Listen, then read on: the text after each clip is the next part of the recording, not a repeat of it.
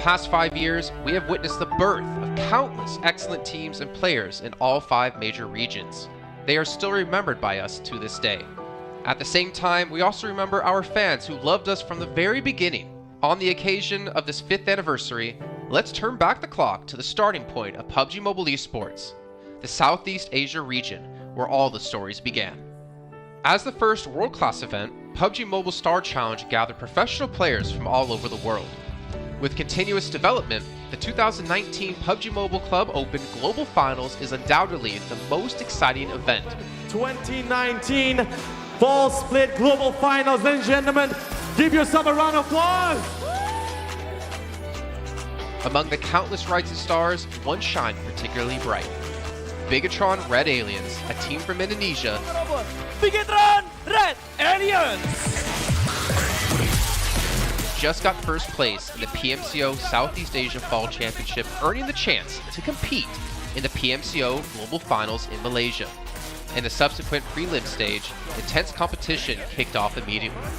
And finally, they advanced to the Grand Finals in 2nd place. BTR demonstrated impeccable strength in the competition. By the end, BTR was leading the lobby by a significant 106 points, bringing the first ever championship title to the SEA region.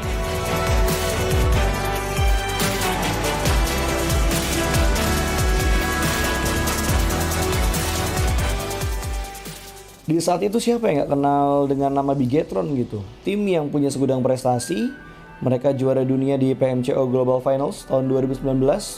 Mereka banyak banget melahirkan pemain-pemain berbakat, Zuxi, Luxi, Ryzen, Microboy. Terus habis itu Zuxi, Luxi juga saat mereka menjadi juara dunia, mereka berada di masa prime-nya mereka banget. PUBG Mobile Esports always strives to develop and grow year after year. That's why we made sure to continue the support and build the SEA region. In 2020, the improvement of the competitive schedule introduced the World League, which later became the World Invitational. We also launched the PUBG Mobile Pro League, where even more outstanding teams joined the competitive stage. In the 2020 PMWL, BTR once again clinched the championship in the East. This had given Southeast Asia the title of the strongest region in the world. They hoped to continue their legacy at the PUBG Mobile Global Championship, the pinnacle of PUBG Mobile Esports.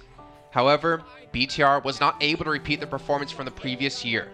This round, winner with a chicken dinner, Nova XQL. With the rise of Team Nova, countless brilliant moments were had, but this also left many players with regret. After BTR Red Alien won at the Global Championship in Kuala Lumpur, we thought C region was the best. We thought nobody could beat C region except maybe RRQ Athena, maybe Illuminate the Murder, maybe Mega Conqueror, but C region was the best at the time. And we get to the league. We heard of a team called Nova. We thought maybe this team is not that good. On the contrary, they owned all the teams. They were very good. Let's move forward to the year 2021.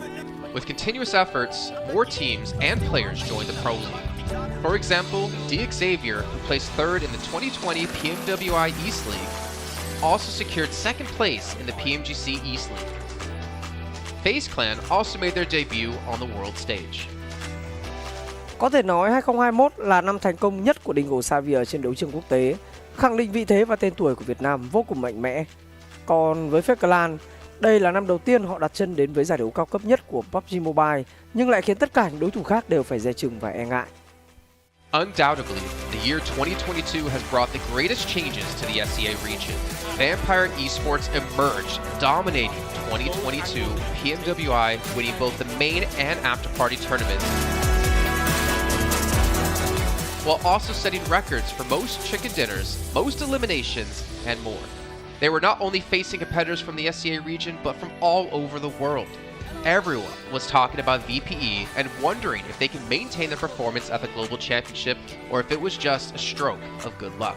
On the last day of the 2022 PMGC Grand Finals, VPE won 3 chicken dinners alone, moving from the bottom of the table to 6th place, achieving the best result for the SEA region.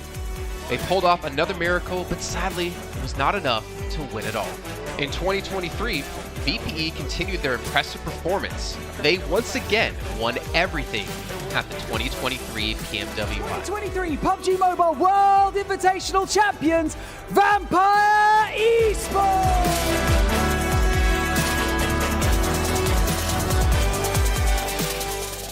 ก็ย้อนกลับไปในปีที่แล้วนะครับเอาจริงก็ผมมองว่าน่าจะโอ้โหไม่มีใครที่จะมองว่าทางฝั่งตัวแวมไพร์จะซักเซสได้ถึงขนาดนั้นนะครับเพราะยุคนั้นเหมือนทุกคนจะโฟกัสไปทางฝั่งตัวอินฟินแล้วก็เฟคแคนที่มีแบบว่าผู้เล่นดังๆนะครับแล้วก็ถ้าจำมันได้เหมือน PMGC ปีล่าสุดมากินไก่แบบเบิ้ลติดๆกันในวันสุดท้ายเหมือนเอาจริงน้องๆก็เคยบอกเลยว่าเฮ้ยเราเครียดกันไปหรือเปล่ามันเป็นตัวเองดีกว่าเล่นแบบปล่อยจอยได้แบบจอยเลยสุดท้าย3กระติดจบอันดับ6ของโลกซะอย่างนั้นนี่นะครับแวมไพร์สปอร์ตเดี๋ยวเชื่อจัด But don't forget, Alter Ego, an Indonesian team, showed a very strong performance by winning the Super League twice.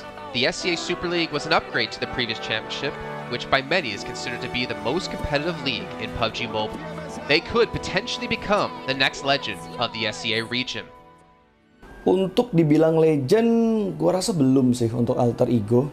Walaupun mereka sempat ngedapetin back-to-back champion untuk di PMSL 2023, itu menurut gua hanya sekedar untuk ngasih pembuktian gitu bahwa Indonesia tidak kehabisan pemain berbakat. Ya mungkin contohnya Rosemary gitu. Datangnya dia ke Alter Ego tuh bener-bener jadi ujung tombak untuk Alter Ego. Dan gak berhenti di Rosemary. Masih ada Alpha juga yang didatangkan oleh Alter Ego untuk mengisi kekosongan atau kekurangan dari Alter Ego. Dan gue rasa PMGC 2023 ini akan menjadi ajang global championship pertama gitu untuk Rosemary dan juga si Alpha. Jadi wajib banget kita nantikan performnya mereka di PMGC 2023 dan please di notes pastikan tonton Alter Ego sampai akhir. Of course, there are many more teams we haven't mentioned, but these teams will all take part in the 2023 PUBG Mobile Global Championship. So what do you think? Who will be the ultimate winner in this year's PMGC? Will they be from SCA? Well, there's only one way to find out.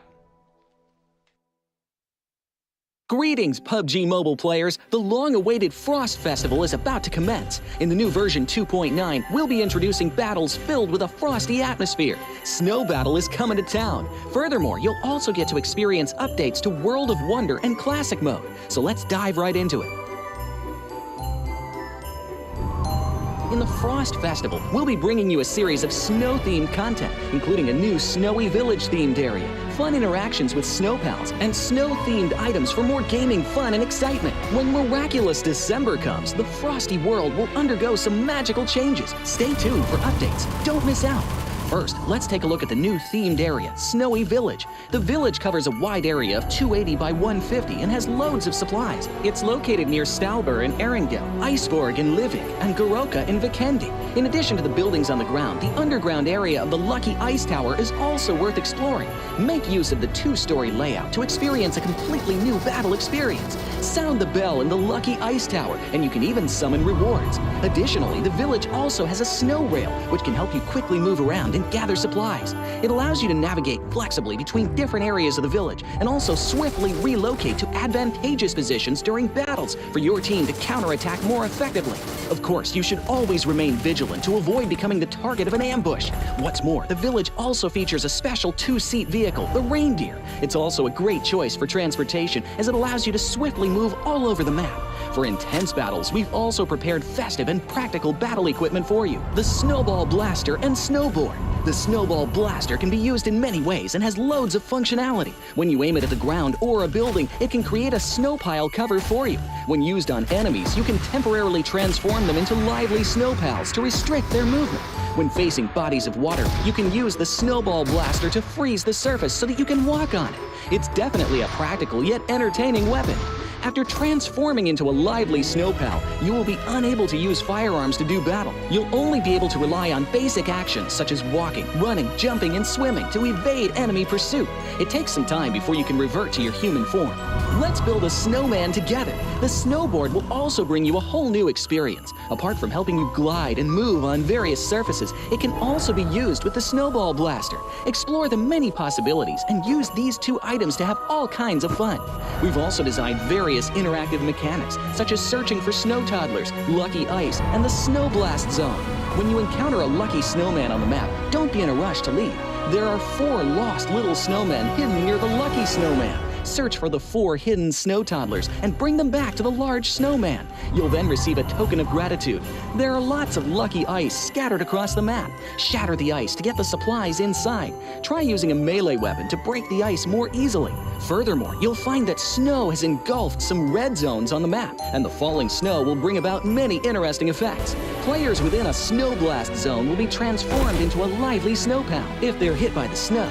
If the snow lands on the ground, a snow pile cover will be created. In this World of Wonder update, we'll be introducing a brand new transformation skill gameplay and a catch me hide and seek gameplay for you to enjoy the transformation skills to the fullest. Of course, you can also use this skill to create more interesting creations. We've also added a Snowy Village map template to celebrate the Frost Festival with creators. Additionally, we've also made some updates and improvements to gameplay devices, game parameter settings, and the editor.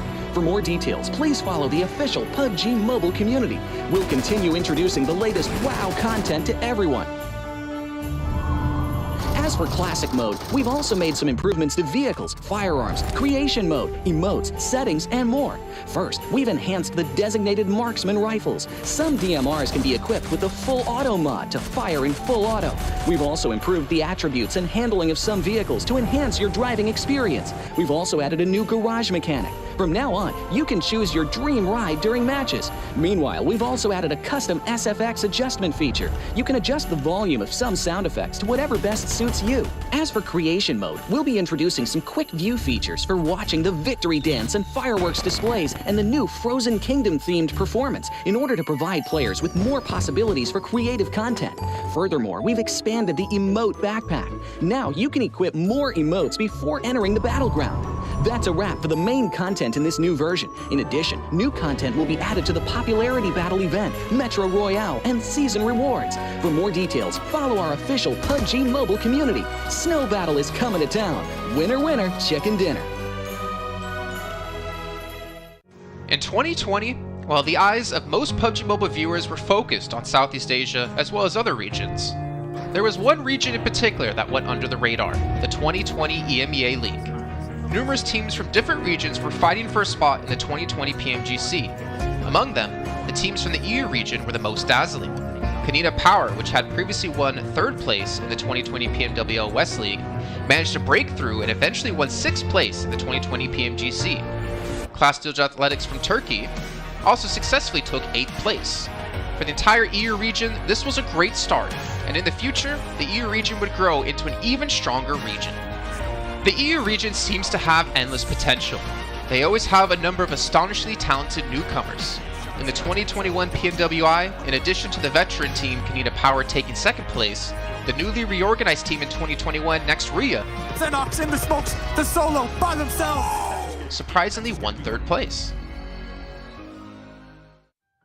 The EU region seems to just have endless potential. There's always a number of astonishingly talented newcomers coming up through the ranks, developing their skills, and in 2021 at the PMWI, you had some of the veterans there for sure. Kanina Power taking 2nd place, an incredible performance coming through from them to get that 2nd place. But not only that, you had the reorganized team for Next Ruya in 2021 who won PMPL Turkey. They came 1st in their region and then were invited on the back of that to the PMWI West to take 3rd place. So these new talents working as this new roster at the time, a phenomenal resurgence there, and there's so much more left in the pipeline, I'm sure, for this region. I'm really excited for what the future has, and I can't wait to see what they've got.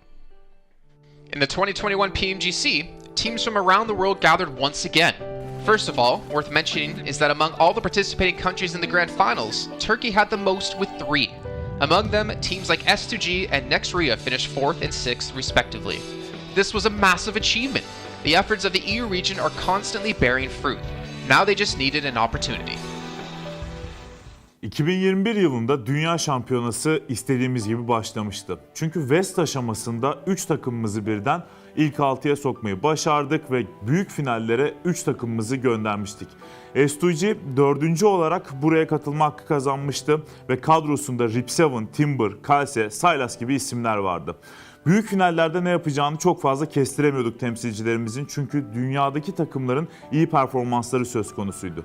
Büyük finallerde temsilcimiz S2G 4. olmayı başardı. Nexu'ya 6. olmayı başardı. Maalesef Fenerbahçe ilk 8'in dışarısında kalmıştı.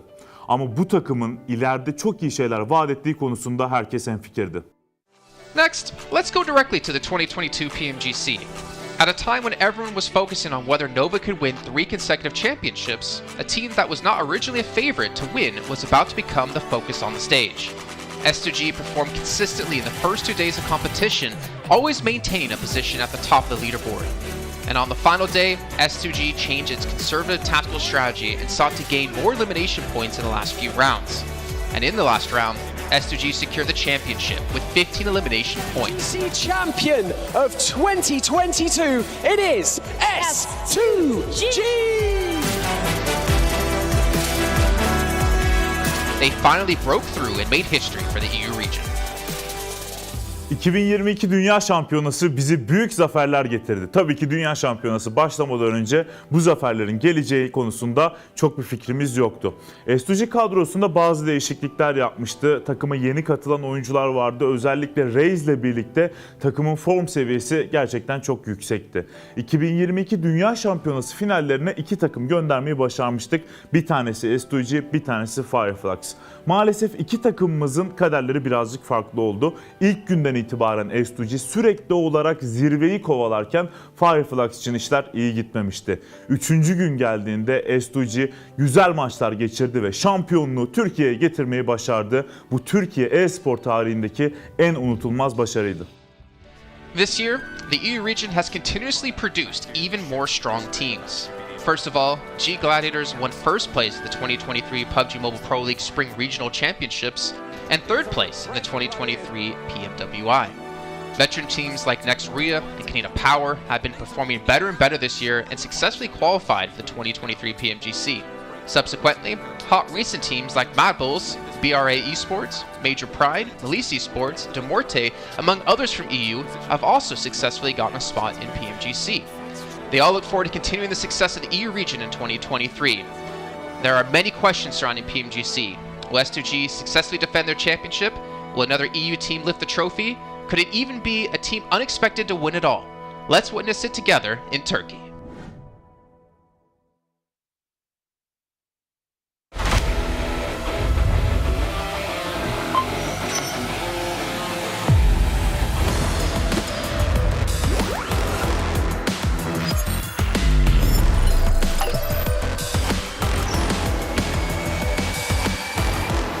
Gold Investigator. Join the Investigator team and let's protect the game's fairness together. 2023 Popularity Annual Gala event tutorial. Hey there, welcome to the 2023 Popularity Annual Gala. We've introduced a brand new competition and upgraded rewards. You will have to go through 10 rounds of 1v1 matches and compete to become the first ever PUBG Mobile Popularity Annual Gala champion. So let's get right to it. New competition, ladder competition. The Popularity Annual Gala event will be utilizing a new ladder promotion system. Players' initial ladder grade will be determined by their battle points at the end of the first round. Ladders are divided into 6 grades: Triple S, Double S, S, A, B, and C, with Triple S being the highest. Ladder promotion rules. Players are ranked based on the popularity they gain during the battle period. For rounds 1 to 9, the ladder results are settled at the end of every round's battle. Apart from ladder grade C, each ladder has 100 spots, with the top 20 promoted, the middle 60 retained, and the bottom 20 demoted. If you're trying to move up the ranks, be sure to stay within your ladder's retained threshold or higher before each round is settled. Additionally, ladder grades can only be promoted or demoted by 1 grade at a time, so your performance in the assignment round is crucial. Be sure not to miss it. Final showdown. Based on the rankings from the previous 9 rounds, round 10 will be the decisive showdown to determine the final rank and ladder grade placement, including the champion of the 2023 Popularity Annual Gala, who will emerge as the ultimate winner. New exclusive rewards. At the end of round 10, rewards will be issued based on the player's ladder grade and final rank. For outstanding players, they will receive exclusive rewards that can showcase their supreme honor both in and outside the game. In-game rewards include the honor title, honor name tag, and honor avatar frame. which are sure to make you stand out. Moreover, there are also physical trophies, interviews, custom-made popularity gifts, official social media promotion, game exposure, and other exclusive honorable rewards. Gain global renown both in and outside the game. What are you waiting for? Participate in the 2023 Popularity Annual Gala now.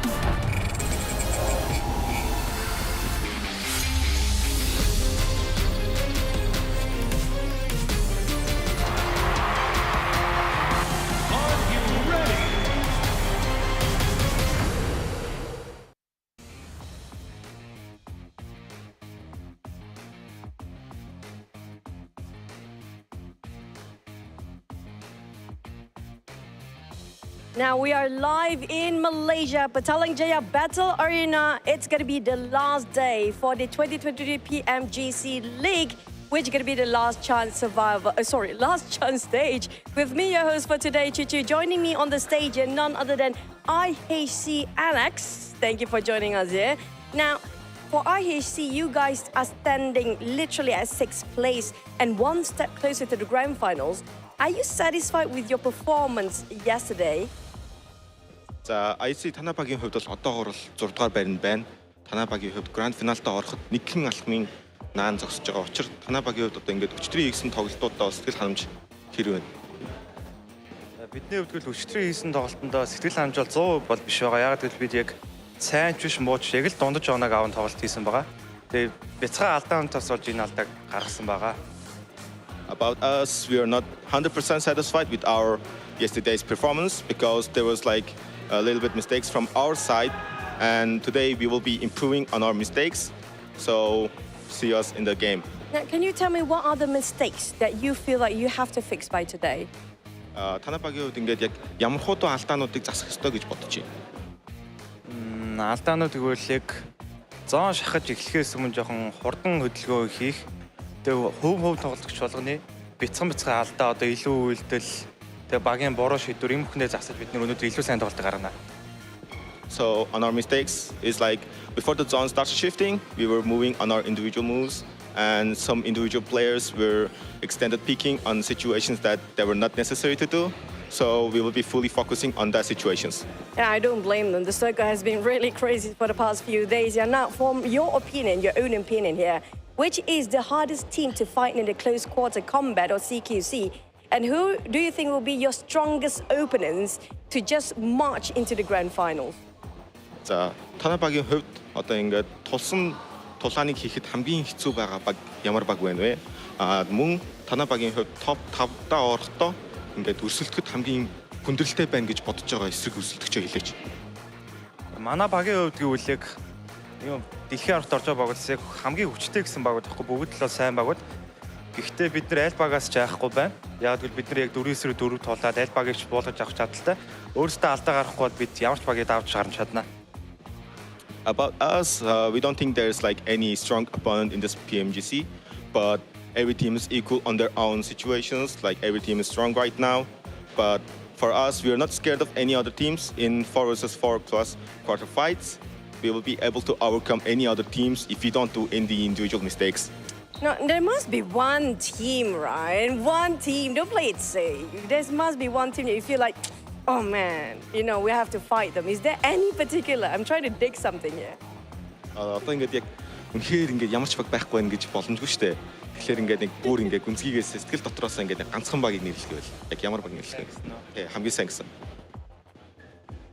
Одоогоор яг сайн өрсөлдөгч гэвэл Фейз кланыг юу нэлээ. Тэдний ротейшн бас хурдан. Тэгээд бид нар ч одоо яг нэг газар бодсон шүү дээ. Жорж Апарт, Жорж хоёр ингээ хуваагаа боддог болсон. Тэгээд тэрэн дээр бид нар байлдах гад өнгийх дүүлж шүү дээ. Дүүлж байгаа байлдах гад өнгийх гэхэд аль хэзээ ротейшн дэгээ явцсан. Тэгээд илүү оноо авалтдаг маш сайн хурдан дүүлж болохоор Фейзийг нэрлэе. Okay, so if I were to say like there's one team that specifically, I think I will choose Fates because with Fates we share same drop spot, and with that, like whenever we are looting and trying to engage with the Fates, they're always ahead of us. and they always get the points ahead of us in the inside the zone. They get the placement, they get the positions far better than us. So that's what I particularly tell that FaZe is our strongest opponent. I think you're not the only one because FaZe, with that comeback king moments, they can do anything, anytime. Now, for the last questions here, for the top 3 teams currently, they're aggressively playing without any chicken, but still can score a top 3. It feels like they don't really care that much about chickens anymore. Will you be playing more eliminations as well today? За одоо ингээд шилдэг 3-т байгаа багуудын хувьд бол ерөөсөө ингээд чики идэ гэж бодохгүй зүгээр л ингээд оноо цоглуулад хурцтай тоглоё гэж бодож байна. Яг тэдний хувьд бол одоо ингээд чики идэх нь бол ямар нэгэн асуудал биш зүгээр л урагслаараа ингээд өөрснийхөө авахтай оноонуудаа аваад явж явахд болоод байна. Танай багийн хувьд одоо өнөөдөр ингээд яг адилхан нөхцөл байдлыг гаргаж ирнэ гэж бодож байна уу? Тийм, манай огийн хувьд бол бид нар kill point-ыг бол маш сайн цуглуулж байгаа. Гэтэ хараахан placement point дээр ерөөсөө оноо авч чадахгүй байгаа. Тэгээ бид нар алдаануудаа баг цагаар ярилцаад өндөр алдаануудаа зассан байгаа. Тэгээ placement point болон kill point-уудыг хослоод маш өндөр оног авах болно өнөөдөр. So about our team, yesterday we were mostly getting the elimination points and we couldn't get the placement points that much. But yesterday after the games we were having a little bit of free inside the team and we have discussed about that, what we're gonna do today. And today we're gonna get both elimination points and placement points. So good. So watch us in the games. It's all down to the circle and depends on the instincts of the player. Now that's going to conclude for our interview for today. And for today, it's going to be our last day in the last chance stage here. One mistake will be deadly for all the teams. Before we toss it back to the casters, he does have extra talents from Alex. Alex, I heard you want to say something before we end the interview. Let's do this. There you go. Toss it back to the casters. Thank you so much, guys.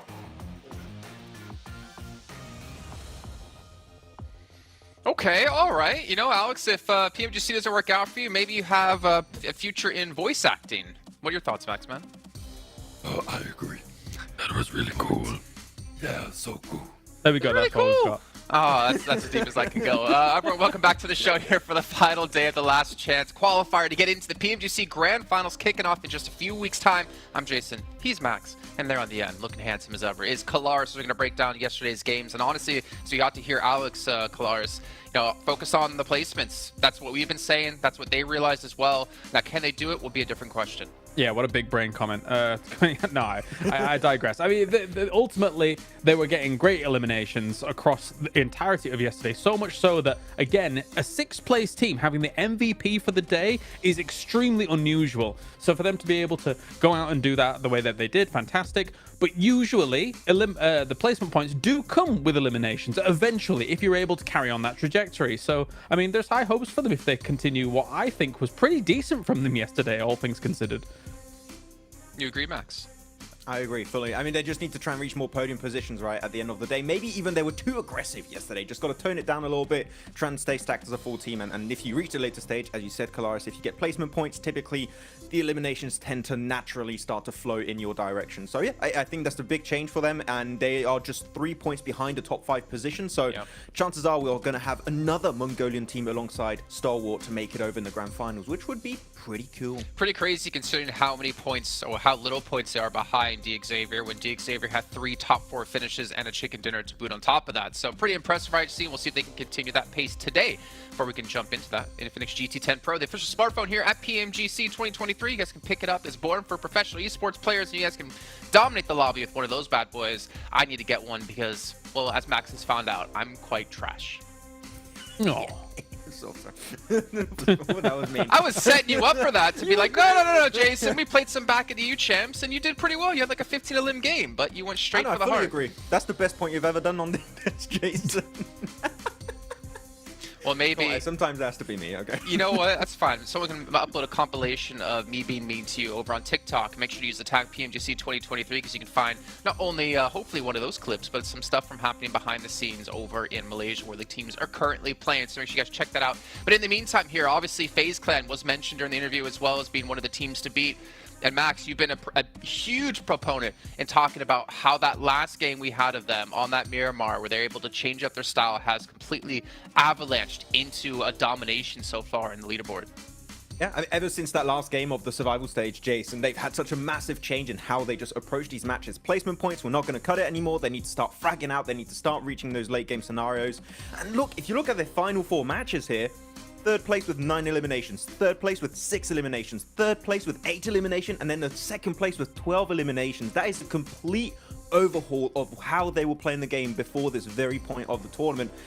And currently with 60 points, Jason, if they maintain even just slightly this kind of consistency heading into today, they're going to go into the grand finals in Turkey so damn easily. So FaZe are looking amazing so far, and I really hope we're going to see a continuation of that new mentality for the team. And the cool thing is they're not really being fed these situations either. It's not like the circle's just bearing down upon them game after game. They're playing really decent edge sweeping style, which I've always said when it comes to PUBG Mobile esports in general, like when you see this in Battle Royale, this shows extreme quality in skill. The fact that you can sweep the edge, still be able to play with back against the blue, win those fights out, and then move towards the podium, that's some pretty high skill level there from FaZe.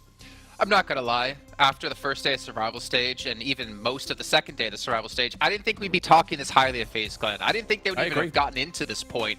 But hey, credit to them to make this turnaround happen. And obviously with the results they had yesterday, they put themselves 14 points safe in the bubble. So for them, it's not even about winning matches. It's about surviving. Yes, you get some extra prize money going your way if you do place first. But you know what? Getting into grand finals is what it's really about. But a couple of other teams that maybe are surprising, at least for me, Team Queso.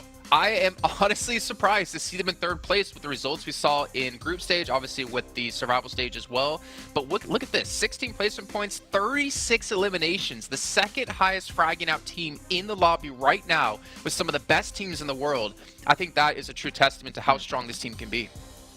And especially if you look back on their matches of yesterday, they got 2nd place with 13 eliminations on Sanhok. If they can try and hold their position in top 5, Jason, today, it is going to be down to that Sanhok possibly. It is a map where they typically are really good.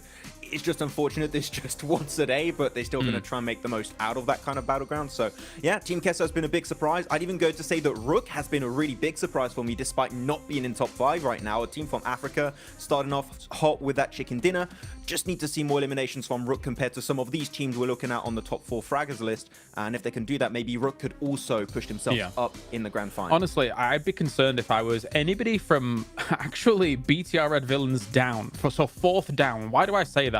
Well, if FaZe, Persija, or Queso had been able to convert any of those podium finishes that they had into a 1st place, the gap in points would be significant. And if they continue to play the way that they played yesterday, those 3 teams, and they get at least 1 win on the board today, the gap will be significant. The catch-up will be difficult for the rest of these teams.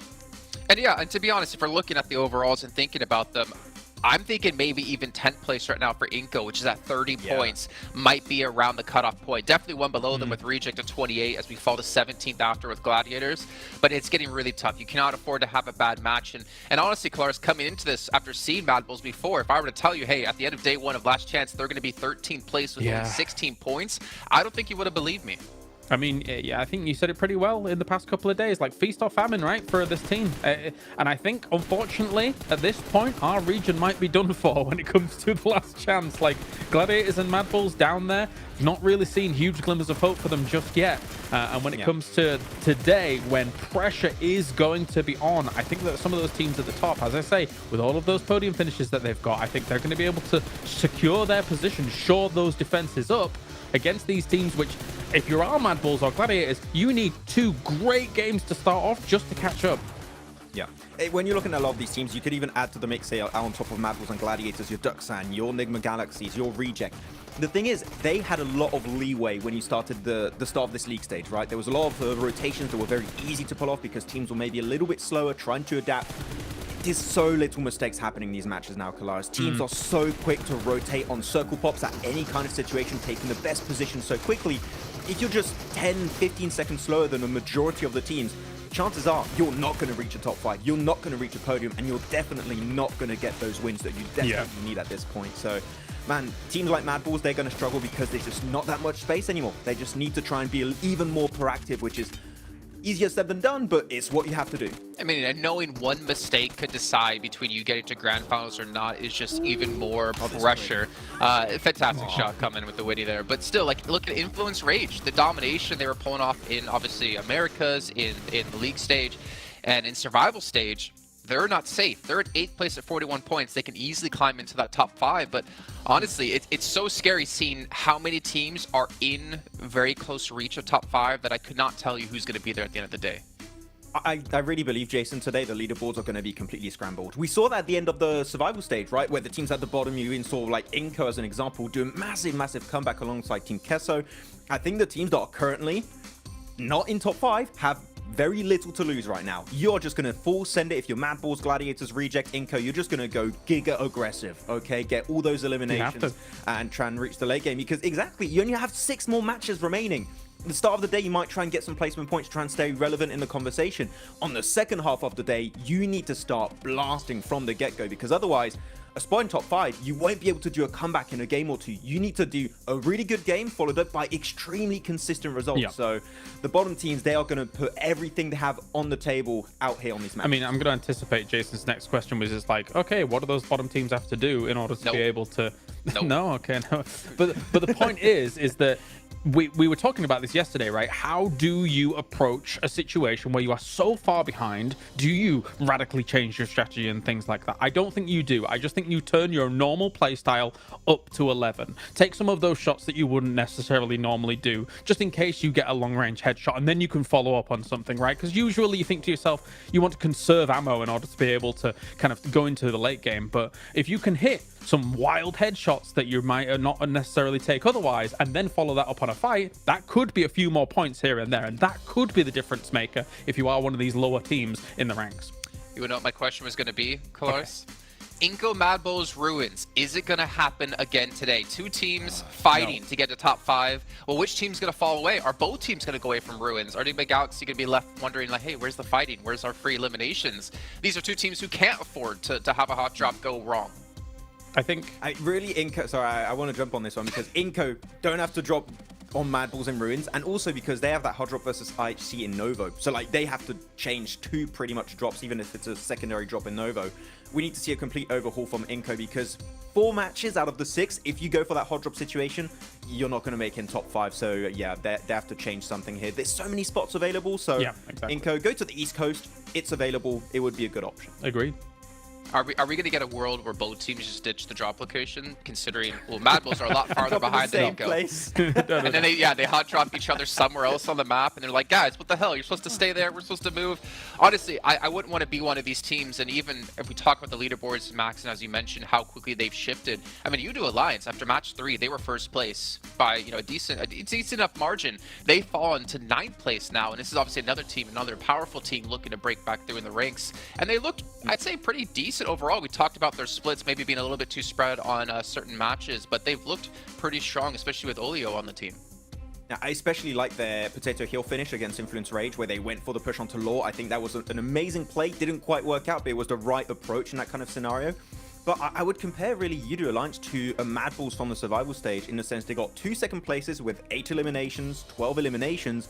Outside of that, what was there? Not much. We need to see more consistency on their bad games, similar to an IHC, for example, just getting at least 5, 6, 7 eliminations per match. If you can do that, they will very quickly get close to that top 5. So I believe in Alliance here, but it's so close here, Jason. It's really hard to predict. You know what? We don't need to talk anymore. We want to get into the games. People are always asking, Caster, when match? Well, it's right now, and it's going to be brought to you by Jack and Blank as you drop into Sanhok. You know, not a lot of people know that, Jason, but behind the scenes, it is actually Blank that controls the start game button. So when everyone's saying that, it's all just directed at you, Blank.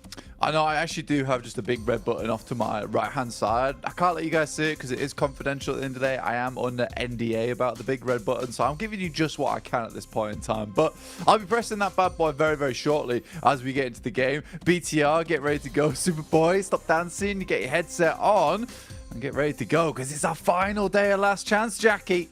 And we're already in it. Dear me, the game is starting fast. I wasn't ready. You hit the button accidentally, Blank. I think I did. Elbowed it. He when I was elbowed showing the it off. button. Yeah, he accidentally manhandled it. I We were fat-handed it. distracted by the dance moves. It happens. It happens, Blank. But this is where it's taken us. Your big red button antics have taken us straight to our last Sandhawk. It feels like it was so long ago we started things, you know, about 4 weeks ago now here on Sandhawk, Blank. Now we have our last time we're going to see this battleground in a lobby that has been delicious.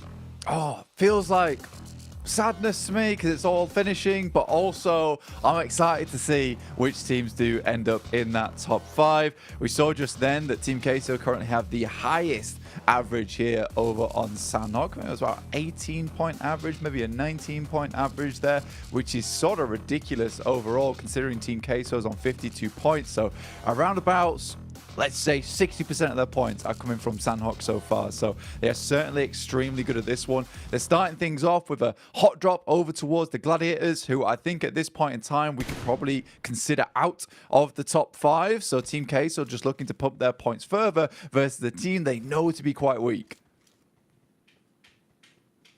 It's the ideal scenario, really. If Gladiators are going to give them the opportunity, dangling points in front of them here, as Meku has dropped further away from the rest of the pack, so has no trade potential, no room for backup.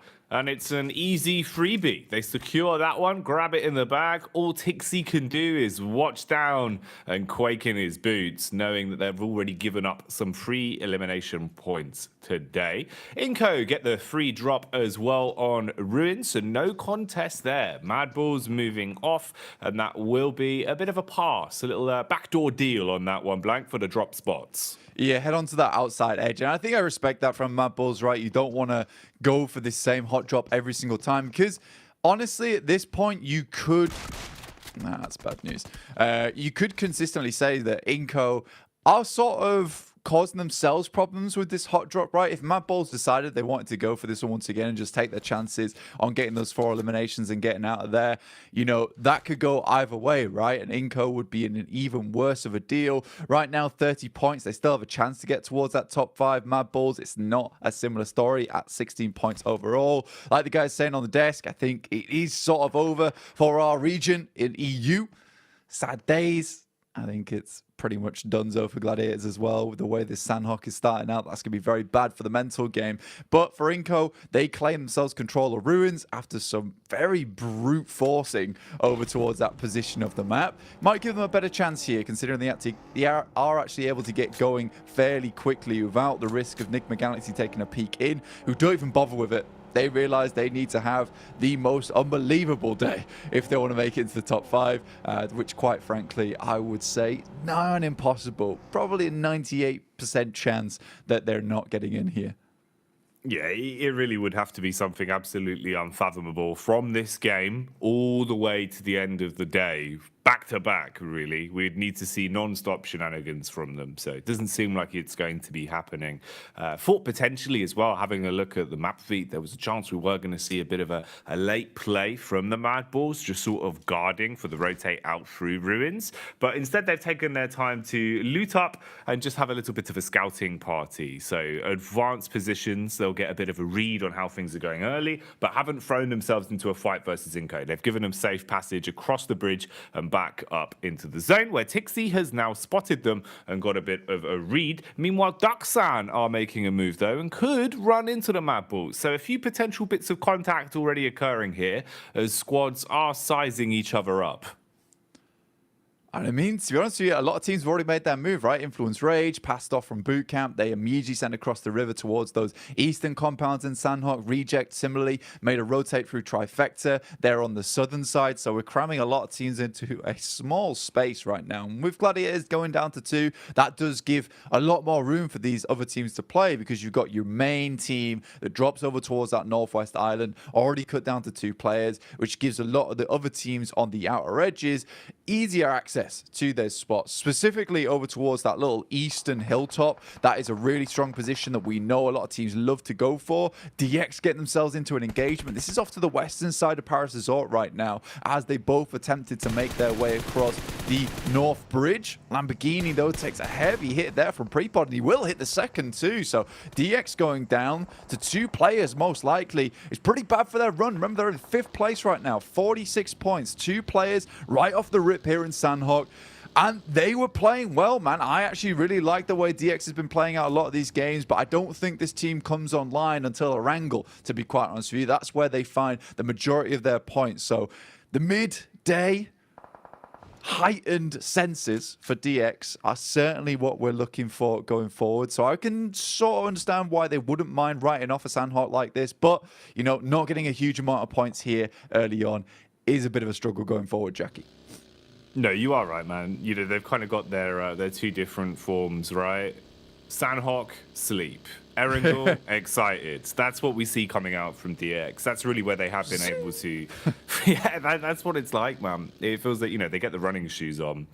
They're holding B blank and they're just running non-stop. It makes a world of difference for them as well. But that is an unlucky start, taking so much damage and being left with only, you know, half of the squad very early into this one as well, because that's the other thing. Well, although we've already seen a little bit of, you know, early combat, we're seeing the way some of these teams are looking coming into it in terms of the body language already. This game hasn't been live for very long. So that's rough for DX. Like you're saying, you're in 5th place and you're only a stone's throw away from falling out of that as well, as IHC are right on your tails. The Mongolian side, 43 points. The DX is 46. So a thimbleful there, and we could see a change. Meanwhile, we see a rotate here through the blue.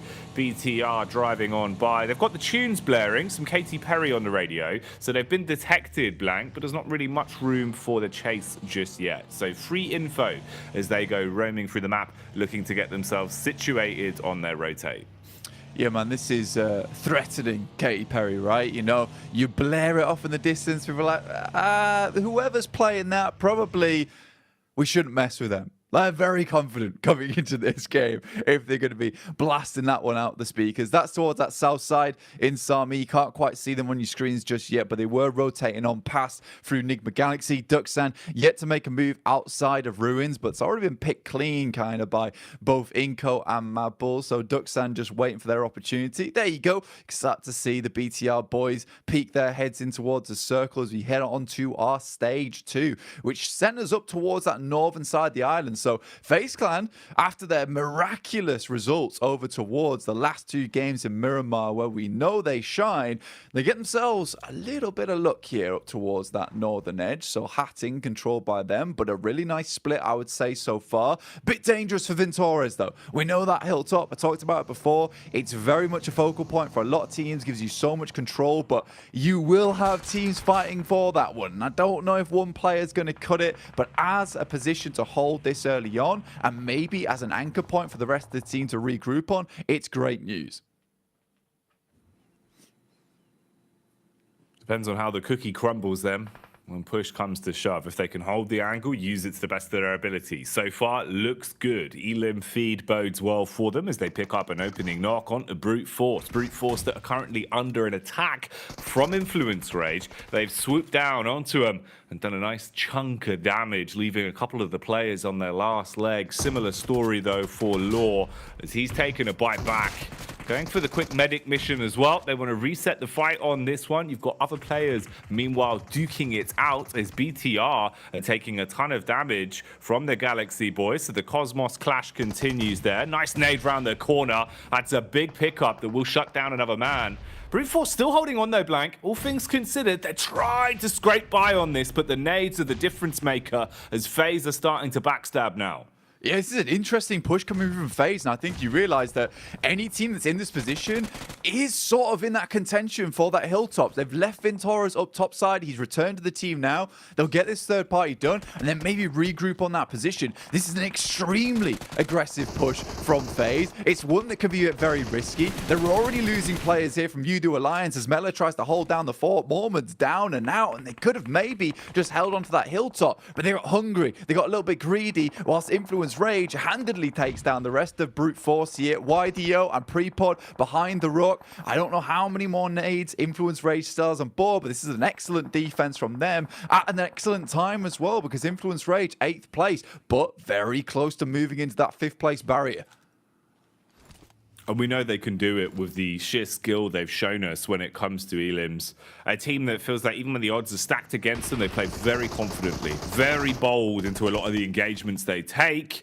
In the meantime, though, FaZe starting to take damage in the battle of attrition as the backline is full of other squads. From a distance, you've got Udo Alliance that are just taking pot shots wherever they can see a little bit of skin from FaZe. There was also Rook with Eugene miles away on the other island even, hitting some long-distance shots to punish them and leave their HP far lower than they would like in a position like this. So this fight, now not very sustainable. You know, this has been going on for a very long time.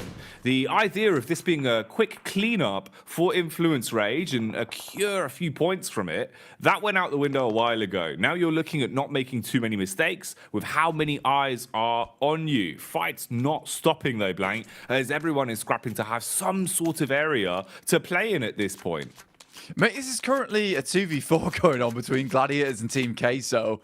Not sure how they've pulled off what they did. Circle's nasty, heads up towards that northeast side. AHC very pleased with this considering they're not quite in yet. More Molotovs sent over the top, not too many nades, but the rest of Gladiators do regroup. Raze is providing that information back. Arta and Big Milo to hold it down in that front line. Another nade goes through, won't find too much damage. A little bit of a tag over towards Tixie. That's about it. And I think he realizes, get rid of Raze. He's providing too much of that information back towards them. When they strike, they'll know about it. But Team Queso, this is a pretty sad result for them. Remember, this is the team we were talking about, saying that they had one of the biggest percentages in terms of those average points on Sandhawk. To go down versus two players that you already took down half the team from would feel very, very rough. There's still comeback potential there, but with this circle moving up towards the northeast side, both these teams not in the greatest of spots. No, for pre-pod, it's basically like having a very low-quality barbecue outside camping by the burned-out car. Just toasting his marshmallows, mate. Yeah, that's all he's got, you know. The family said we'll go on a camping trip. Pre-pod's thinking, oh, this will be fun. In reality, this is the camping trip. It's not ideal, Blank. At least he's warm. It could always be worse. If it was Vikendi, he'd be absolutely freezing. But there's wolves at the door, or at least at the horrid tent that's been allowed to be brought with them that takes 3 hours to put up, and everyone gets mad at one another as Brute Force attempts to keep control, keep that cool. IHC looking over towards Rook right now. Zol's in, but the entire room is smoked up. Rami goes down. That will be one player from Rook out here. IHC claiming control over towards the southeast side. They're still on, technically, the eastern island. You got Reject that claim control over the hilltop towards that western edge as FaZe sort of threw this game away. I don't think they had to third party down to Brute Force. If they were able to take down both those teams, fantastic, excellent news. But you gotta know that there is a lot of teams trying to push in from that northeast edge. So the amount of sight lines that are available over towards FaZe where they had barely any cover to work with, it was somewhat of a weird play. Nades coming in. Alex moves into the building, will be immediately knocked here, gets into the smoke, survives for a bit longer, but it's Nenabet Che taking down Tixie on that top side, and Godless with some DBSs coming through the window to try and keep this one alive. Somehow Alex manages to escape, Jackie. It's pretty heads up as well. They jumped straight on to the revive and reset the fight, knowing they had the smokes down. And Alex was lucky that the smoke was still there to block him as well. So the line of sight not going in favor of Rook. Instead now, just trying to play on the back foot, the defense, as they knew they were being pushed. And IHC come out like the katana, swinging their way through and slicing them in half. They've got a bit of an interview buff today as well on stage, talking a big game. Alex saying that they're not scared of any of the other teams in the lobby. The only mention that he gave was to FaZe. And like you were saying, FaZe, they've basically come into this one and put a big X on their back, Blank. And, you know, other teams have just jumped to the occasion instantly. They've been farmed up with not having enough cover to play off of, thought they found an opportunity to steal away some very easy elims. Instead, the only easy eliminations were on FaZe. And you're just playing with a solo now. You know, effectively, you're thinking maybe you can play some snaky PUBG Mobile, deliver around and pop up towards the end of the game, maybe get a couple of placement points. But having a big earner on the last Sandhawk of the whole event isn't going to be happening for them here. Absolutely not. This is Prestige Evos up towards the northwest side. They just got themselves out of the blue, but running directly in towards the Mad Bulls, who all have nades in their hands, looking to explode the opposition as they make their way in. Nice setup from Prestige Evos with these backstops, making it very difficult for the Mad Bulls to do anything whatsoever. Exploring the vehicle is good, but a nade in towards the backside will leave Mad Bulls feeling black and blue here. Misery gets burned up. A crucial Molotov comes through. Now Redface has to come in to try and save face in this situation procedure. Zuxi, with the Molotov out, everyone's going to be burning behind the rock. The moss is going up. The ecosystem is not doing well for the wildlife, but right now it's Zuxi that burns in his own fire, gets striked back upon as Zerich head for the encounter. And that's one you can't afford to lose in that manner. It cannot go down that way, Blank. That feels like such a misplay. That should have been an easy victory for them as well. Mad Bulls were totally struggling on this western edge. But Luxy running into his own molly. The moss a bit more flammable than he expected there. Takes himself down. Flique will drop to the zone. I'm not sure how much life Zerich has got left in him to get further into this match, but they'll be certainly happy with the 4 eliminations, or at least 3 eliminations they're able to garner on that side. Gladiators eliminated 4 eliminations, 14th place, no placement points for them, but at least a little bit of something, but just so unlikely. Reject, though, very pleased with their positioning. I think they quickly identified this spot was open down towards that south side, playing off the back of it. Enigma Galaxy, look at this, Jackie. It's the day 2 buff. It comes in clutch for them every single time. Actually find themselves somewhat of a decent rotate up towards this western side after they were able to take a really good fight versus BTR early on and gather themselves a bit of storm going into this match. But the circle, again, moving away from all these favorable spots towards Udo Alliance and IHC. Very playable position now for both these teams, but they've got to get across first. With the side swipe available for both these squads, it's just a matter of time because you desperately want to get up towards that coastal edge so you can start taking shots over towards teams like Influence Rage, Brute Force, Duxan as they attempt to make their way over towards that coastal side. It's just rough here. Duxan attempting to leave from Hartin, get towards that southeast edge and crush all the teams that are attempting to push their way through Hartin on the western side. I love how Ventores has been basically like the mosquito that's just whizzing by Enigma Galaxy. He's been kind of just annoying them in the backline, Blank. He's only a solo, but he's been popping up time and time again, just taking shots at them, just being a bit of a nuisance. And they've decided to move because of it, opting to look for some compound control to play with. They funneled themselves into one building, but Lufa's here, big damage done with the big gun, as he leaves them all just clamoring to stay alive. I mean, yeah, they've popped the smokes. They've got themselves tucked into the building and at least probably can reset on the players that have been down. Oh, hello, Squash. He's lived up to his name. He's still alive, Blank. What? He's still alive. How? What? He's got steel Kotak boots on, Blank. He's taken it on the chin. He's dead. I said 3 nades his way. Goodness me, I think the only way that happens is as he's dying, literally in those moments, the stim has to tick him up by like maybe 1% of HP, but he took the vehicle straight to face. Maybe it wasn't going fast enough, who knows, but surviving that is silly. Left looking like a roll of toothpaste. Yeah, I mean, doesn't live up to his name because he certainly wasn't squashed in that situation versus Reject, but wow. Well done, I guess, to live the first initial car. I don't even think Reject intended for that to happen either. It was just a bit of a scout, understanding there's probably teams still on the top side of the hilltop. Just lucky that they get the roll down off the back of it. Circle over towards Enigma Galaxy. Fortunate to get that little shack early on here. Now, a lot of teams will have to push in towards and Reject opt to go for themselves. A little bit of a 2-2 split. Got 2 players still playing up on high, and Influence Rage decides it's a time to put an end to the camping trip on the outside edge. Oh, they've had enough. They don't want to share the camping grounds any longer. But it seems like Prepod, he's got other ideas in mind, Blank. He wants to be the new landlord. He's grabbed the contract for the camping grounds and he's starting to put his foot down as the DBS sings strong. Federal watching his entire team melt one by one and just sitting in the camp office, just thinking, what on earth do I do now?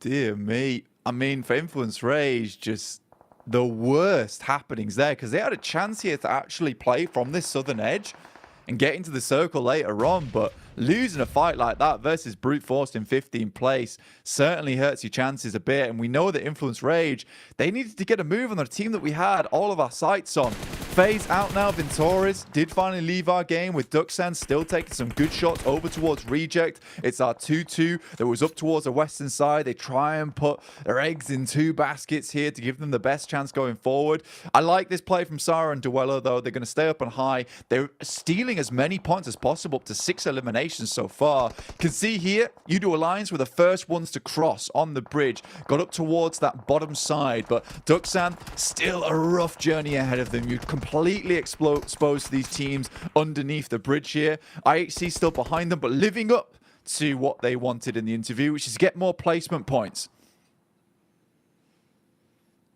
And it looks good for IHC to do just that.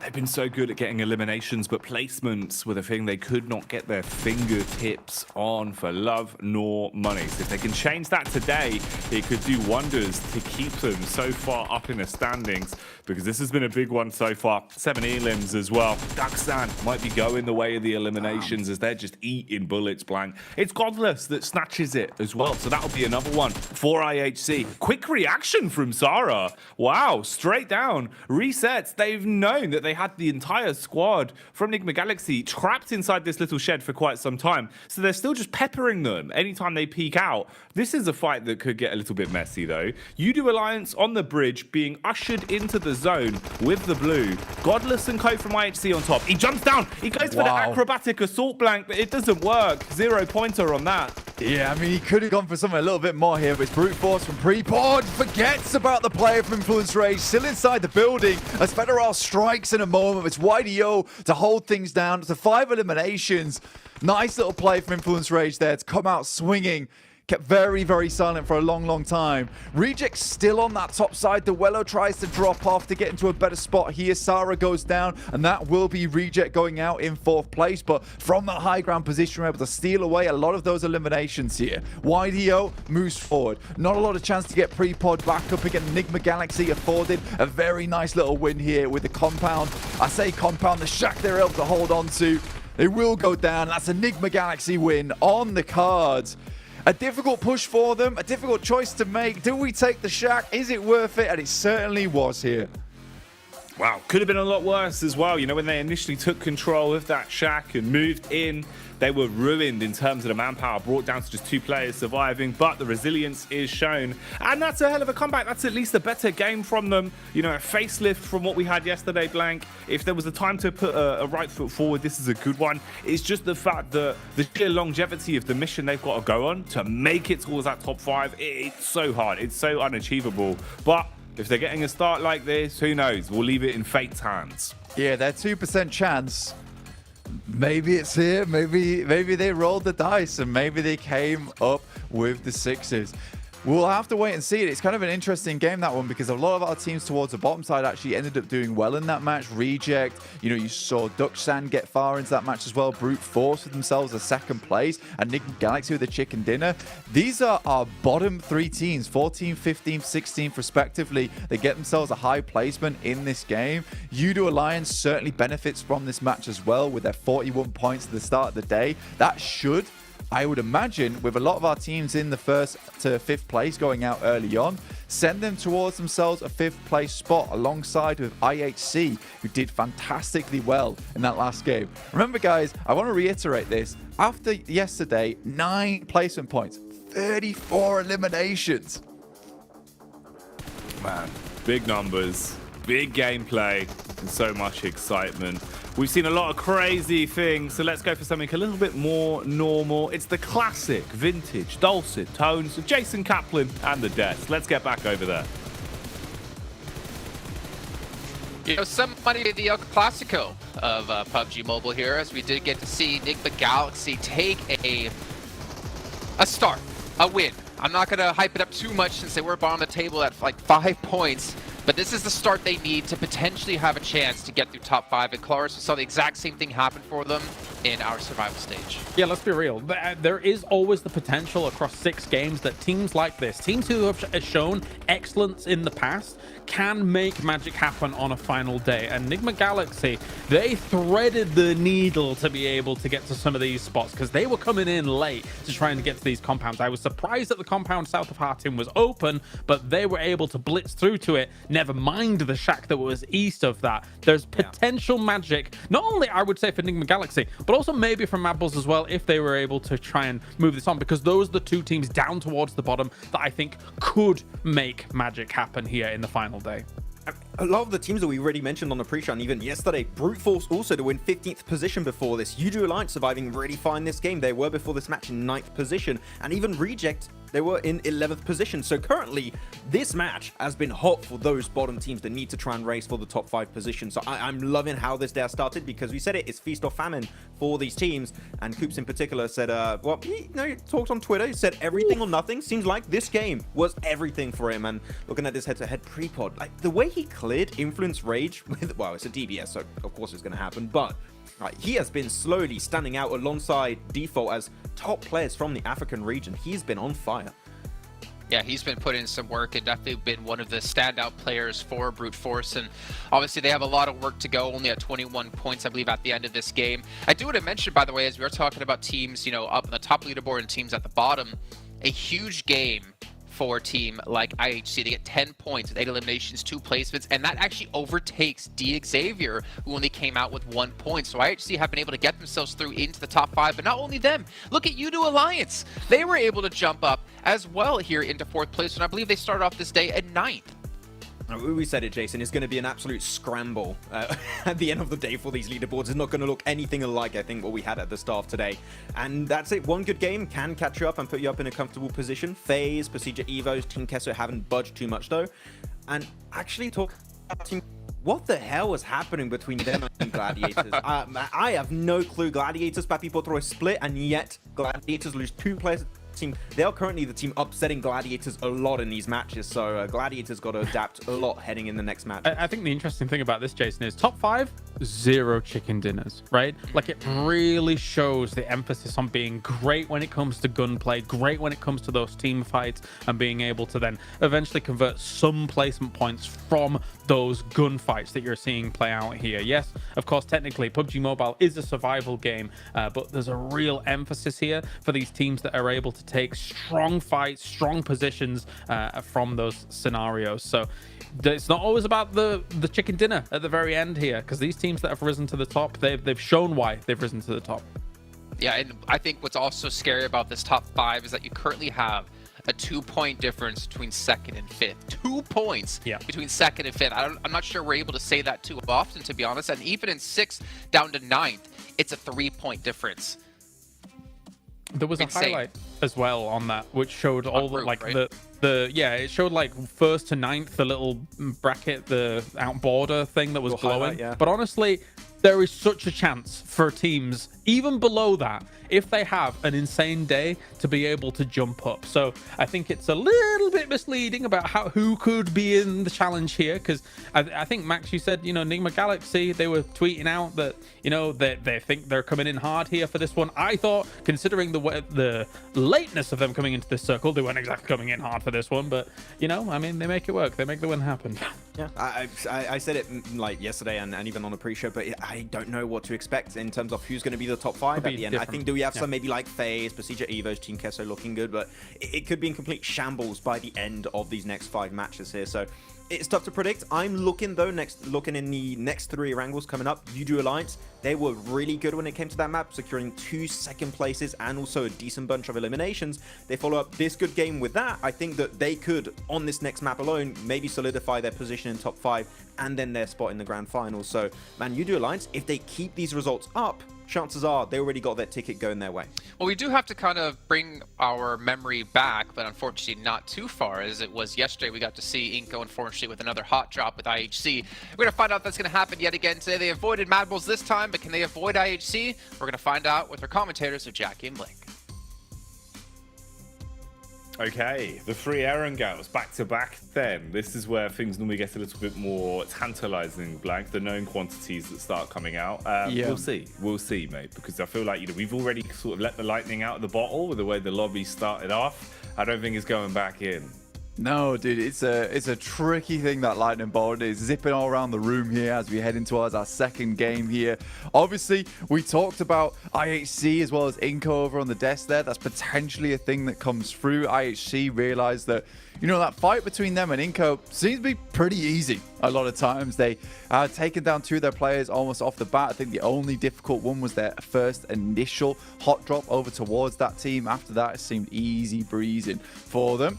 But heading into the game in just 20 seconds. A lot of these teams strategizing, thinking about what they want to do in this match. For BTR, that last game didn't go too well. Neither for CG Evos currently on screens. So we'll see what happens. UDO Alliance, though, consistent throughout the entirety of this last chance. Be just what pushes them over towards that top 5 is managing to get towards the end of these games a lot of times. And I mean, for UDO Alliance, they seem like a pretty strong team when it comes to just getting those points on board match after match here, Jackie.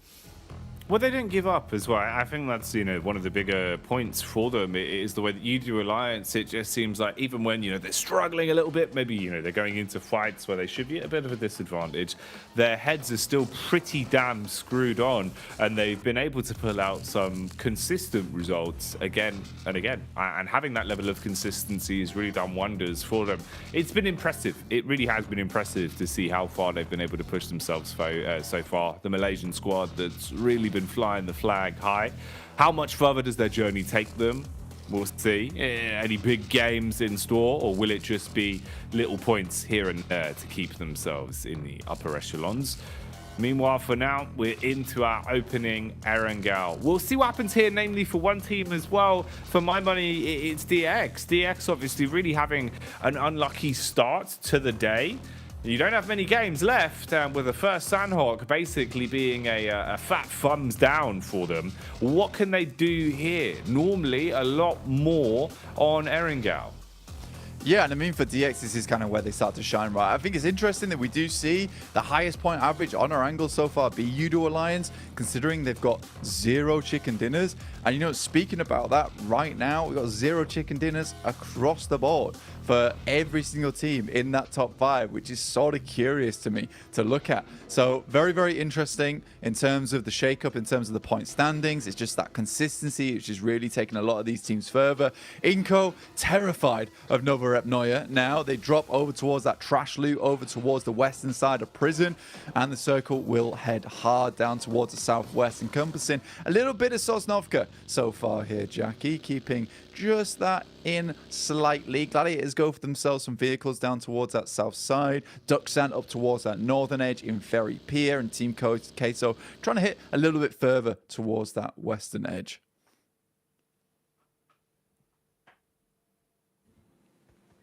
Having a quick look to see if there was any room for some early fights, as we've already seen a couple of them today. Moments where teams know you do have to run a couple of risks. You've got to roll the dice a little bit to guarantee yourself some of those elimination points. But at least for now, it's looking relatively clean in terms of the early infighting. Nothing too obscene.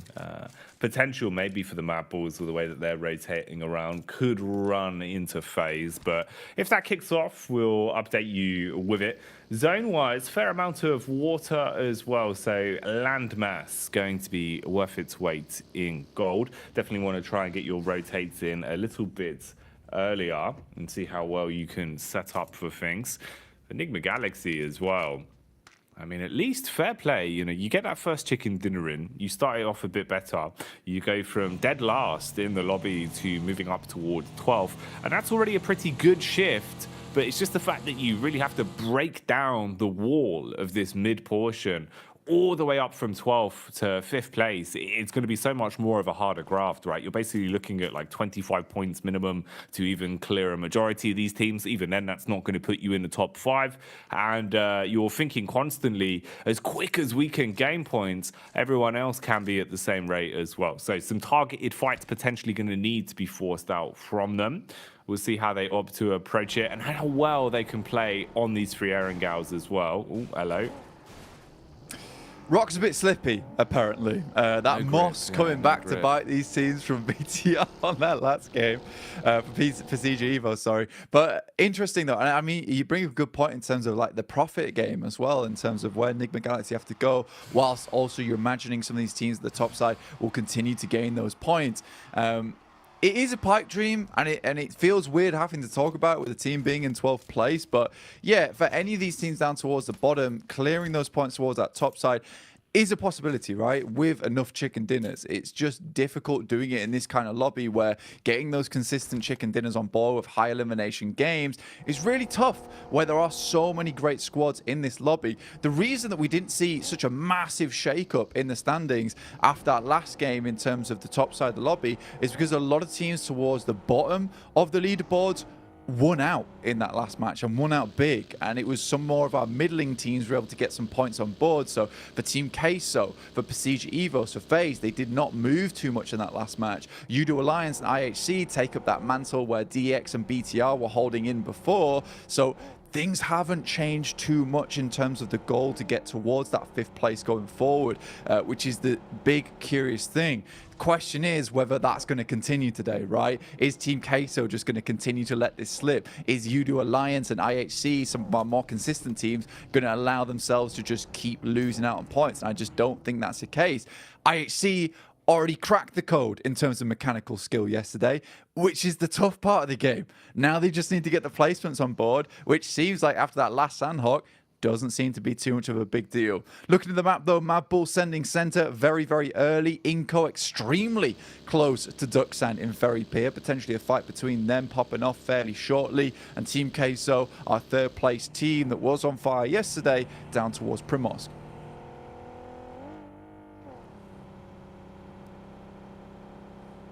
You know, I'm hoping as well, maybe there is a little bit more room today for the stock to rise for Reject Tokyo.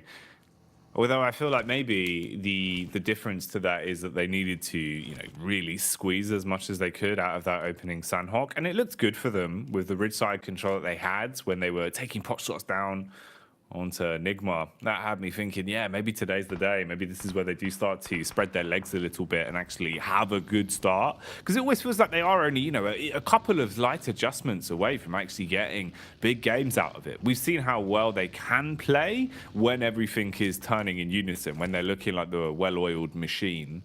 So hopefully there's a little bit more room. Not going to be an easy journey for them, but it would be a sick storyline if they were able to command back some of that respect and get that momentum in their camp. For now, though, we'll look at the facts. All of our teams on the move, cruising in towards the new zone and trying to get themselves ahead of the pack a little bit earlier. The only 2 squads that are really deviating from this are going to be IHC, who is still down, looting around and taking their time before they start to course correct, and Udo Alliance that are also taking a bit of a slower approach to this. They can afford to as well. Both of these sides obviously in a good spot. You're in the safety net at the minute of the top 5, both tied with 53 points as well, Blank. So it'll be interesting, the fact that they're mirroring each other's late rotates. We'll see how they play if they come head to head on the edge. Yeah, for Udo Alliance, it sort of makes sense considering like they're a very good edge team. So if they come in late, they're a comfortable team to play that late game, right? When you're on the outside, you're taking some fights going in, you're slowly working up your control. For IHC, on the other hand, Nova Apnoia is just so full of loot. A lot of times that you just want to get the massive amount of utility that's provided in that area. Level 3 vests available, huge amount of ammo count to fight your way through those later parts of the game. And we've been able to make a nice rotation on this eastern side, swing up towards the north and maybe push in through like Pachinki. That's not a bad idea for IHC at all. We'll see what they get up to off the back of that one, because it doesn't look like they're going to go for an eastern bridge push here with the way they're posturing on this side. Maybe just trying to stay out the blue for as long as possible before they inevitably have to head into it and wait for this next circle to pop first. So interesting stuff from IHC. For Udo Alliance, definitely one of these plays that was expected for them. With this circle though, I'd fully expect IHC to deviate over towards that eastern side now, as opposed to pushing through the bridge on the western edge, because that is a dangerous push to make. But for FaZe, who's already claimed control over the majority of Quarry, this is great news for them. I say that, but I said that last game, Jackie, and they threw it away. Yeah, it's hard, man. It's hard. It felt like, especially in the last game, you know, FaZe kind of did sort of tunnel vision where from the front, they had a great lineup. You know, they were sort of just shooting fish in a barrel. But from the back, they were so exposed. They were right in the open. Everyone saw them and wanted a piece of the pie. And they were just taking pot shots at FaZe for free. And there was no easy way for them to defend. So you'd hope here it can be a little bit cleaner. We've seen just how well FaZe play when they're activated, when they're coming out swinging, especially towards the end of the day. It feels like they just get such an upwards draft. They have the Miramar buff that is always lying in the back pocket as well. So just having some consistently clean games here on the majority of the battlegrounds we're going to be seeing with the back-to-back Erangels is probably the dream scenario for them. Keep it clean, keep your heads above water. You've always got your safety net, comfort towards the end of the day with those Miramars. Ooh, a bit of Gladiators on a move here as well, as they barely bypass their way through Duxan and co, just scouting out and starting to see what they can find. Obviously, very unlucky Gladiators going into Sandhawk. Just basically got picked off one by one and had no way of playing around each other. There was no room for trades whatsoever, and it felt incredibly fragmented. As we were saying, even in that game, though, you know, it feels like Gladiators basically chalked up to be left in the lower side of standings with how these games have been going. So for them, their grand journey not really being the big focal point, but just what they can do to either potentially ruin other teams' runs or be the knock-on effect for some squads to move through is the more interesting storyline there. Here they engage on the Rook, take a couple of shots, but nothing gained, nothing lost just yet.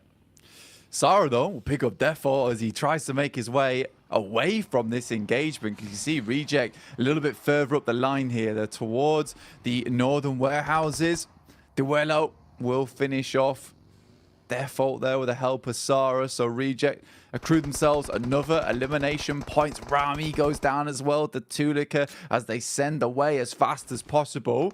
So for Rook, this is going very badly for them at the start of the day. Everyone's getting pitched in. Olio looks over towards BTR as they're attempting to get in on that eastern side. IHC very close by too, so could hear this engagement, potentially try and get in, but BTR's rotates just not looking as strong today. Luckily, able to take down the frontline member of Olio. Now Udo Alliance in a little bit of a tougher spot for BTR, though. The vehicle's not really quite here at the moment. So we'll have to get back on this bike, move further in as the circle keeps shifting over towards this western edge. Mad Bulls have a little bit of a compound to play around with on this eastern side towards the fielded area. Looks pretty decent for them. See what they can get done with it. But it's Enigma Galaxy, once again, surprising. Decent rotate made on this southern edge. Can play from this. And the basics have looked better from them, which does really bode well. You know, if you can at least play the basics cleanly, you set yourself up to have a little bit more stock when it comes to the harder plays. So Gladiators here eating some damage from the backline. That'll be IHC. And IHC probably actually baited in by this one, thinking, you know what, if Gladiators are there, we're hitting some shots onto them. Maybe this is a side that we can squeeze the 3 points out of, and they might want to engage. They've jumped in the vehicle at least for the rotate if they want to swoop in on it. Bit of damage back onto Godless, as there's a few snipe shots going out from Matic with the Mini 14. Pushes right here as well, just off in the distance, keeping his belly down on the ground. And he's just going to be opening his ears up to listen about where all these audio cues are coming from, how they're playing it, and assessing if potentially he's going to be pushed or if he needs to go in for a fight to maybe get some points from it if there's an opportunity to do so. So slow and steady wins the race on this one. Gladiators finding their opportunity to exit stage left, do jump into vehicles and go for the quick rotate as the bullets was on by. Yeah, it's pretty grim rotate for basically 3 teams here, with IHC, Reject, as well as Gladiators. Getting through Ferry Pier is always a tough time. There's a lot of weird sight lines that can open up as you cross through this area, so you'll be really careful with how you maneuver your way in. Prestige Evos do find YDO on the rotate, will look to flush him off here. The team's not ready to just give him up yet, though, as we do see Neos drop out the back of the vehicle. Zipian, this is what we're talking about. Kitsune goes down to that angle and will get flushed out too off the back of it. It's a tough rotate to make, and Duxan's doing a great job at holding on. They're on the northern edge of Ferry Pier, currently holding towards that tree line where you got sight lines looking down in towards Ferry Pier itself, with Zipian holding that front line over towards the western edge of Ferry Pier. Shaking up towards the center, though. BTR made a really quick rotate over towards the northern edge of the ridge, looking down over towards west side of Quarry. They do take a knock here, though, to break things up, with IHC making the same rotate, just following them in. This team is so confident in their gun skill and their gunfights. They're happy just to follow a rotate in and try and beat the team that made it to a spot before them. You might get beat up, though, if you don't land just directly, as this isn't going to be an easy fight for any of these squads. Everyone on top of each other right now. Nades going over everyone's heads. Quick smoke plays coming up from BTR here, as Lepar wants to at least block off some of the lines of sight, realizing how exposed they are in the dead center. Looks like IHC also landing a nice nade on that one. So Godless and Co, after having to roam on into this, looking to see if they can clean up nicely. They've got a lot of nades to work with. You have the two players in the vehicle as well, with Alex and Godless now diving out. The nade's going to land close at their feet. That one's actually chunky, blows them away. And BTR turning this one on its head. Wow. It looked like IHC has outplayed them, Blank, but they get finished off and completely shut down. Pretty cruel timing on the nade as well, because I think they all pulled the pin on that one. They cooked it perfectly to send directly over the top side to the back line of IHC, but then in that moment they all just send into one singular spot, and those nades can just all be thrown at once. So when you're in a close area like that, where the nades are all prepped and ready to go, instant death coming through for IHC. So 0 points, zero eliminations as well on this game for IHC. 53 points, which allows BTR to maybe reclaim their spot towards that top 5 and 6th place. 4 eliminations found from IHC themselves, but not what you wanted to see. Reject, though, dear me, Inco just gets the spray down. The rest of Reject coming in quick, but again, this sight line is open. If they get the smokes down quickly, potentially they get their teammates back up on their feet. The percentage is there, but can they play it right? Can they reset the fight, get their teammates back up? Nades going on over BTR. Ooh, they've got the info from it as well. Superboy went for the close drive-by so he can get the read and knows what they're up to, knows what Reject are doing here. Look at the nade onto Sara as well, banking off the tree. Splash damage not going to clean up. Matic, meanwhile, takes a bullet, and Inco engage onto DX.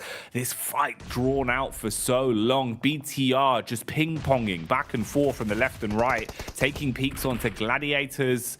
Ooh, you got the move up from Meku. He's trying to get close towards the tree line, using the smoke to give him cover. Not quick enough, though, as Gen 4s will hit that one, Blank. And they're really manhandling them. BTR doing a great job of outplaying two teams at once here. Yeah, just 60 left alive here. Will go down. BTR up to a strong count of eliminations now, with, I think that makes 7 potentially, just the 6, as one of those eliminations was stolen away.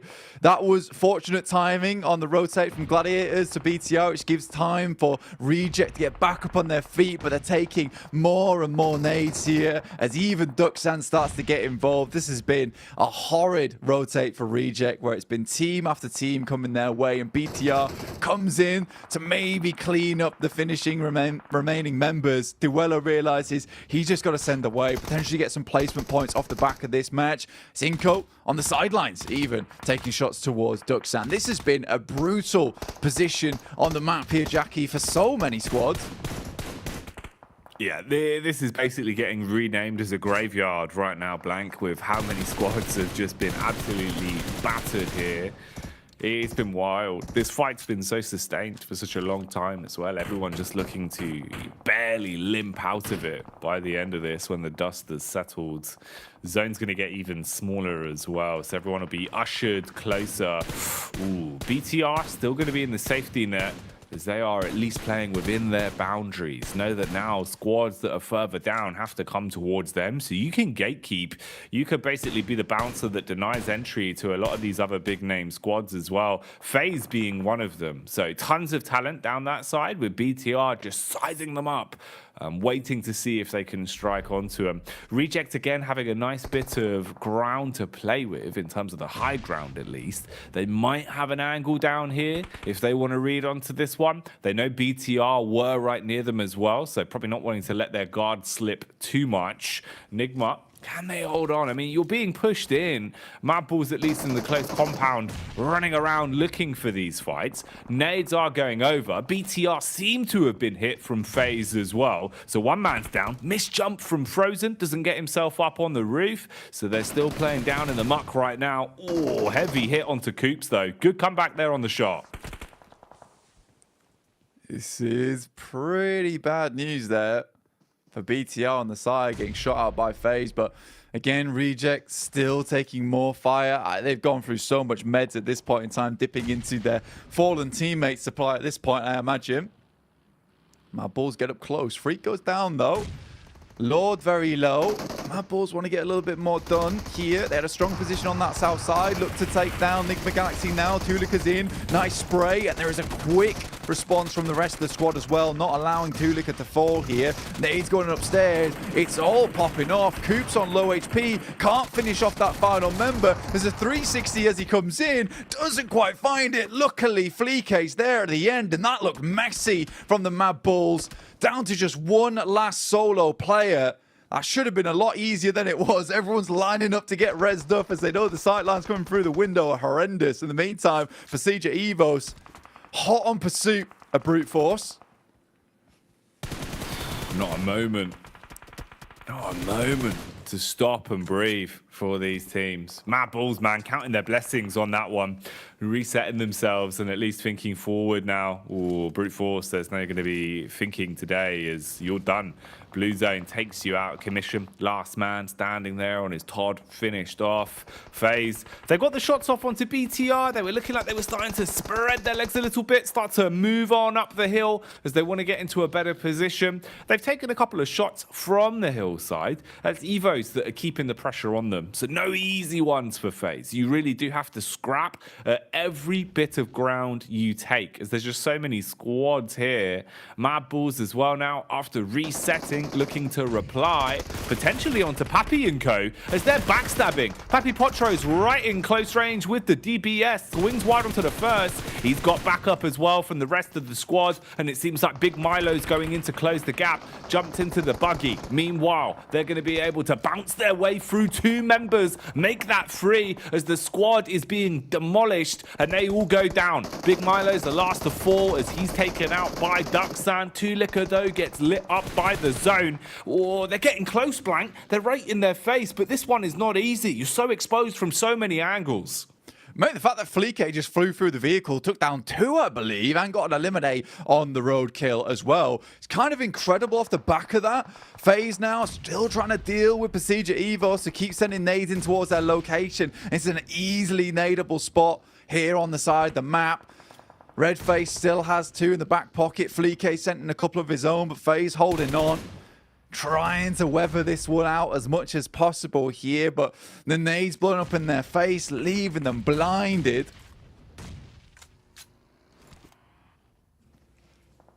Blinded from the fights that are going on all around them. Ooh, nades through the smoke. Bit of a reset then. Quick adjustment from Mela. Mela that really has been such a star player. Game in, game out. He has been the hype man for FaZe, commanding front and center on stage. Ventorez unfortunately being knocked down. He'll be taken out as Misery connects onto him. Flick shot back and forth. Red face gonna go down quick. Mela lucky to be alive. Low HP, has the nade to play with, but his feet are exposed and Misery will connect onto that. Takes down the size 12 shoes and looks to focus on Warman as well. Back up from the other side as Lynx is there to assist. And they're punishing them. FaZe are just being absolutely obliterated, Blank. Is there some sort of comeback to be had here? Onzen's able to make it happen in the dire moments of that fight as well versus BTR. Little clutch up coming through from him. FaZe happy with the back of this game. 6 eliminations will do the trick. Mad Bull similarly trying to make it in on this south side, but they take another knock in the process. You can see Zerich trying to get into some semblance of a position, but rotating in from this south side of the map, you're just rotating directly into open area. And the best thing Mad Bulls could do here is just to try and get some more elimination points on the board. Speaking of eliminations though, Ducksan with a hefty 8 so far, really just going for some serious third parties all around the map at the moment. Onzen's barely any HP left remaining. feeling a lot like the rest of the team on FaZe at the moment. Half dead right now. Frozen gets taken down by Junie, taking him up to a fat 9 eliminations here. And it's once again Junie who is pulling out the big numbers for this squad. It's the way it goes. Whenever they need someone to show up most, Junie seems to be there. Don't know how he does it. He's got his wits about him. That spidey sense starts tingling and he finds opportunities to hit crack shots to snatch away elim points. For FaZe, their days are numbered now.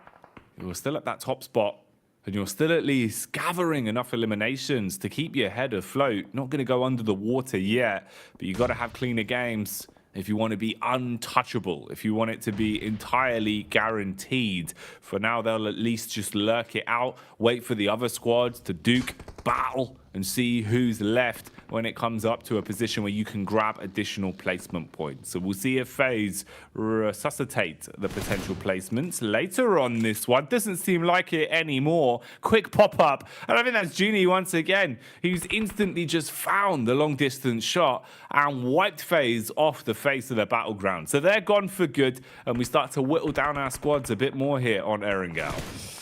Dear me, this is a prime opportunity now for the guys on Ducksan. Circle moves down towards his south side. The Ducks are all in a row towards the top side of the hill. Influence Rage, U2 Alliance, DX, Inco all have to move in. Inco looking for a good game here. They've kind of sat again in a compound as per usual. It's the Inco way.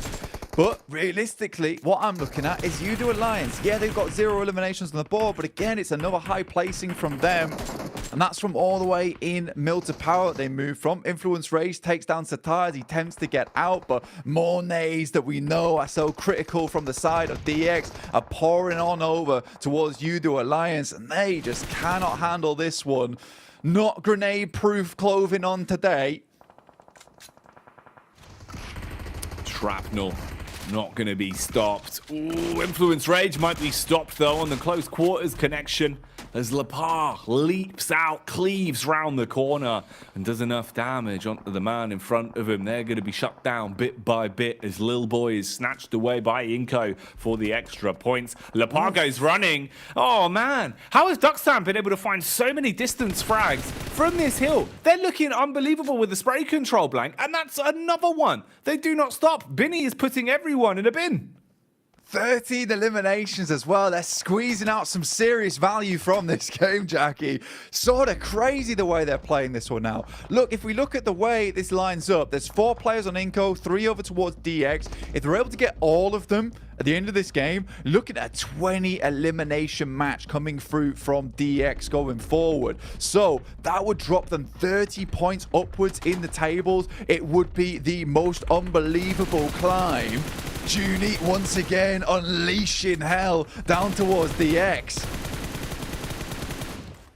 All these shots just whizzing downhill and tagging them up. It's crazy how good Ducksan have been at just dealing damage from a distance in this game, and they're not stopping. Junie with some juicy frags today, Blank. That's another one, as he'll be able to knock another man. Squash, still standing, looking for those tracing knocks, seeing if he can keep his set focus, but it's Junie that does most of the work, and DX are gone. So Ducksan versus Inco then into the final fight. Their gun skill is unbelievable right now, Blank. Surely this has got to be one for the South Korea Massive. This is an incredible circle for the squad over on Ducksan. Finally, they have to move, though, but it's Inco having to leave outside this compound. Then a Betche up close, though, with that Val. Can Inco win out this game? Keep themselves in contention for that top 5. Already done quite a good amount of work here with the placement points on board. But for Ducksan, getting a win here with the 4 eliminations, 19 elim game, the biggest we've ever seen here in the last chance so far, would be absolutely... It would be ridiculous. It would be ridiculous. The shenanigans of it, they'd be up there. Oh, the nade is crisp as well. It's not just the raw gun skill that's been big for Ducksan today. Seems like even the nades are on the money. And that one's huge. Blows him away onto his last legs now. Low HP on the rest of the players as they're being peppered. Rafa wasn't even visible. Man was in the smoke and he got smoked more literally, Blank, because he's gone for good now. All of them are being taken down one by one. It's just Squash that's left. He eats the molly as well, Blank. This has got to be it. Zipian on the top side, looking down to the final player of Inco in Squash. This has been the craziest game from Last Chance so far. Zipian lobs a nade, but another will do it from QX. A massive elimination count keeps the boys' dreams alive from South Korea. That's going to send them soaring up the leaderboard. Huge game there. Good resilience displayed from them. We said that one of the elements of Doksan is that they seem to have good mental fortitude and a complete reset today. And they're ecstatic, Blank. It's wonderful to see them celebrating. I mean, you just look at where they were before this game, right? The start of the day, 16th. Start of this last game, 16th place, 15 points. That's going to send them to a very juicy 39 off the back of this one. What a game from them. That puts them right alongside with some of the players looking to overtake on that 5th place position. Junie looks back to rest, to sleep, to hold on for a bit longer, but mate, you can't sleep yet. There's still a lot more games to go, and the journey is not done for South Korea. No, not at all. It's only just getting started. It's only just getting started. It definitely seems that there is a possibility we could be seeing a lot more from Doksan here today. And what a wonderful story it'd be, man. It's so sick how many teams have just been going through these facelifts and really commanding respect when it feels like their days are numbered, when it feels like the chance of them getting enough points isn't going to happen. It's been really cool to see these storylines developing, Blank. And what a time to do it as well, right? It's last chance, it's last day, and we're getting closer and closer to there being a handful of games left. If you're going to start having blowout blinders like this, I'm living for it, Blank. It is unbelievable, and it's only going to get less believable in the future. But there are only 3 lads that you can believe in. It's Jason Kaplan and the desk. What is it about being last place today and getting a massive game? Max, you brought that up. Doksan getting a huge game that honestly puts him within reach of potentially making top 5 today. We almost counted, Doksan out. We pretty much counted my Galaxy out at the start of the day. But there is a world, there's a possibility if they continue like this that we could see the top 5 shake up even more than it already has today. Yeah, we're getting at a point though, Jason, where this window of opportunity is slowly reducing. I think that last place teams are not going to be able to do insane comebacks anymore. Maybe Mad will get to win after this, I don't know. But what an insane game from Doksan, able to just clear the entire Southern Edge against Procedure Evos, against FaZe, against Mad Balls, against Reject also a bit early in this match. They were just the kings of the South and able to then play that high ground position. The moment you eliminate Xavier, you can even play the lower side of that hill and just completely obliterate the entirety of Inco. What a match. 29 points right here. Is that a record for... Yeah, is that our biggest game? I think it is. Yeah. I think so. Woo. That's cool, Max. But South Korea's back. It's time for Doksan. Bow down to your South Korean overlords. Here we go. The recovery is on. I mean, look at them at the end of that game. They were celebrating as if they'd won the tournament. And it's not all done just yet here, but that might give them the kick up the rear that they need, because before this, they really needed it. That was massive. From copium to hopium right now for Woohoo! It went. It's happening. Yes. I mean, it is possible, but the problem is we've not seen Doksan have any sort of replicative results in this match before, in any of the prior matches so far within our survival stage. I mean, Junie putting up 1,000 damage. Klaris, please do the honors. Ooh. There we go. There we go. It's actually a lot more than I expected for 1,008 for just barely breaching the point. But Doksan, you can see here, 10th place. They were at bottom of the table. They are at 44, and all it takes is 11 points to tie up Xavier and Fit. Like that is nutty. That is honestly ridiculous. And it's important because we saw at one point, right, Jason, where top 5 teams had 0 chicken dinners. So getting those wins, if you're able to just get close to the top 5, that tiebreaker could also have an impact. So those wins are really, really important for those tiebreaker scenarios. But look at this massive highlight. You just have so many teams highlighted for a possible change here in the top 5. But it should be more. Yeah, technically it should be a lot more. Like Rook Duxan, Inco, Reject, Madballs can still catch up, of course, but it's all... hey, come on, it could. You still have 4 matches, Jason, okay? Anything can still happen here, but it's... I don't know what to expect again, because you have teams that we are expecting to be a bit more silent, like your Duxan, just have a massive 19 elimination chicken dinner. At this point, you just don't know how things are going to wrap up for today. It's unpredictable. And this is what I love about our map rotation as well, because yes, that was only our first Erangel of 3 today, and the next 2 are coming up back to back. So Duxan, if they can replicate that performance in the next 2 matches, they potentially, well, they should be able to, if they can replicate that, easily be in top 5. But obviously the pressure is going to be starting to mount here. I don't know what to say, gentlemen. I'm pretty happy with how today's gone. Enigma Galaxy starting off strong, Duxan starting off strong as well. Who's it going to be this time? Not gladiators. I'll leave it at that. Good point. Okay. I think that's all we need to be left at. With that, nice burn that you pulled off against Gliders, maybe people can cool it down by playing in the Frost Festival, which is now out in PUBG Mobile. You guys can download the update and start to participate with snowboards, with snowmen, with snowball mounds, everything related to snow. What else would be in there? You can also grind some rails in the snow village. That's really cool. I do that. Yeah, well, I mean, you can't do it in real life, so I might as well do it in the game. One thing as well you can't really do well, I hope you wouldn't do in real life, is win 1v1 duels on our 2023 Popularity Annual Gala. I don't know where I'm going with this. For November 15th to December 19th, you guys can participate, win some exclusive rewards. You can show off to your friends, and obviously dunk on your enemies. Not to mention, you can also do that with the Pagani collaboration. Squash, maybe if it was the Pagani Amola or the Zondar, it would have been enough to run him over completely for all of his help thinking back to Sandhawk, but not this time. And then also, you can see Duxan maybe use the Victor Dance. You guys can pick up for yourselves to help support PMGC and, of course, root on your favorite teams here within this event. But then again, we only have 1 day left, so make sure you guys pick it up now, even though there's still some more days for you guys to secure that one. But we're going to head to a short break. We're going to get things ready to go for our second Erangel of the day, our 3rd match. Duxan, give them some time to cool off here as they're looking to do a repeat performance here in our 3rd match of the day.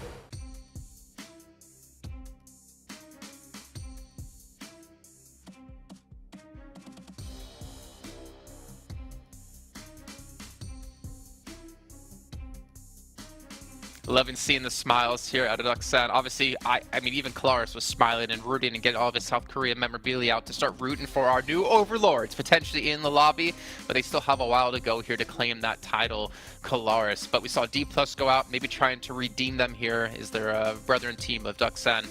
My question is, who is it going to be next? You said not Gladiators. Inco, I think for them, having a big match here would be the perfect jumping off point to get challenged to the top ranks. But at the same time, I'm like, Duxan, Inco, every team we want in top 5 means there's another team who can't make top 5. Like, for instance, right now, Influence Rage. I think we're going to have some big upsets here. But Influence Rage, it is so weird we haven't seen a replica of what we had in the survival stage, if that makes any sense. Because right now they... I made it difficult earlier with what I said. Trust me, yeah, I messed that up bad. I don't know. But they were just so good on the elimination front, right? And I think that it's not off the back of them performing worse, which in a way they are, but it's just teams have improved significantly at the bottom that now points are so much tougher to get here, Jason. So Influence, they need to go even harder in this next game. We're going to find out. We're going to throw it back to our casters to hop into our 3rd game of the day. Jackie and Blank, take it away. If they're going to do it, we need to see them like fully wizarding up right now, Blank. I want Influence Rage going full Hulk. You know, they've got to let out the rage, not keep it in. I want it everywhere. Rage all over the shop.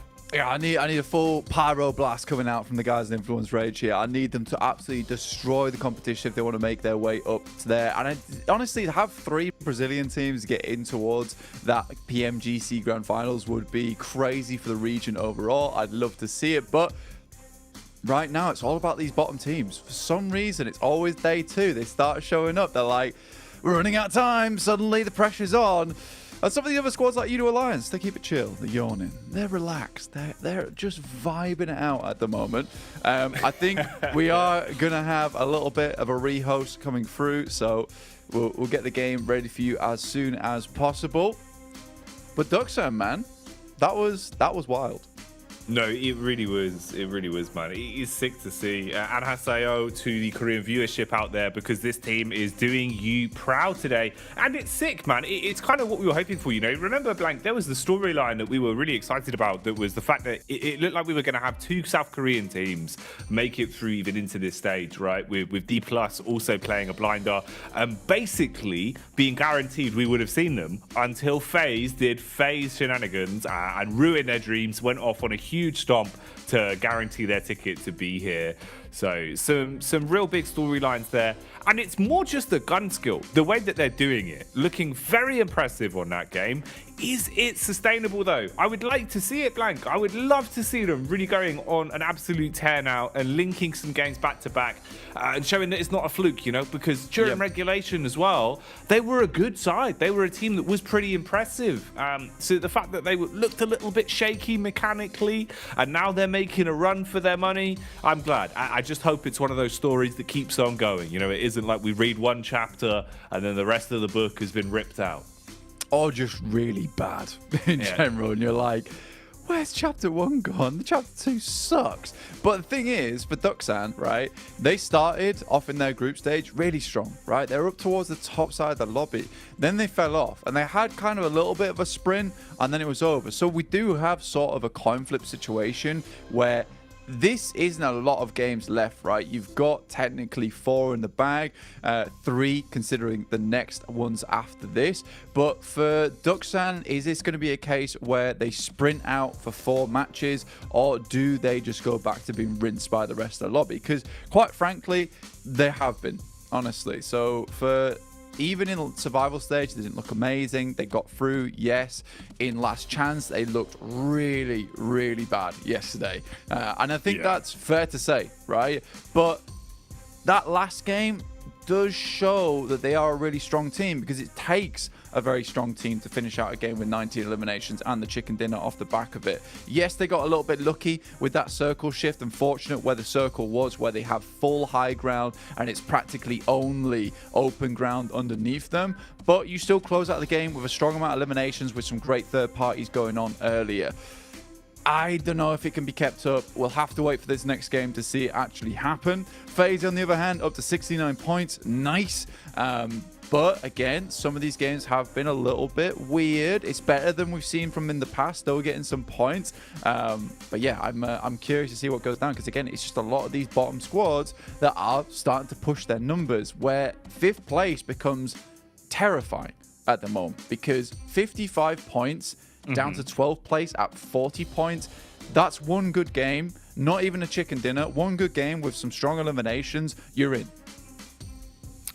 I guess, you know, that's the bit that makes it kind of harder to call as well, is because with this format, where it is only top 5, normally one of the kind of things we look at is point vacuum teams that are having huge gains and sucking up all the points, you know, guaranteeing themselves that they're towards the top set. Whereas with it being such a small number of you, if the top end teams are guaranteeing, you know, spots 1 through 2, spots 1 through 3 are basically out of reach, it's the fact that we do have a whole lobby constantly cycling just over the, you know, the potential idea of 2 spots, Blank. 2 spots that are a thimble of points apart from each another. It's really, really crazy the way these games have been going and the fact they've been delivering in this manner. I think storyline wise, we've done really well. Like the script writers behind the scene, 10 out of 10. It's been a banger for the way some of these games have been going. I guess at this point, it's in their hands. We'll see. Ducksound, though, look at the energy. Already, this makes me think that there is more to be said. You saw the celebration, the relief, the way that they kind of did come back to reality after winning that previous game. Now they're screaming, now they're yelling, they're looking like they're hyped up, blank. That's what I want. That's how you know this South Korean side is going to absolutely give it. And we are back on Erangel. Another game, another chance for points, but less and less opportunity for the squads that are down the bottom. They've all been showing up. They've all been putting up some big numbers, blank, but they have to go above and beyond now as we get back into it. Yeah, I mean, that's the thing. The mental game is absolutely huge over towards these matches. And for Ducksan, getting a big win like that can be the type of adrenaline that you need injected into the system to get more on board. We'll wait and see, though, as we head over towards our second angle of the day here. I'm excited to see what pans out. Mad Bull's already out. Team Queso down towards Quarry and IHC, flitting up towards Hospital. Obviously, that last game didn't go too hot for IHC, going out really, really early on a rotate where they just could not handle the guns coming through from BTR, where they were just swinging left, right, and center, taking teams out wherever they could. They got some decent eliminations off the back of that game. Didn't get too much further into it, but regardless, for BTR, not a bad match in terms of displaying of potential in this one. But a very fair playing path to start things off here. I think most teams pretty pleased with this one. We'll see if we get any hot drops, but I think most teams have put the idea of hot drops behind them. Not willing to go for those risks early on, potentially lose your chance at a big point scoring game. Well, you desperately need it on this last day. Oh, you do indeed. You need some big games. You need them to happen back to back. That's what it's all about here, as little mistakes will add up. They will cost you gravely the longer things go on.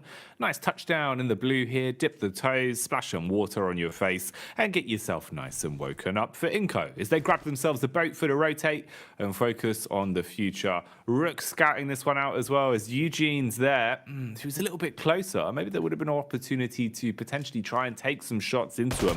With the range here, I don't know if he's going to get a lucky day on this one. Yeah, maybe not, but blowing up the boat, somewhat of a bigger potential on this one. With the amount of bullets in the magazine, might have been something available for this. Pulls out the M16 to try and get it done afterwards. Neos, Brute Force seems to be suffering time and time again to influence Rage. A bit of a rivalry between these two squads as Brute Force constantly harries them. This time around didn't go so hot. Rook, though, traveling in the water alongside the guys from Inco, looking to take them down. They've all jumped out the boat here, deciding it's not worth it. Technically, Rook could get in the boat of their own, hunt them down. Doubt that's going to happen, though. For Rook, rather just send it away. This is a team that's doing extremely well at holding those central positions, but recently just not been able to find those spots, getting taken out here and there, losing members, hemorrhaging. It's been feeling fairly bad for this team, and I think we had high hopes for them yesterday. Yeah, we did. I think that it's one of those where, from what we'd seen in the past, we knew they did have a lot of stock to them and that they could really put up some big benchmarks when they were playing as a well-oiled machine, when everyone was able to perform to the best of their ability, really. But there's been gaps, there's been some small mistakes, and those add up. Those will cost you. So it's a shame. It's a shame. But you never know, man. There's always opportunity. There's always still room to breathe. It's just the fact that if you are going to have a complete facelift, had to happen about a game ago, really, for some of these squads. So always down to the wire. Julo here might be given a bit of a gift, though, as there is some aquatic Inco gamers on the way. He's on the dry dock looking out, trying to see if he can spot anyone here as he does a bit of looting. This is sort of like being down at the Loch Ness towards, a late evening blank, and all of a sudden you see a bit of a monster pop out of the water. That was the Loch Ness monster for a second there. There it is. I mean, honestly, for Inco, this is a bit of a bad time. You can see Vitali here. He's got nothing. No vest, no helmet, no weaponry. Just waiting for Reject to leave to hope that they can get a little bit of loot on. Duello maybe spots out some players here, potentially. Oh, he's missed it. He had a gander, but immediately they went underwater, submerged, like submarines. Duello has no clue. See, this is how it goes, Blank. You know, that's literally the case. You're always a stone's throw away from potentially seeing something mythical, but he's missed it. The Loch Ness Monster submerges its head. He drives away. That was the chance, Blank. He could have proven it to be a real animal there. Found the dinosaur still alive in modern days. Instead, he's given them timing to get up on dry land, and they can do a bit of looting now. Whereas previously, like you said, they had nothing to their name. So that would have been the entire Inco squad, you know, basically thrown into a blender in a matter of minutes there from Reject. But no, they will pass each other like ships in the night. They're allowed to move on to land. And their troubles, for now, at least, past them. Sort of funny the fact that Duello came through, picked that entire dot clean as well. So really not much available for that squad in Inco. I think the difficulty comes in for Reject later on, the fact that they have no clue that Inco is behind them. That's the type of thing that will really grind your gears later on, where suddenly you're getting backstabbed by a team and you have no clue how they're here this early. BTR also moving through. Inco, everyone stops, freezes. Doesn't move a muscle.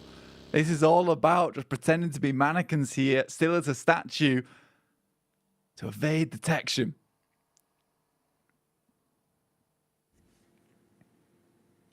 Does a good job.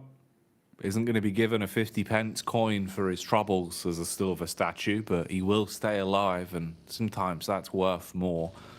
As BTR will bypass him and start to drive on into the zone, making their move. They're relatively hot on the tail of Reject as well, that have just pulled up just beneath Pachinki as they get into the area. Influence Rage are also coming on down as well, so they might run into each other. We'll see how that goes on the pathing, if they come across one another on their move. Duxan, meanwhile, how have things been going for them? Looks like you've basically been running a bit of a 2-2 setup in the way that they've been playing it. So 2 down towards more so Ferry Pierce side. The others on a hill. Here they are now as Zipan is going to be pushed. They look to just swoop in. I mean, you've outnumbered him. Man does at least dodge the first bit, Blank, but hits the vehicle. He's gone, squished under the tires. And this isn't looking great at all. I mean, for Duxan, really, now you're kind of fragmented into 3 players. One of them's miles away as well. And you're already just eating bullets. So this actually could be really rough for them here if they wanted a good start into this game. Yeah, you're just allowing Reject into a strong position here on Cat Hill now, where they can just hold this one out. And for Reject, that's a very free positioning given up to them early on in the game, which is massively good for them. On the other hand of things, Western side circle, once again, will favour over towards FaZe. We know they like to play his position in that central side. Probably another game where they'll grab some placement points, maybe a few more eliminations. They haven't been getting too far towards the end of these games, but with their points balance being the way it is, their bank account is looking stacked and fresh here, up towards 69 points at the top side of the lobby. In comes a couple of players over towards FaZe to try and challenge them in Gaka itself, and it will be Influence Rage sent away almost immediately. Kayofsky here takes a fair bit of damage. Mela similarly in a bad situation. He's out of the way and he needs to get back towards the rest of the team ASAP. Mela tries to get the meds off, and he's giving himself some more health to play with. Some smokes go down to shroud him as well, as he's back on the move and can regroup, have a little bit of cover to play with inside of the buildings, and that's what they need, as these compounds could be fought for relatively quickly. Just looking at the way the teams are starting to barrel down now closer. Maples are going to cruise on by. It looked like maybe they were sizing them up and wanting to slide on in for this one, but instead they focus on their own game and will go driving along. Mela completely healthy now, so at least crisis has been averted for FaZe. FaZe that are going to want to have a good game here. Only 9 points away from being lapped by Evos. So picking up a big one. It's going to be the mindset they're looking at. Gladiators, always the punching bag in the early game, it feels like, in a lot of these lobbies. And Godless has been someone that's taken such an aggressive level of gameplay, Blank. He's been roaming constantly. It feels like him and Alex have basically had the free reign on this team to just say, we want to fight here, we want to push this, and just roam with it. And honestly, they back up their bark with their bite pretty regularly. Like, they have had some huge plays always in terms of their gun skill. So IHC always a sleeper. It's mad as well how, you know, you're kind of locked in 7th place at this point, even with the sheer amount of eliminations they've been getting each game. Feels like they're always good for the elims, but never quite the bride, right? Never quite the team that's taking those chicken dinners, and that's what's been holding them back.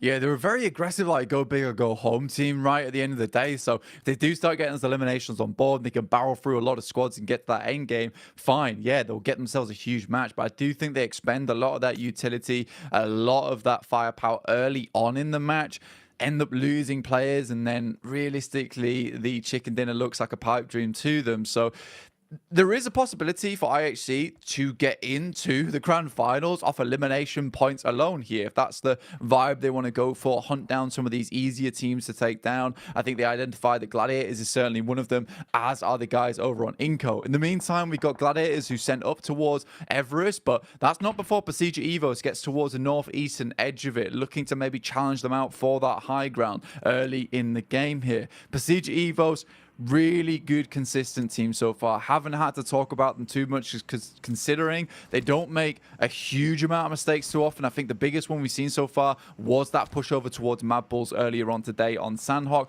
But other than that, they've been really clean cut. I mean, Redface, Misery, everyone on that team seems to be stepping up in a massive way for that squad. So it's very, very nice to see it. I do think that Procedure Evos, I would expect them to be in the top 5 by the end of the day, just with the play we've seen from this Indonesian squad. I think for the fans as well, Blank, that's one that, you know, people would want to see, right? The name value, the storylines, the history on the players and the team overall, it would just be so much for them. So I think to see them continue with success after success, it would be great. And you know, they're doing it themselves, right? This is you really sort of taking any pressure off yourself and just playing with that level. The other teams now can't compete with you. So for Evos, it really has just been them changing the game and looking a lot better individually rather than other squads slowing down, falling off. Unfortunately for Reject, that seems to be something that's happening quite consistently as they have been letting it slip, have been losing their grip on a potential for any sort of comeback into the overall standings. OCO at least going to try his best here as he gets contact back over onto Mad Bulls. But you're so fragmented again. Mad Bulls, what can they do? They've been having a bad day of it. Feels like they've been really unlucky in a lot of the early drops throughout the survival stage and the last chance stage. It's kind of hit them with the unlucky stick. Not looking as quick to the draw as we saw as well in some of the games from survival stage here. It's felt like last chance has been a lot harder for them to really spread their wings at all. I suppose, you know, that's the issue with being a bull, Blank. You don't normally have wings, more just legs and a little tail.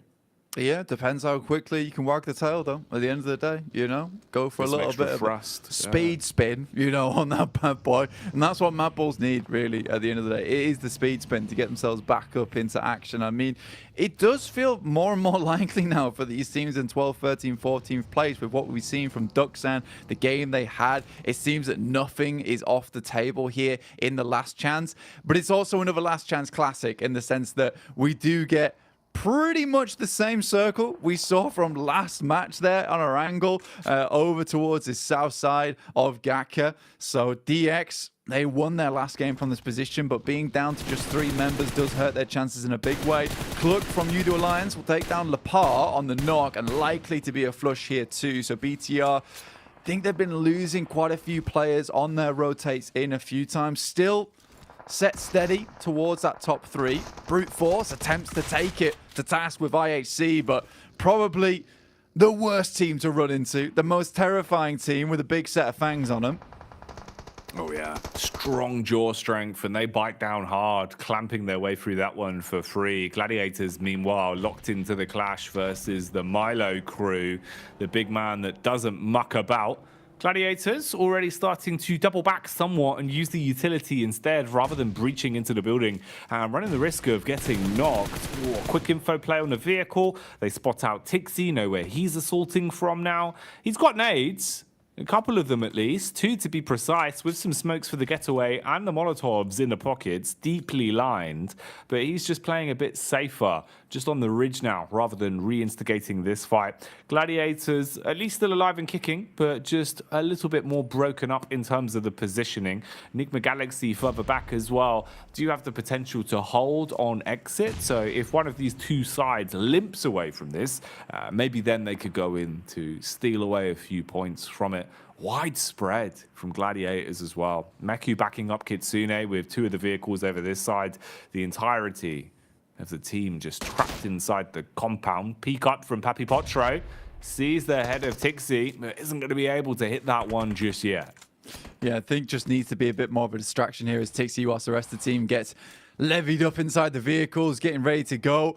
Reject takes down a nade over towards Coops there as they crash onto their compound on the western side. This is basically the same circle, it seems to be. Ralph is able to reconnect there onto Regioso with a nade of his own, which keeps them in contention for a little while, but a lot of fights popping off around the map as teams need to make quick rotations through a lot of this circle to get into position. It's Influence Rage versus the squad of IHC, two really strong fragging teams. Alex has got a nade in his hand, pops it over the top over towards the two players there.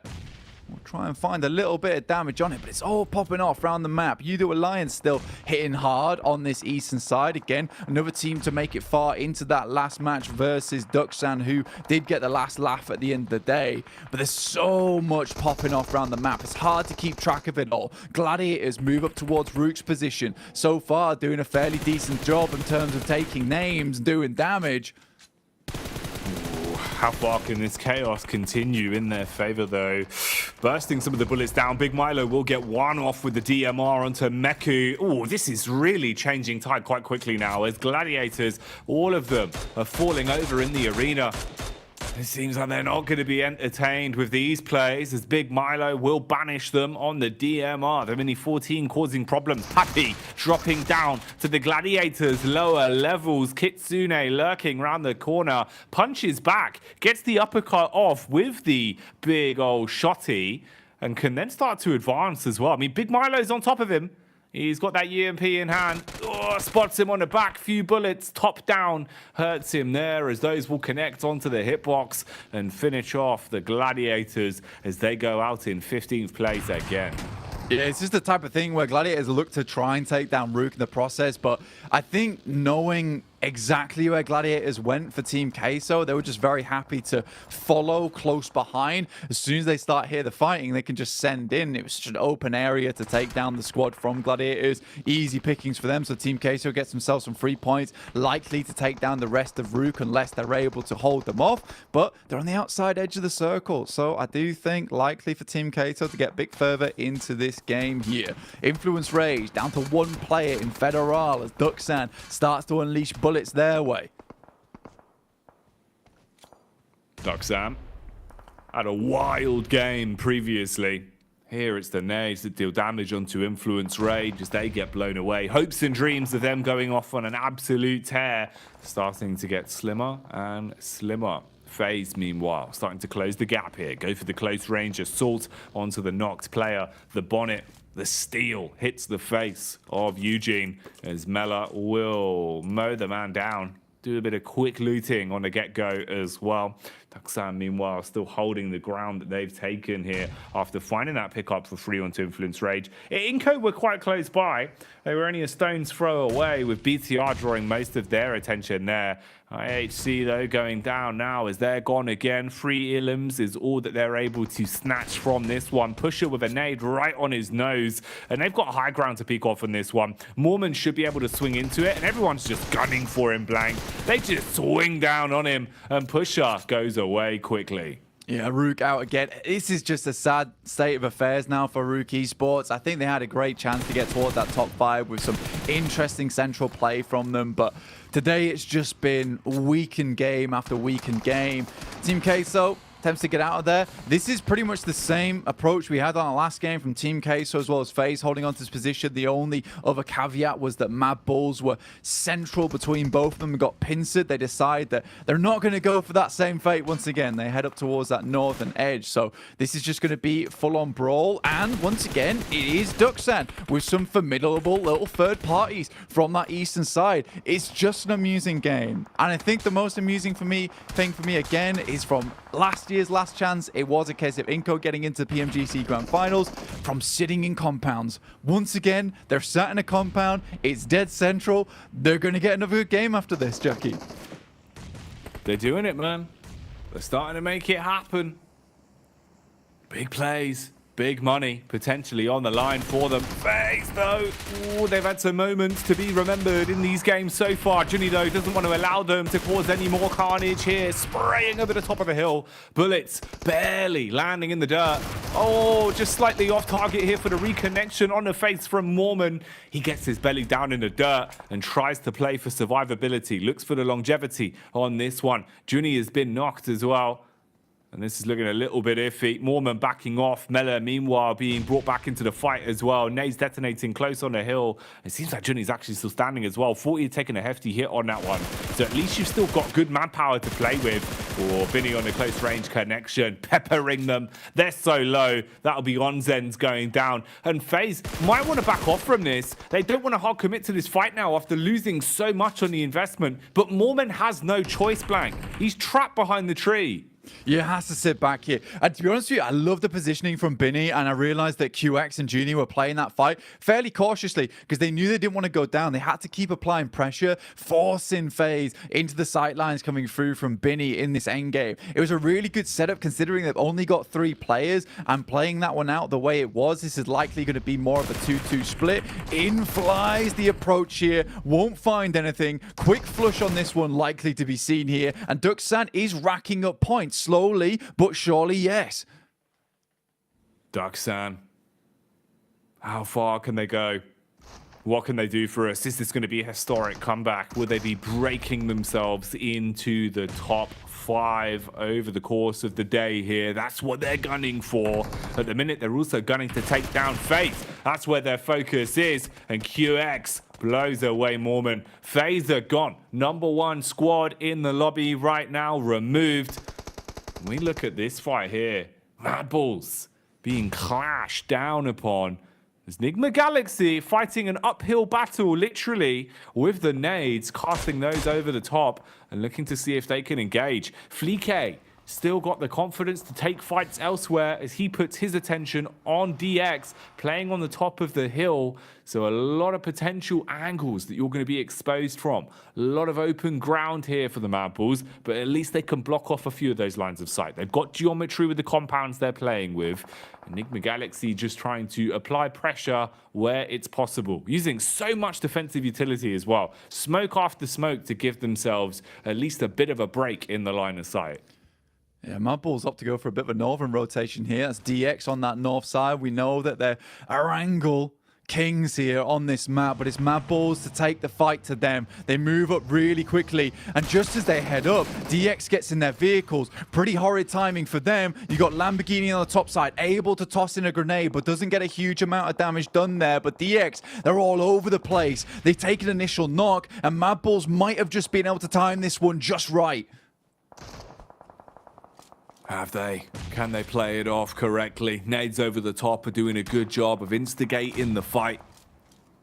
How does it go from here? Slowing down the push now with the smokes up. Quick heal. Keep themselves topped up. Evos in the back line. They want to see if there's a way that they can make a steal on this. They jump in the vehicle. Levi's. They group up. They give themselves so much space, Blank. It does not work. DX strike on it. And Levi's with a brute force play. So much damage dealt. He goes in to close it. He goes in to shut it down. Gets peppered into the back. Doesn't fancy his chances. Has to bail out the vehicle. Wants to look for the flank. The Molotov thrown over the top. Guns firing all around, taking damage. He focuses back onto Evos as well. Knows about Luxy. Has to drop down on the deck blank. He's low on HP now.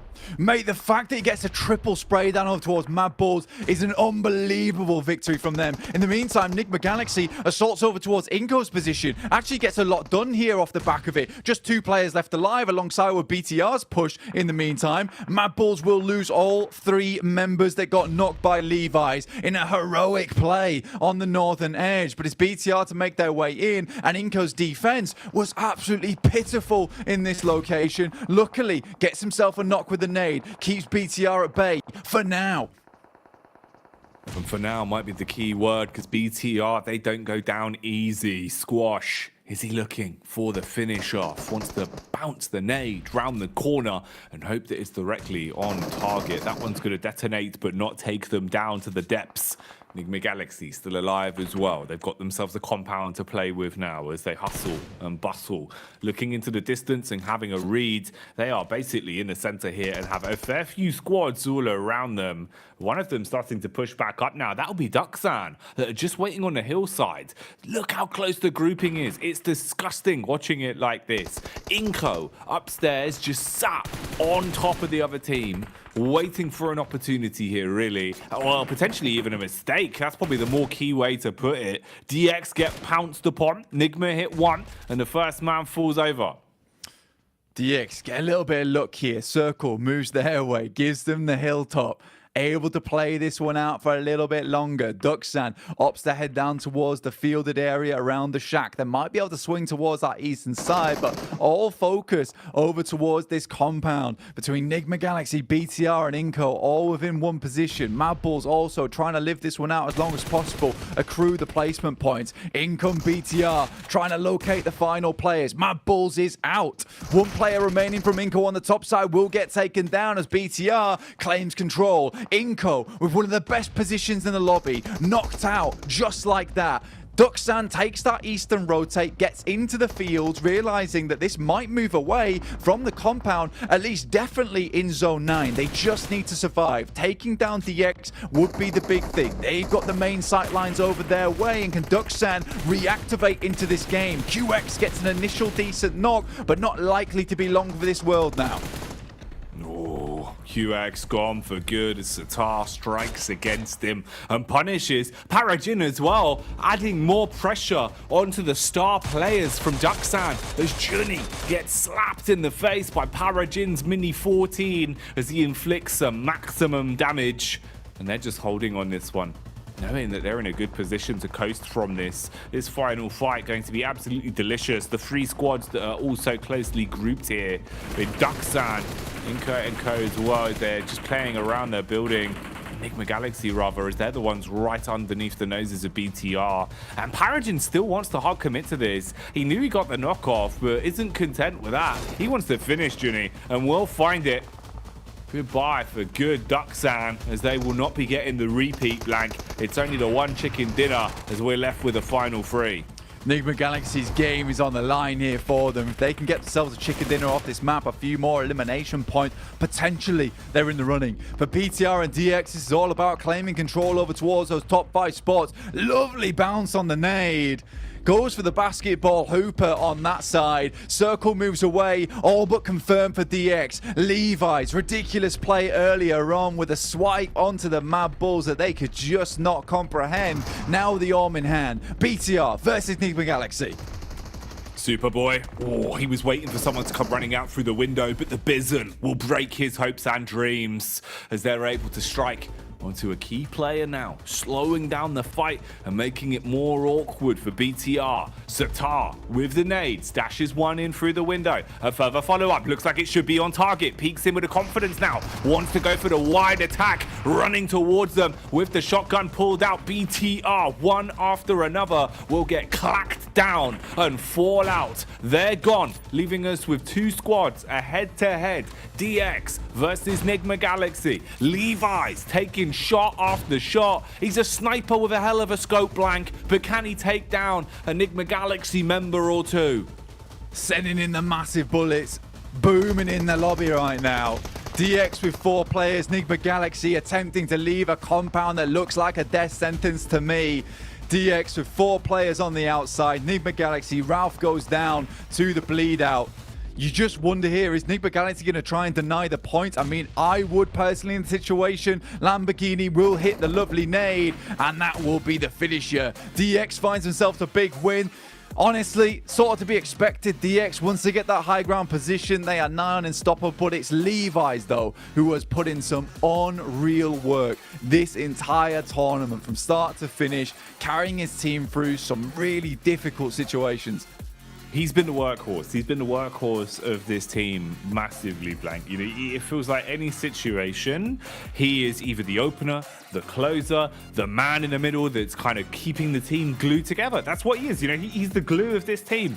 And it's incredible just how well he can play on your screens here. And damn right, he deserves the spotlight. And the thing is, this is one of the games where he didn't even perform as well as we have seen him perform. That's kind of the crazy thing, right? Is even when he's still showing up, his heights have been so damn high throughout the course of the event. And DX, we know they're good on Erangel, so it's good for them. They actually get a chicken dinner out of it, Blank, because it makes their life so much easier now with the rest of the day. Yeah, I mean, for them, that's the type of thing that's going to take them towards the top side of like first, second, third, which is really, really nice. Nigma Galaxy still continuing on that approach here. Get themselves a second place. I think it was 7 eliminations at the end of it. So continuing forward, but that gap between 5th place is getting further and further away now. Some of these teams towards the top start to distinguish themselves a little bit.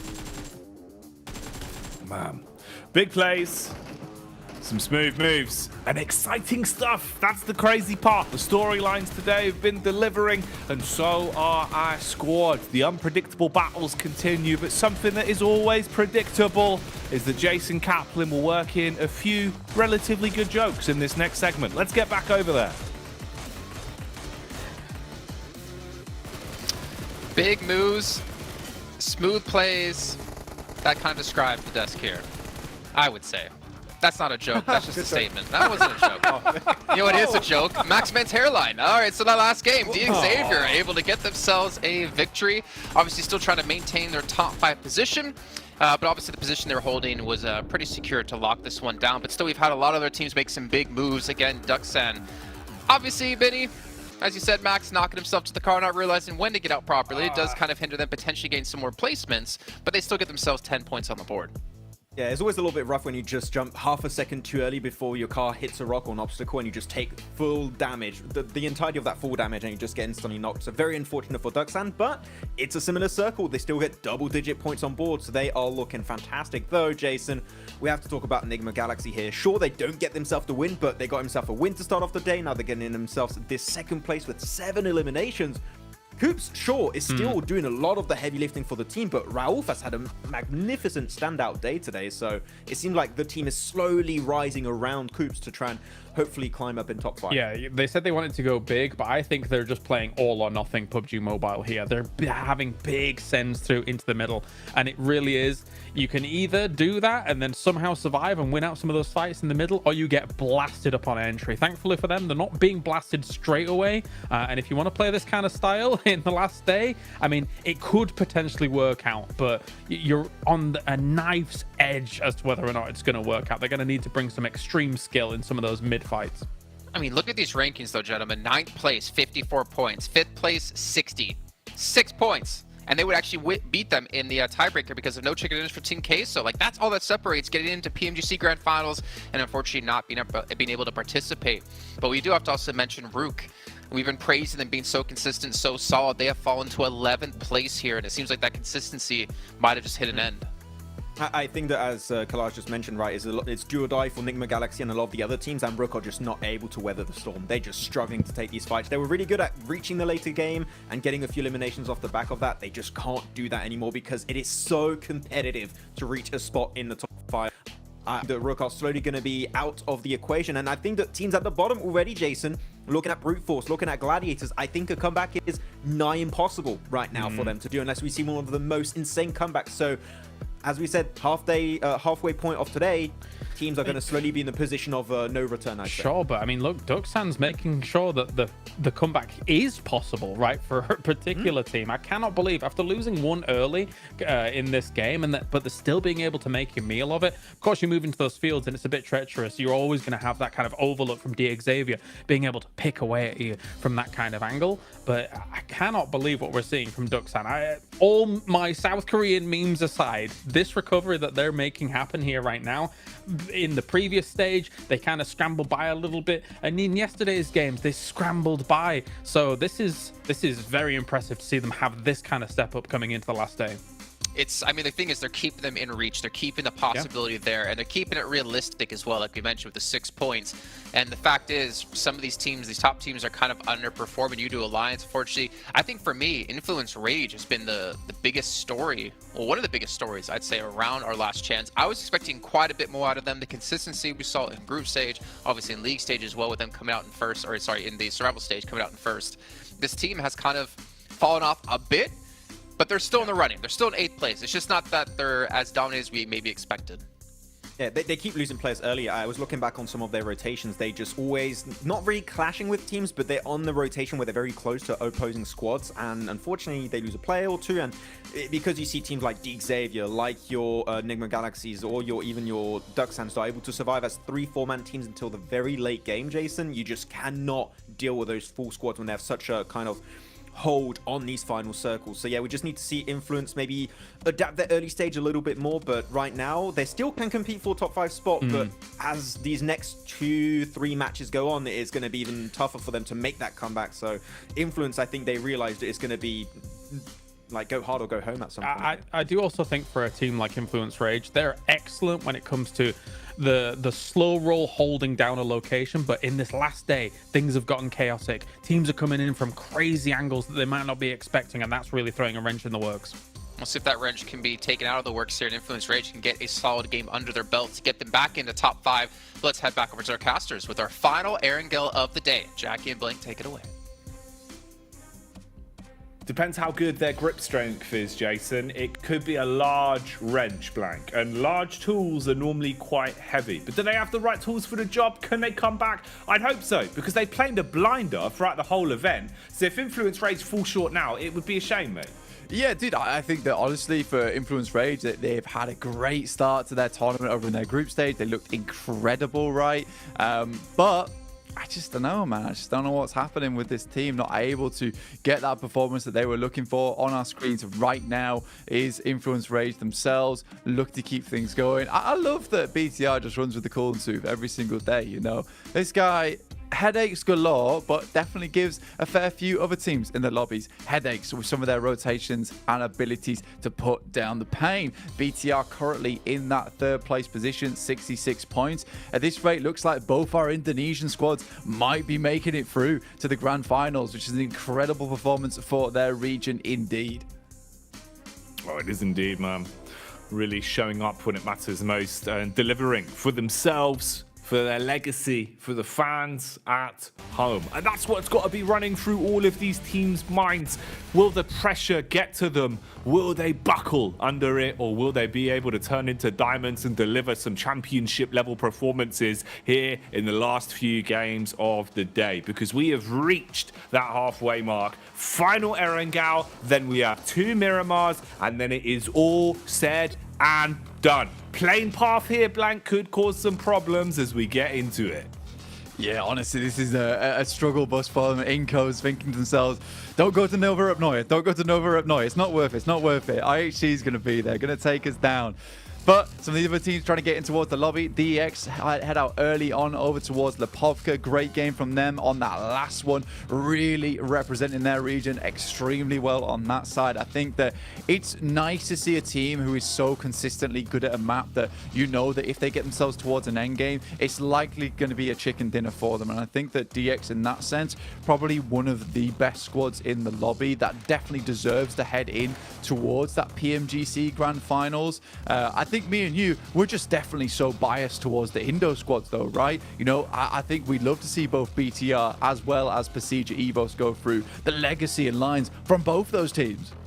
Absolutely, man. I completely agree with you. You know, I think in terms of the talent, in terms of the way they've been playing, you know, screw the history as well, right? History is one thing, but the way they've been playing right here, right now in the present, Blank, they've been earning it for themselves. They deserve it. Then you add on the caveat being the history, the name value, the brands, what this would do for the fans as well, watching it, you know, having two squads that they can root for and really have a viable chance of them having a huge run at the finals as well with the level of competition we've been seeing from them. It looks sick. I think regionally we've done so well in terms of kind of putting a spotlight on the brightest sparks from all of our regions. Brazil has looked unbelievable throughout the entire competition, right?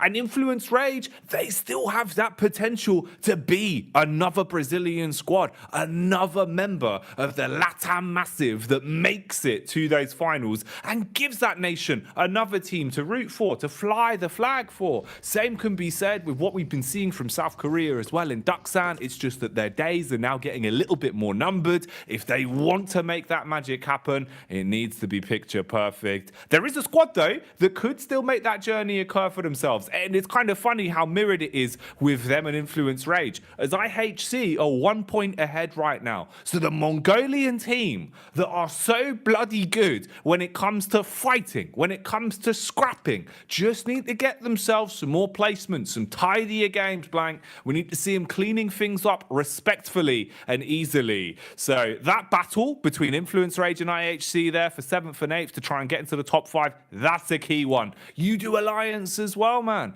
It feels like, honestly, Blank, they're only a stone's throw away from stamping their ticket, and we've seen they're looking like they're living it up today on the player cams. They're having a good time, you know, they're bobbing, they're laughing, the mentality is at an all-time high, and I think that does a lot for them.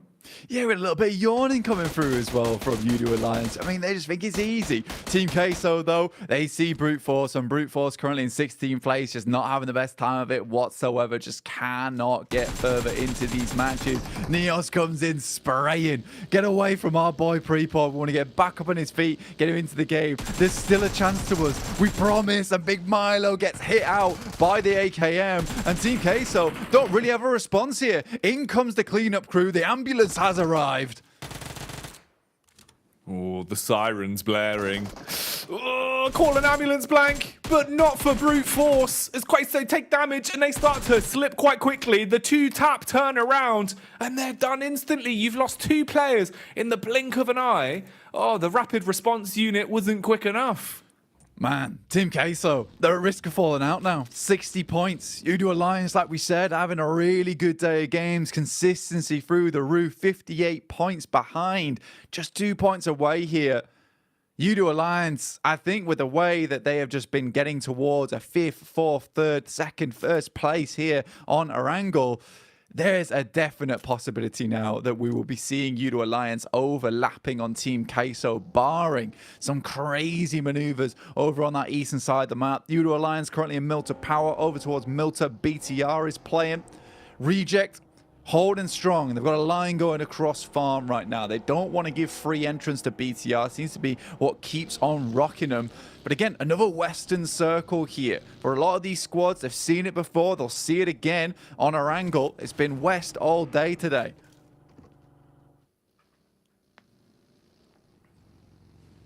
Brute Force.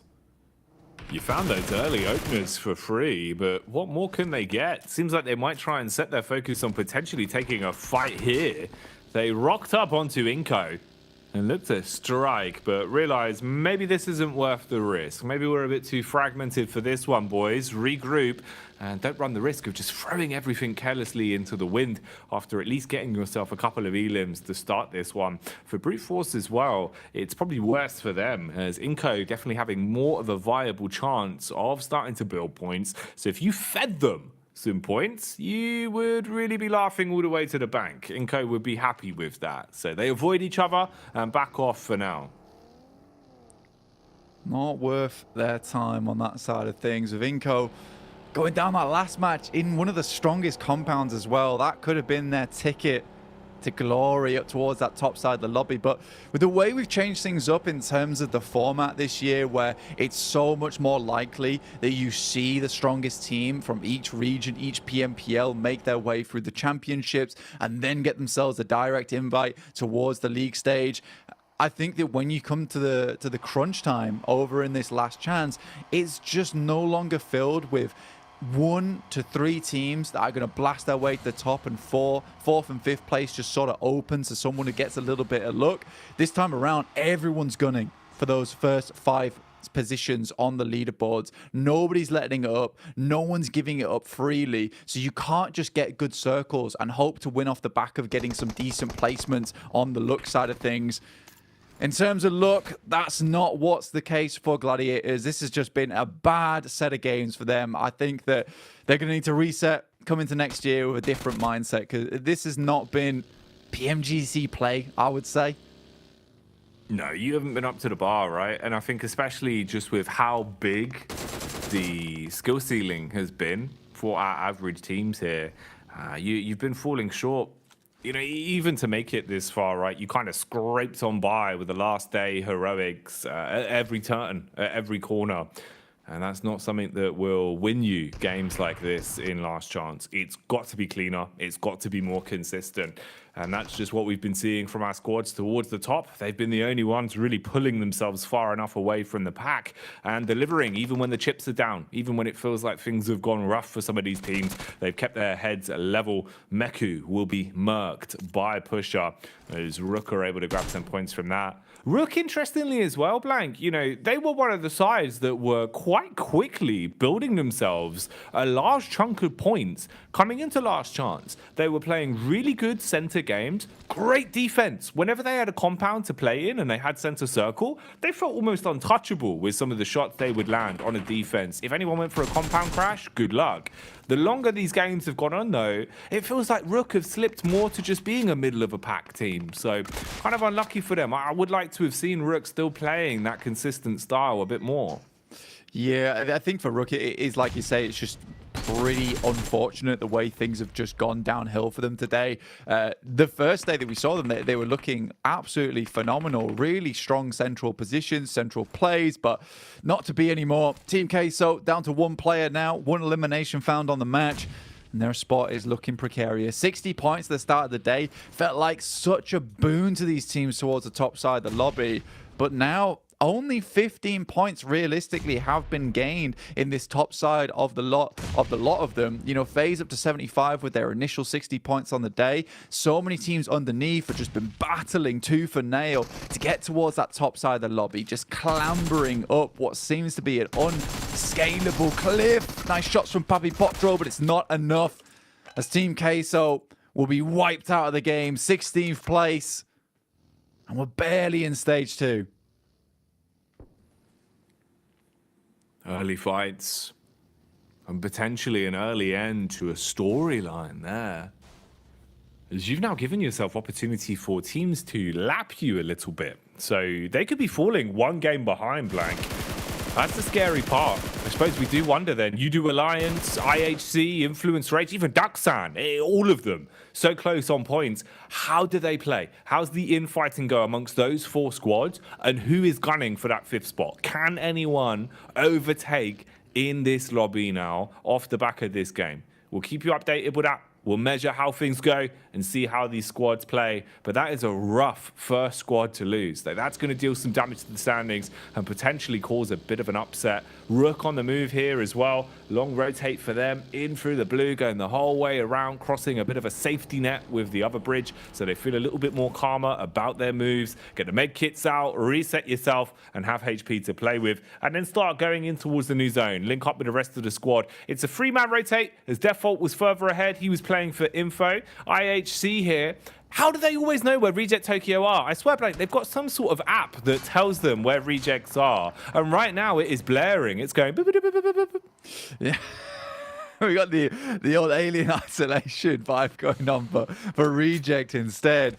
And honestly, the movement sensors, like you said, are off the chart right now for IHC. They know exactly where Reject head off to. And it's sad for Rejects. They feel like they kind of do need to have eyes in the back of their heads to spot out where these players are coming from. Constant backstabs here. Kevlar not in the front, but in the back for this team. Berserk, as you can see, did move up towards that northern edge. FaZe takes a lineup across the top of Everest. Pretty typical rotation for Pasija Evos as well, holding on this eastern side. And Inco, once again, this is very Inco of them. Just send to a central compound. Sit in it. Classic moves. Vintage stuff as they set themselves up. What will they get done, though? That's the big question. Influence Rage. Ooh, might be bypassing them close on the road, so a bit of an audio cue there for one another. And see if anyone wants to make something out of this. But of course, Inco would have to reveal their position, so they just let them coast on by. And they've driven up into the territory of Evos. Evos that are inside of the vehicles, basically just following Influence Rage now. Seeing if you can kind of pen them in. This is like the sheepdog play. And you get all the sheep rounded up and try and pen them in somewhere. So you can convert those sheep into points. Redface looking for the contact here further back. This is the opportunity they've been waiting for, bombarding into the vehicle. Nice tracing there, Blank. Redface, he's been good with a gun skill, and the shotties up close are singing sweet nothings. Beautiful plays from Evos. They're looking really good mechanically. Yeah, Lynx, what a good couple of shots coming through from the DBS onto Influence Rage. Remember, this is a team that we touted to have some of the best gun skill in the lobby. But Procedure Evos are just having such a good day of it today. And they have really lit up in terms of members. And I think, honestly, I prefer to see Procedure Evos not get that direct invite to the grand finals from their group stage, purely just off the back of the fact that I think Survival Stage and Last Chance has honed this team to a point, right? And I think when they do go to the Grand Finals itself, which I imagine they will do with the way they're currently playing, they'll look like such a better team if they didn't just get into that top 3 at start of things. So I think this has been a bit of a curse and a blessing for Procedure Evos because they've had to play ever so hard to get in towards that Grand Finals. However, this is just going to make them look so much better when they get there. No, it's a really good point you bring up there, right? Because it's just more games. It's more games you've been able to play. Less jitters you're going to have when you're on the big stage. So yeah, definitely had more time to kind of iron out any issues back on LAN. Landing some shots, though, it's what's going to be done for Zerich as he comes in like a sledgehammer on the Reject Tokyo. And the sad thing is that probably is the final nail in the coffin being smacked in for him as well. Off the back of the play from Mad Balls. Yeah, going out 12, it really is a bit of a rough spot here in terms of the overall standings of where they're stuck down because you're just not going to get any points. And although it's only a couple points to move up, to close the gap between the squads above you, you have no chance to gain any now. And you leave yourself with only 2 more games to be played. So it's a sad state of affairs for the Japanese squad that have always been on the tail end of things, always riding on the coattails and looking like they're close, but no cigar on this one, Blank. Yeah, just cannot quite chase up to them. Next circle shifts here. You can see it where Mad Balls have a fairly decent position to play around with. Gladiators, this is just a last hurrah for them, realistically. Moved up to where Federal is playing. Currently has a nade in hand, tosses it through. Gladiators look to finish him off. Federal finds the first hit and will take down the second. And this is just kind of the way the Gladiators' entire tournament's been going. It's just getting outclassed by some of these other teams. And Federal able to keep his hopes alive for his team just a little bit longer. Those 2 points might seem minimal, but it might be just what Influence Rage needs going forward into those 2 final matches of the day. BTR taking a hit from Udo Alliance. Honestly, the best edge style team in this entire lobby. They are so comfortable playing this with massive splits holding on this eastern side. They finish off Satar in this situation too. DX, another central squad we have here. Thai team looking amazing at the moment on our angle. And honestly, for them, going in towards Miramar, it's a map where they still do fairly well. They still do fairly consistently from some high ground spots, but getting another good game here on our angle would just secure their position, right? Really lock them in. Yeah, it would give them more safety. Hello. Scoped assassin coming out, though. Ducksam peppering bullets on the distance as we're seeing some knocks being found. Nigma Galaxy holding strong versus Rook that want to rock the boat as they've pulled up to the compound looking to clutch this one out of the hands of Rook. Okay, trades either side. Ooh, really low HP as well, but still standing, Blank. kind of blessed with divine intervention on that one. You've got a sliver of health, and they find their way through it, weathering the storm to pick that one up. Stereo frags between the two compounds. Teams wiped off, so Rook are gone. So again, if that storyline for Rook was on the cusp of a comeback, probably not going to be happening anymore. Yeah, I think when you look at it for at least Enigma Galaxy, like they've done well to get towards the end games of a lot of these matches, considering where they were at the start of the day with barely 5 points on board. Up to 40 now, that's decent. Pre-pod, quick switch into the vehicle, avoids elimination by the buggy. But the circle will be dastardly for a lot of these teams on the outer edges. Right now, IHC, DX, Duxan, as well as Enigma Galaxy, all holding in these compounds that eventually they're going to have to leave, right? Walk out into open ground, make some slick rotations. But this really could favor any which team, right? Circle, hard shifts down towards any which of these compounds, be it IHC, Duxan, Enigma Galaxy, DX, or Mad Bulls. They're in for a good game.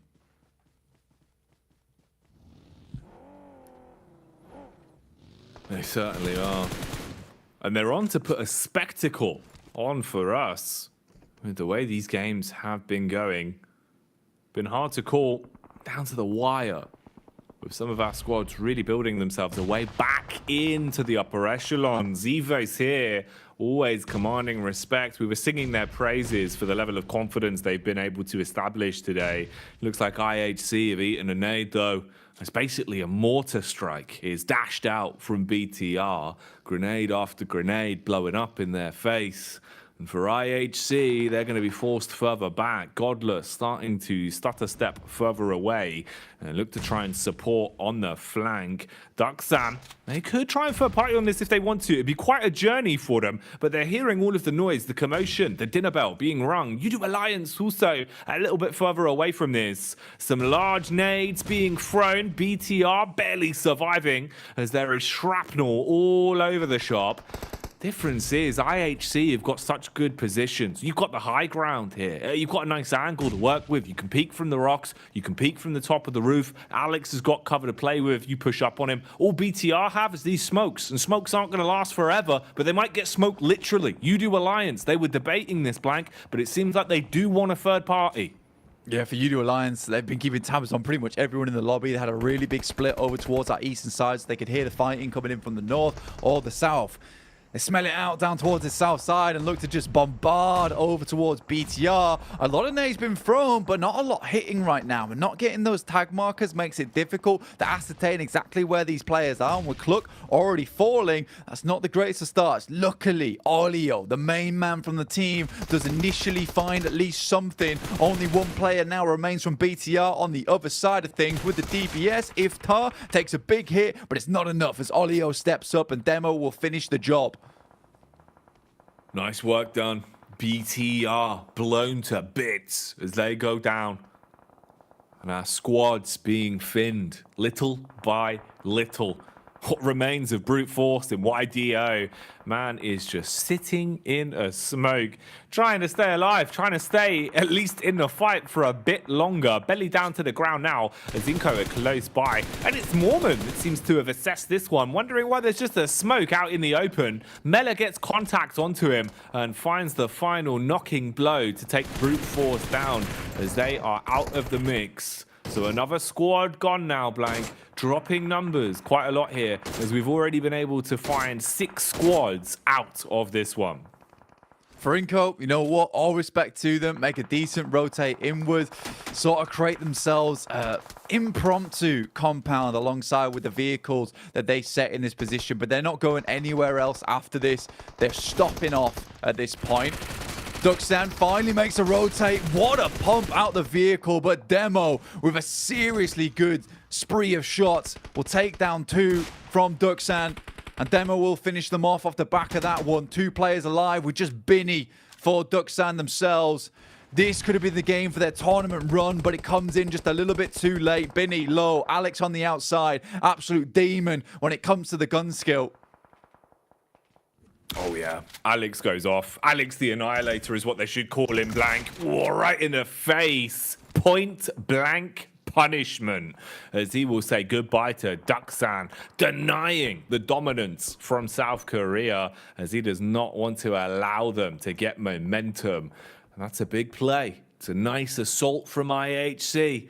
And remember, the key fact that we were looking at was those three squads, Udo Alliance, IHC, Influence Rage. They were all toe-to-toe on top of each other. Hell, even Ducksan were right in the mix there. So that's 4 squads that could have lapped one another, with IHC taking them down. They've got 5 elims and look to really climb the ranks. Udo Alliance have to give a great test of themselves to deny that being a possibility, as they are neck and neck at the minute.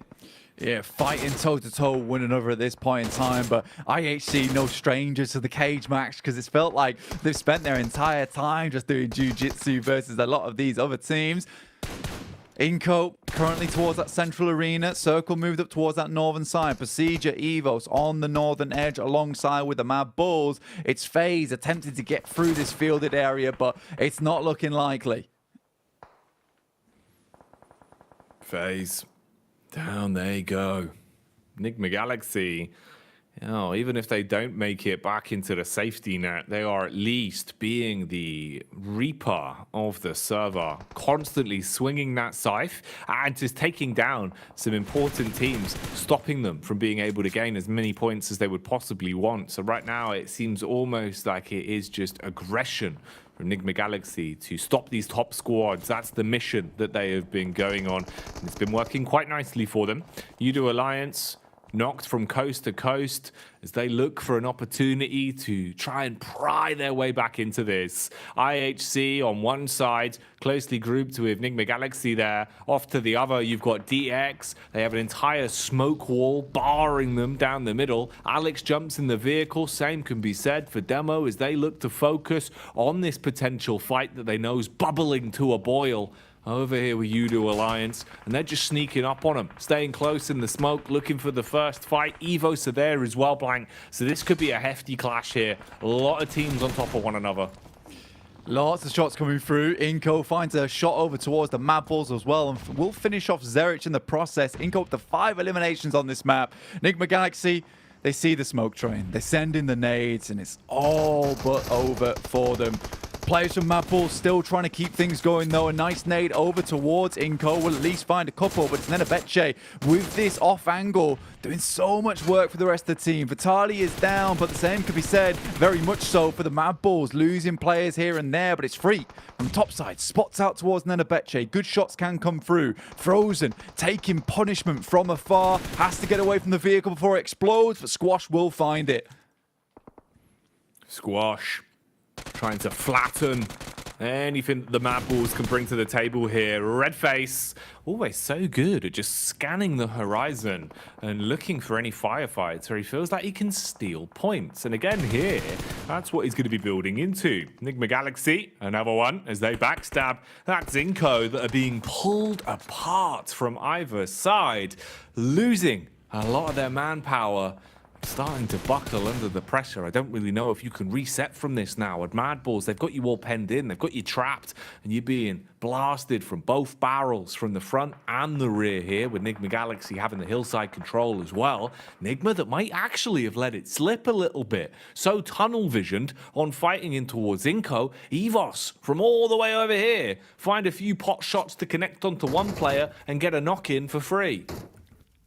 Yeah, some great shots coming through from Blinks at the moment. I mean, they're still holding on that side of the map towards the northern edge. Really cheeky peeks coming through from the Mad Bulls, but both players on a lick of HP. No first aid kits to work with. The blue slowly consuming them too. Enigma Galaxy realizes, you know what? It's time to go. We can't sit on this side for too long. In comes Coops behind the tree. Doesn't know that Mad Bulls are also here. Happy to get the free elimination point off the back of this one if they can hit their shots.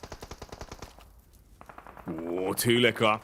He's hitting some big licks as he will strike down another man. Low on HP. But still standing, still waiting. They're lining up, they're doubling up, potentially giving away a free collateral if the damage is there from Rafa. Burns onto the first, easy spray, converts it onto the seconds. Mad Bulls, they've seen red, but they're left down in the dirt now as they're gone. Enigma Galaxy, pressure applied, up close, want to swoop in and strike on Inco. They're burning, the Molotov spreading, the pressure being applied, everyone being sent off to the Burns ward, and Evo's third partying onto it to grab some of the points as well. Fair play to Inco, honestly. They've really held down this position so amazingly well. It's a really tough spot to hold on to as well, where so many teams are taking shots at you. Luckily for them, they're able to kind of deny the sightlines from that eastern side, which is all starting to pop off now. It's Procedure Evos, DX, Udo Alliance, all unbelievably big behemoths inside of this lobby, looking to go head to head. CG Evos takes a lot of damage on their approach in, but they get the smoke train over towards this spot, and Lynx is moving forward. Will have to hit a first aid kit quite low. Can't quite take down all three players by himself, I'd imagine. But for Procedure Evos, this is a massive test of strength for them. Oh, it is indeed. You're going to need to have that extra 20%. You got to go bigger. You got to go brighter and really deal some damage in a spot like this. Everyone scrapping for control of the compounds. Evos, they pulled up to the scene. They're ready for it. Meanwhile, Udo Alliance in some interesting angles, scanning the scenes. Look at him up on top of the roof, ready to make a ruckus. The nades could be huge, but he's only got the one. Throws away the smoke to assist his teammates and backs off a bit, potentially thinking about playing round the roster. This nade could have been worth its weight in gold. Instead, he sets his focus on playing with a team. It's a cheeky play there coming through from Olio as well, getting top of that roof side. This really doesn't benefit anyone. Circle heading down towards the southern edge. You know what? There might be a chance for Inco. They get a big reset on the loot there, collecting all the death crates that they can from this northern edge, from the guys on Enigma Galaxy. And now look to hold towards the south hilltop. And all these other teams thinking that they chose the best position in the lobby, suddenly struggling just a little bit more. Nice shot though. Will take down Rafa. Rafa goes in, will explode the vehicle himself, but takes down Squash in the process. I can't imagine if you're too happy about this. If Inco goes down in 4th place, yes, you get the eliminations, but 4th place doesn't afford you a huge amount of placement points for your troubles.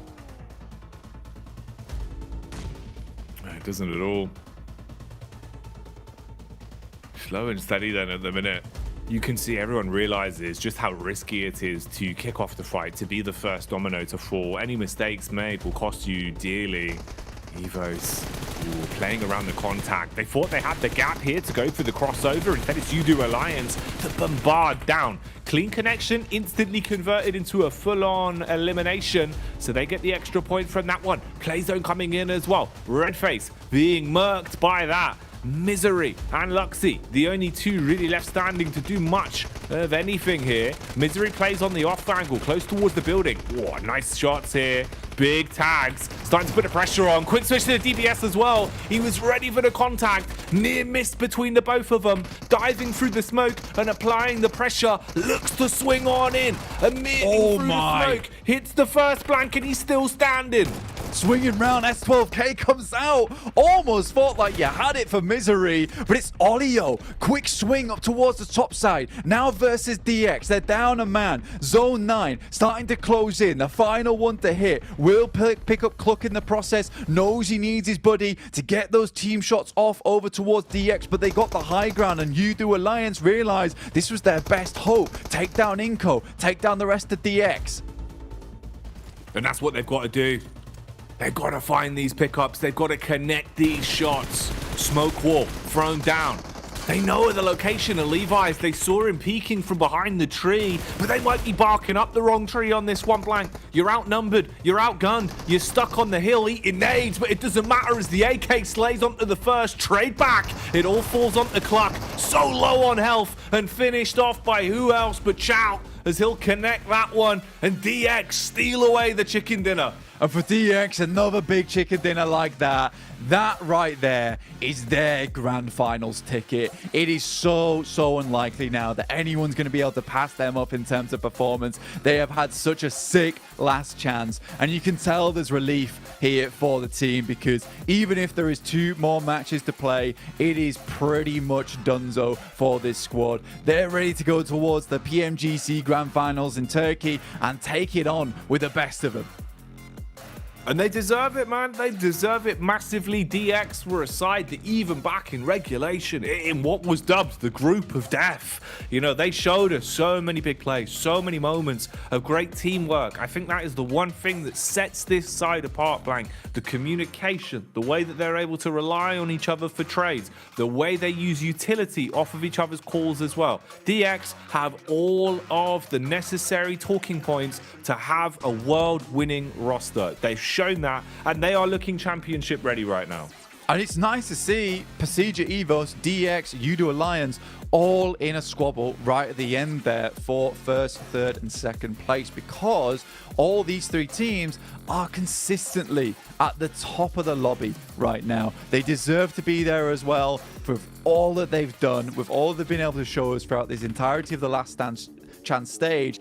And again, it's that differentiation from these squads that we're starting to see at the top side of the lobby. Man, it's wild. So hard to call right now. All of the biggest brands, all the most exciting teams, all of the craziest plays from all of our nations. I don't know what to be said, but luckily we have a team of people so eloquent that they can talk about it, and their waxing lyrical will get you hyped. So let's get back over to the desk. What can I say? We are quite the wordsmiths here on the desk, as Xavier quite the winsmiths, getting back-to-back chicken dinners, but not only that, almost solidifying them a place in the grand finals, kicking off in just a few weeks' time. And really right now, Max, the battle isn't for top 5. I think there's only a few places left that the teams are still trying to take. I think Kalaris said, what, 95% chance that now FaZe Xavier are 100%. Probably. Like, they're 95%, 100% qualified. I was going to say, what, Max?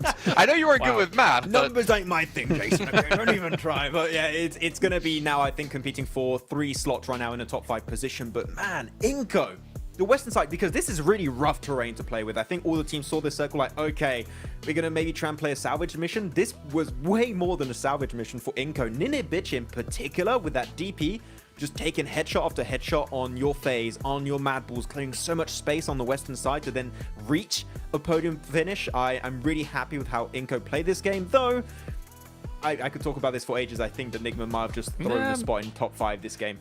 Yeah, maybe. What a way to end Erangel, though, right? Like, what a barn burner of a game. All of these teams vying for as many points as possible here, with DXAV getting that back-to-back and looking good from that compound. They did have threats constantly hitting towards them. I will have to say as well, we noticed it for Udo Alliance. Really good wherewithal to keep their cars in such a really well-defended location until they absolutely needed them against the rest of these teams. That really gave them an opportunity at this game. Not quite the win, but an opportunity at it. Inco in 6th place, 4 points out. Well, technically 5, since they lose the chicken dinner head-to-head of qualifying through in top 5. Influence Rage in 9th with 57. We probably thought one Brazilian team was going to get through in top 5, but I didn't expect it to be Inco with the way we're currently seeing. And Team K still falling out. IHC is still not really able to breach that gap just yet. But if you're talking about FaZe as pretty much being through, does it also mean Procedure obviously is going to be one of those teams as well at 78?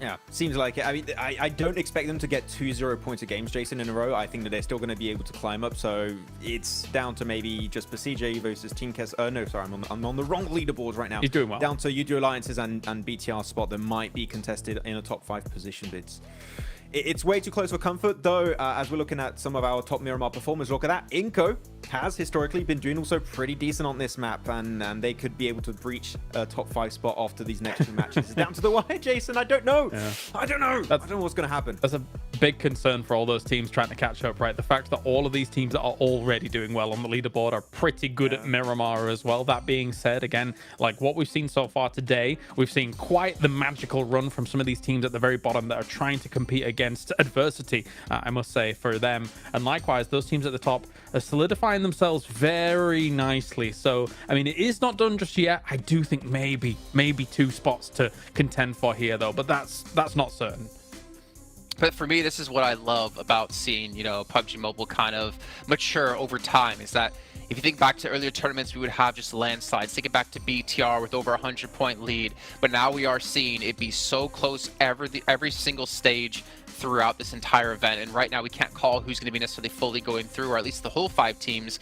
But we still have to wait. We still have 2 matches left to go. Before we get into that, though, we remind you guys once again, that the Infinix GT10 Pro, official smartphone here at PMGC 2023, all the players are participating on it because it was born for them. I was going to say bred for them, but born for them to participate and obviously take home potentially a chance in the grand finals. And of course, while they're on that, they're checking out TikTok, but also beyond that, they're doing many more things, like playing in the Frost Festival. Maybe not quite right now. Obviously, their focus is on trying to qualify, but I'm sure betting they're going to be doing that in between now and PMGC Grand Finals kicking off in December. So you guys can pick it up as well and check it out. But obviously, don't do it just yet. We still have 2 matches to come, so do that later on today. And you can also pick up, well, not to mention up again, you can get that for yourselves. You also play in the, oh my gosh, I forgot the name, the Popularity Annual Gala. How can I forget? Because I lost all 10 of my matches, just like I normally would, Max. Right? We're used to it. Yeah, you're used to it. Yeah. You guys can play for November 15th to December 19th. We take on your 10 matches, win some exclusive rewards for yourself. The Gandhi collaboration going on as well within PUBG Mobile. You guys can pick up your 2 vehicles is on to R in particular. I know Claris, you're looking towards that one. And not to mention, on top of that, you can get your victory dance as well, so you can support your favorite teams and tell everyone in the lobby who you are rooting for. We're going to head to a break. We have Miramar coming up on the way with 2 matches left to go, both on Miramar. And it's really anyone's game. We can get through in the top 5. We'll see you in a soon.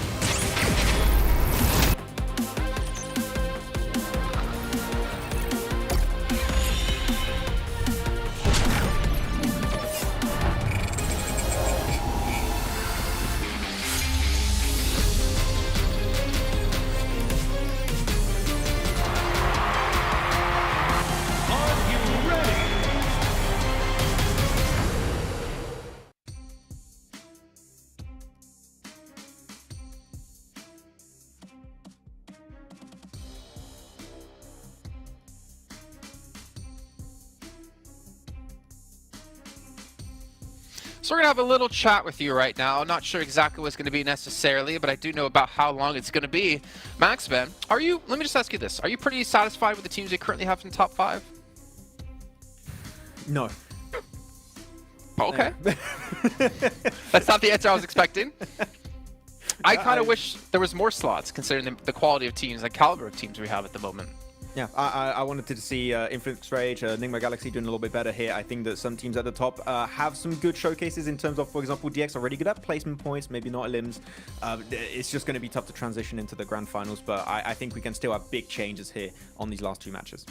I get into this every single time, Claris, but as we approach our last 2 matches, we obviously know which teams will not be getting through. Is this where they get to be an extra force in the lobby and potentially change the fate of some of the teams? No, honestly, if it was me, I would just get more extremely aggressive, right? Like, just try something insane, but I don't know if it's going to materialize.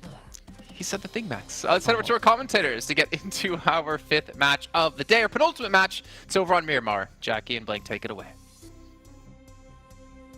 Thanks, Jason. That's right, man. 2 games left. That's all that there is to decide the fate of some of these teams, Blank. And with how competitive today's been, oh boy, oh boy, oh boy, how's it going to go? Is there any going to be a last-minute shift, a last-minute disbalance for some of these squads to break into the top 5, Blank? Or do we know who is going to the finals? Oh, look how hyped up Duxan are. That's where we need to be. That's the sort of energy that everyone at home should have for these last 2 games. Yeah, we need that Duxan fighting. We need all these teams fighting to get themselves in towards that top spot.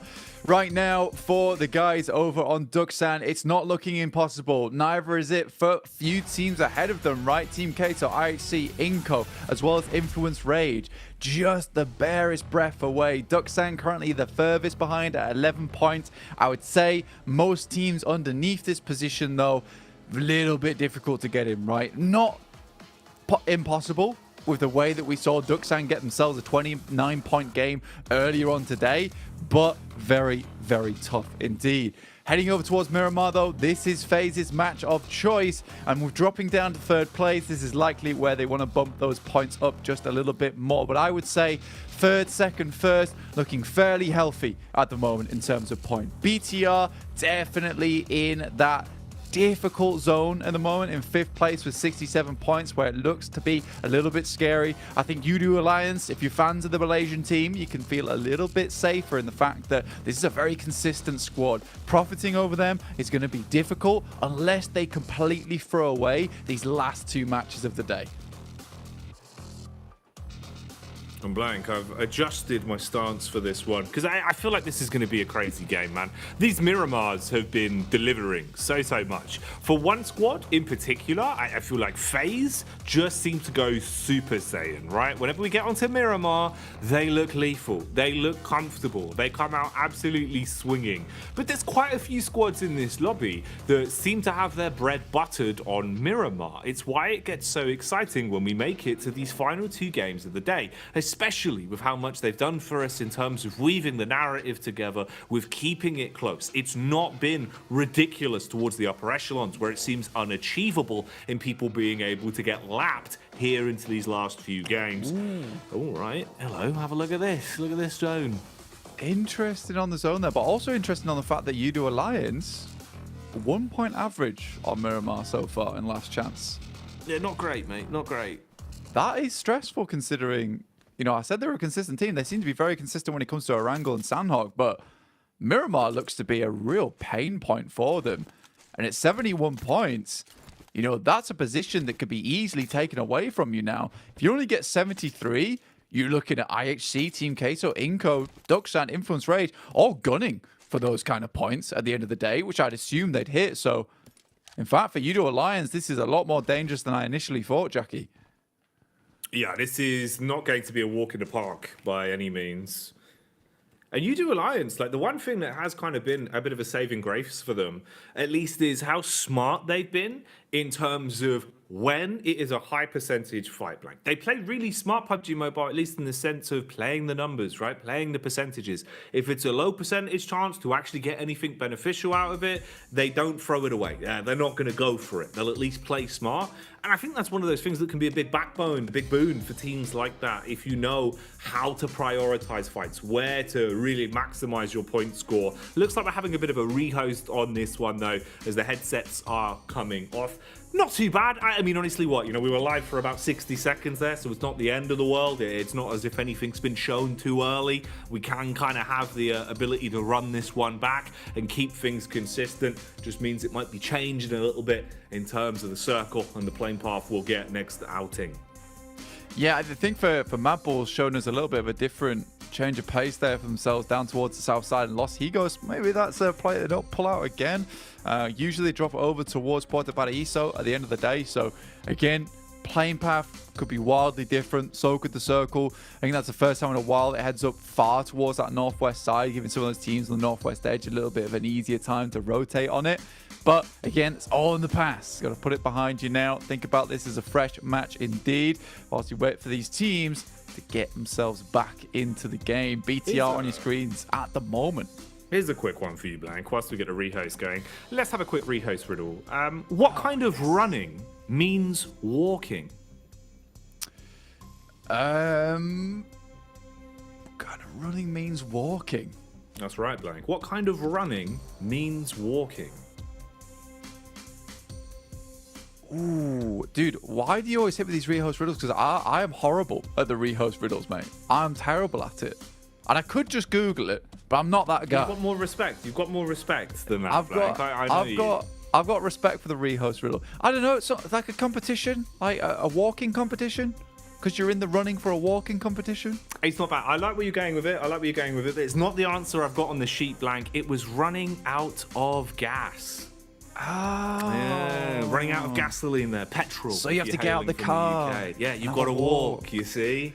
Yeah. Oh, of course. I think I went too deep into it there. I tried too hard. It. Yeah, that's what I always do on these ones, though. This is great, by the way. This is the sort of thing that I would like take a picture of and then put up in the back of the boot camp facility. Yeah, the smiles and thumbs up. I do like the tossing of the heat pack as well, just slamming it down. Yeah. I've got 2 games left. Just let me play the game. My hands are too warm.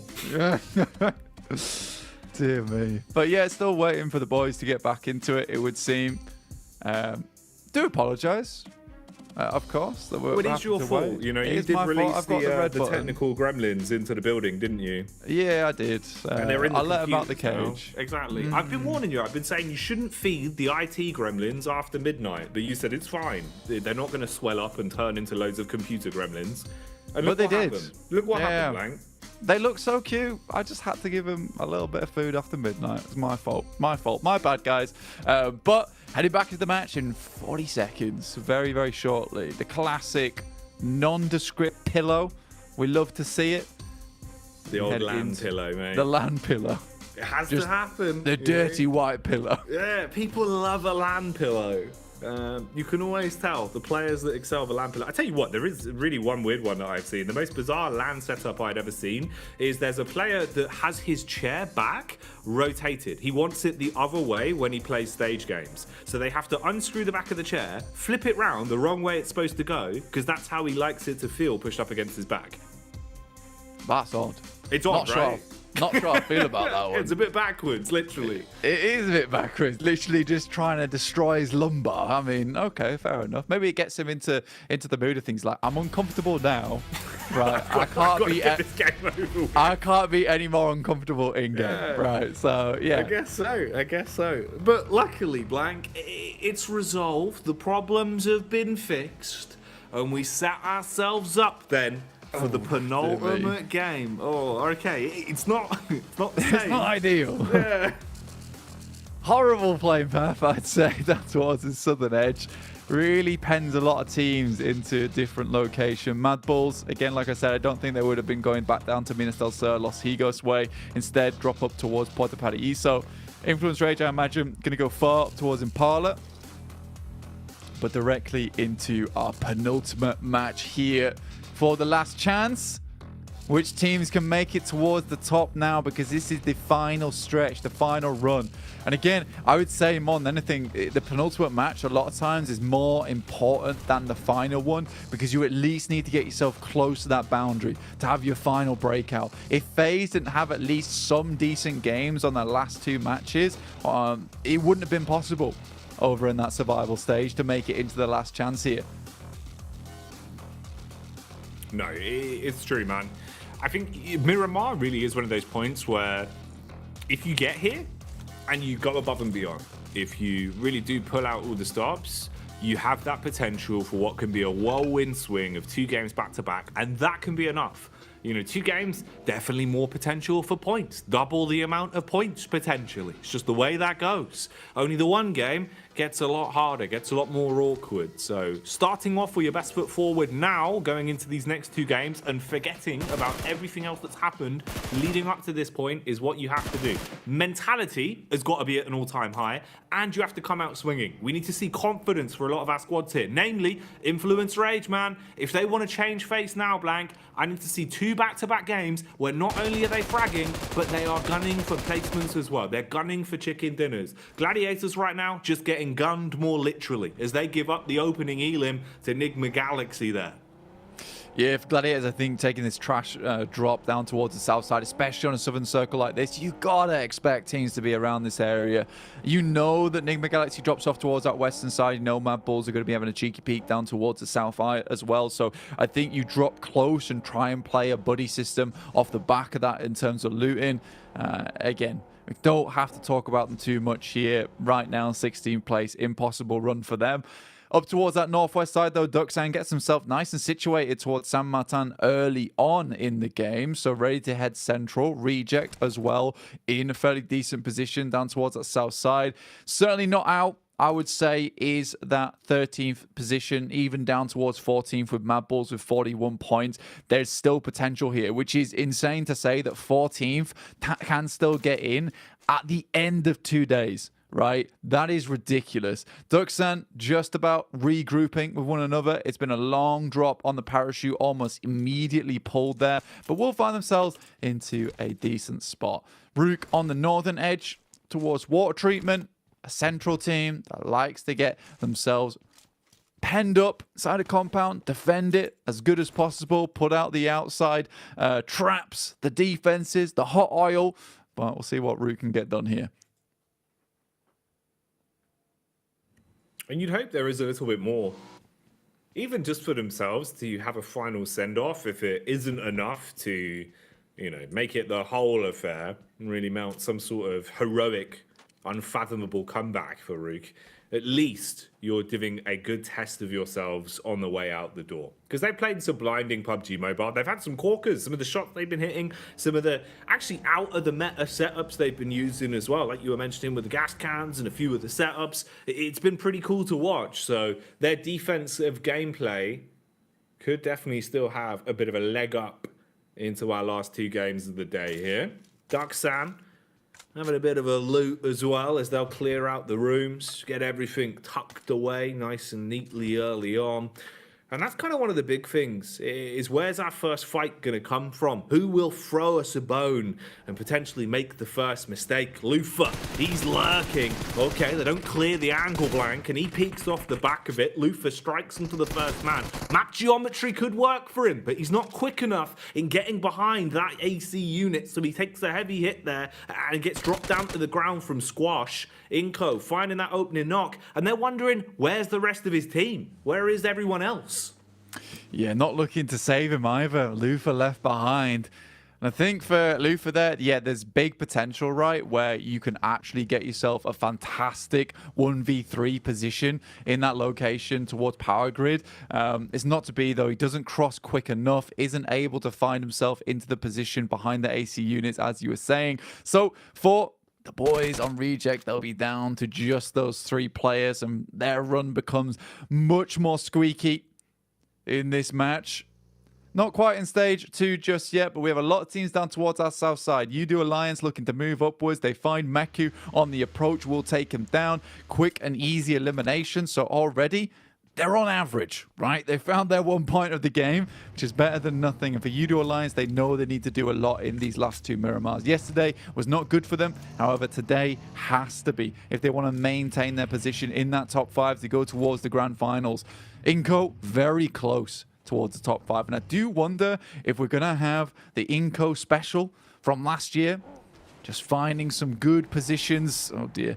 Finding some good positions in the center of the circle and then just squeezing their way into that top 5 at the end of it. YDO showing you what it looks like to climb a set of Dutch stairs here. It's very steep and very hard. Sometimes you go tumbling back down on your bottom. But he at least will make it the second time around and gets up towards the top. Looking down on Rook now. Okay. Bullet's going to bite him instantly. They've got nades as well. Chucks that one in. Pretty nice, actually, Blank. Good forearm on him. Lands that right on target and wipes about half of his HP off. So YDO probably not fancying really committing to this one as heavily as he had previously. And now Rook are aware of the location as well. So they can try and set up for this, at least keep themselves out of the danger zone. IHC on screens here as well, roaming on in. Okie dokie, Papi Patro, he'd probably be first contact on this one as Zol's looking for the peak over the top of the hillside. Ooh, hang on a minute, Reyes on the swing round the back, actually just burns him instantly, Blank. That's a freebie. Yeah, I mean, for IHC there, the fact that Zol is just sitting pretty, kind of assumes that the rest of the squads are going to be inside the compounds underneath. Demo at least gets up close, has a smoke in his hands, drops it over towards his teammate. Now looks to take a high ground position to maybe take some shots over towards Reyes and Ko over on this side. Looking to lock them in. Remember, IHC needs some big points this game to actually jump up. And they have been a fantastic team. It'd be great to see the Mongolian squad go through to the grand finals, but they've got to find these placement points. They can't just keep scrapping early on and losing teammates left, right, and center. With FaZe off in the distance too, looks a little bit scary. Big Milo picks up Alex on his peak, and for IHC, the days seem a little bit numbered here for them. They're losing players left, right, and center. Luckily, Ziol's back up on his feet. And right now, IHC desperately getting their teammates back up into action. Trying to reset as quick as possible, but they're being barreled down on. FaZe saw an opportunity here to try and strike in the back line, and a few of those connections will rain through, fastly closing the gap as well as they hop behind the steering wheels and drive down onto IHC. So many squads on top of each other there as well. So this fight is basically just a big old dinner bell that is being rung back and forth. Everyone's looking to get stuck into the mix FaZe being able to pick up a good majority of the elims from it as IHC are melting. They are evaporating the longer this goes on. Demo tries to go for the getaway and at least be the sole survivor of the Mongolian squad as he'll be breezing off in the back of the vehicle and just focusing on going as far away as possible. Hopefully, he doesn't run straight into the awaiting arms of BTR or get backstabbed by Enigma Galaxy. That's quite close by. For FaZe, where's the next fight come from? Now you've won out on that one versus IHC, you're going to be moving into the zone where you'll have Reject Tokyo just a few steps ahead of you. I mean, for IHC, right, Demo, you're right. He's just sending away as fast as possible. Gets in the vehicle, will not be walking anytime soon, wants to keep the gas running because he needs to get towards a very, very safe position in the circle and just maintain presence. Needs to get 3 or 4 points on this match in terms of placements. Maybe steal away some eliminations through this game as well to keep them with that springboard going forward. Team Queso getting barraged upon by BTR as they don't allow them to scale up this cliff. Already a vehicle's gone. The monster truck a little bit more sturdy though, able to get over towards the top side. Mate, Satar has ruined them, Blank. He's been really good today. Like some of the shots we've seen him hit, especially when he has a DMR in his hands, he's feeling super crisp. Really, really nice to watch. Or even here. It's the tracing, Blank. It's the mechanical skill that you can see he's got down to a T, right? The way that there's a target so far off in the distance, so he's accounting for everything in his mind, but keeping up the tracing, it just looks really nice to watch. So gun skill there for BTR, always being a bit of a blessing for them. Satar again, he proves it, Blank. That's a headshot as well onto Tixi. How does he do it so easily? Yeah, I mean, you called it perfectly there. Satar from BTR has been a really big standout from that team. Certainly hitting some disgusting shots. Kitsune's rocking up towards Rook Esports. Pretty sure they spot over towards him. Satar once again knocks out Team Queso. Reyes tries to peek out for just a barest second, but he's on it like a swivel at the moment. Pusher goes down to Prepod from up on high. Will fall too. This is the position on the map that both these teams been scrapping over because this is quite a difficult position on the map to play. You know, you've got crater fields up towards this northern side, hellish spot to play around with. You've got the ridge sides down towards the south and the deadly fields on the southwest, which I imagine not a lot of teams would like to see in play. But we're about to see stage 3, where it shrinks up, where these teams will have to go. Some of these teams have heavy committed towards the high ground early on. They want to hold on to it, and we do head further south. So the fields still in play. A lot of area becomes really, really difficult to hold on to going forward, Jackie. Yeah, it's not going to get any easier to remain in control of your territory here, with most of the landmass already disappearing and squads duking it out against one another. They're shoulder to shoulder right now in a few of these locations as well, just looking to see who will be left standing in charge of a compound once the dust has settled. Distance on that must have been sickening as well. Brute force being able to get the shots down into the gulch there and find a connection off on Duxan from absolutely miles away. Probably not going to be able to convert it into the full-on elimination, but even then, he still slowed them down a bit and they're forced to use some of that utility early. Fight here on the hillside as well with Evos looking over the ledge and seeing what's on the other side. Anything that tantalizes them, makes them think maybe there's some 3 points on offer here. But they won't over-egg it. They play their cards close to their chest, staying safe for now. And Brute Force just continuing as well to inflict damage down on Duxan. Duxan definitely crumbling just a little bit, trying to find anywhere they can play from. Brute Force somewhat lucky that this high ground was still in, but again, this is just a full commit from the squad, from the team to the high ground early in the game. They grab it at that point, in which case now they can start to hold it. They have 2 players underneath as well, with Mind and YDO holding onto the concrete, allowing the rest of Brute Force to eventually move into position later on. Binny does find himself a nice shot, but it's quickly answered there by Nanabeche. Over towards Binny himself, and Rafa will immediately hit the next connection. Flush out that player from Duxan. Remember, these are the guys that are chasing 56 points. Losing a player now this early in the game, not really even that far into the circle either, without a strong spot to play off.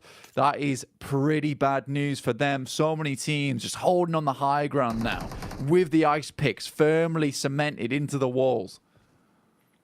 It's going to take all of their strength, all of their energy to stay standing in fights like this. Dangling on a knife's edge. Fleeke wants to go for the getaway, but he's been slain. Mela in the back line will assault the man and shut him down. So this two-pronged attack from either side now gives them a good overall understanding of how to approach the fight versus Mad Balls, as you've completely fragmented them. And Frozen doesn't really have any quick backup either. So if he exposes himself, peeks out for any info, you'll be absolutely barraged from so many different positions that he should fall quite quickly.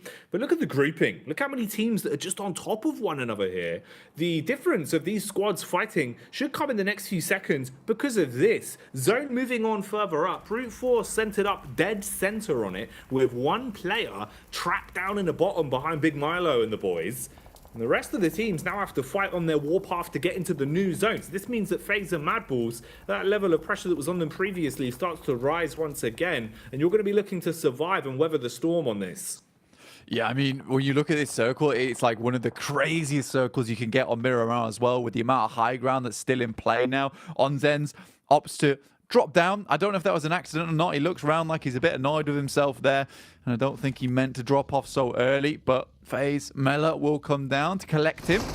Maybe take him back up top side. The Galaxy, though, suffering to a massive approach coming through from Procedure Evos. Finally, they assault on towards the building. Freak sends on the backside. Redface, though, you can see him on the rooftops, causing pandemonium to occur within the ranks of Nigma Galaxy, as he has great sight lines over towards them as they try and rotate through these buildings. Swooped on in, looking to strike some fear into their hearts here. Oh, the bout continues. Damage done onto Freak. He recoils and tries to stay alive. Lynx pushes up. Close peek over the wall. Spotted him out. Has the info. Knows he's trying to bait him for the wide swing. Has the shotgun in hand. The SMG up close. Trying to slap the man down. But they've got numbers. That's the edge that they have here, Blank. They could overwhelm them with the sheer amount of them. But they're being picked off from a distance. And Freak is still standing. Bobs and weaves. Left and right. Looking to line up a good night hit. Wants to clamber down onto them if he can. Tries to bait round the corner. Hits one onto Lynx. Resets for the second as well. Tried for first to take down the down players, but Luxy comes back into trade. Problem is, they've taken down two in the get-go. Coops is burning as well, so Redface burns him off, and Enigma Galaxy are gone. Dear me, this could have been a bigger game for Procedure Evos, though, on this northwest side. Well unfortunate. But again, great plays from Freak. To be able to make that happen with the DBS just shows how deadly that weapon can be in close range. Procedure Evos, they had a chance though, like I said, to move through. Udo Alliance up on the high ground, looking for more of these eliminations. Olio's already down though for the squad. We know this guy is a big contender, but some of the other boys on the squad here have been stepping up in a big way. Cluck and Iftar, definitely the two lads that I have my eyes upon. Nades, mollies, all been sent down to cause carnage in this position. Another nade explodes just as the heal goes off. Oh, I'll commit onto it. Easy pickings for Cluck, as he will swing that one straight into the face of Reject Tokyo and farm up some extra elims. Grabbing those and funneling them into the back pocket. Okay, look at the setup here as well for Brute Force. He is the king of the hill right now. FaZe starting to climb up. Oh, they had the climbing gear, Blank. But Ventores didn't put the handbrake on, goes tumbling back down to reality. Yeah, struggling to get his way up there, but has certainly given away his position now, I would say.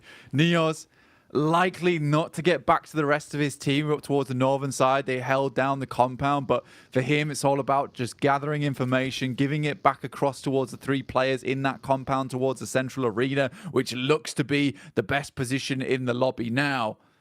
Duxan's still in this one. DX just looking to confirm more points, be that points vacuum towards that top side. Influence Rage, they need a sprint and they need it now towards the end of the day.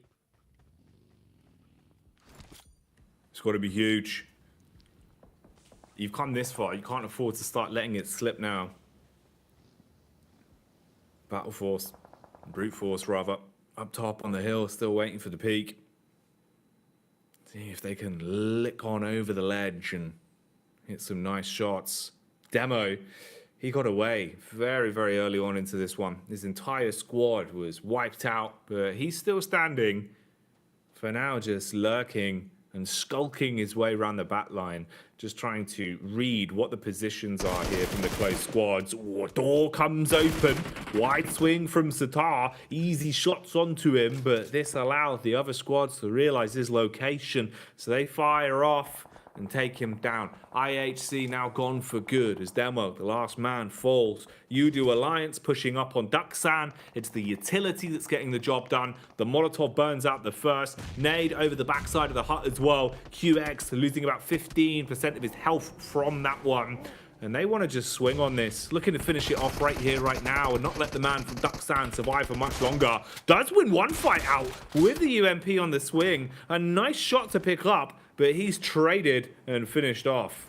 It's a good game for Udo Alliance. 5 eliminations so far is really well done for them in what is quite a circle, honestly, with a lot of awful ground to rotate through. Which is sort of impossible without vehicles, but with the amount of vehicles that are getting ripped to shreds on the rotates inwards, it is just difficult pickings. BTR attempts to move further in. For Duxan going out with just 1 player left remaining, 2 eliminations, doesn't set themselves in the best of steads to get further into this match. Inco over towards our eastern side on the low ground. They'll have to move in eventually, and likely it's going to be teams like FaZe as well as Udo Alliance to take shots towards them. Gladiators go out, 0 elims, 0 points.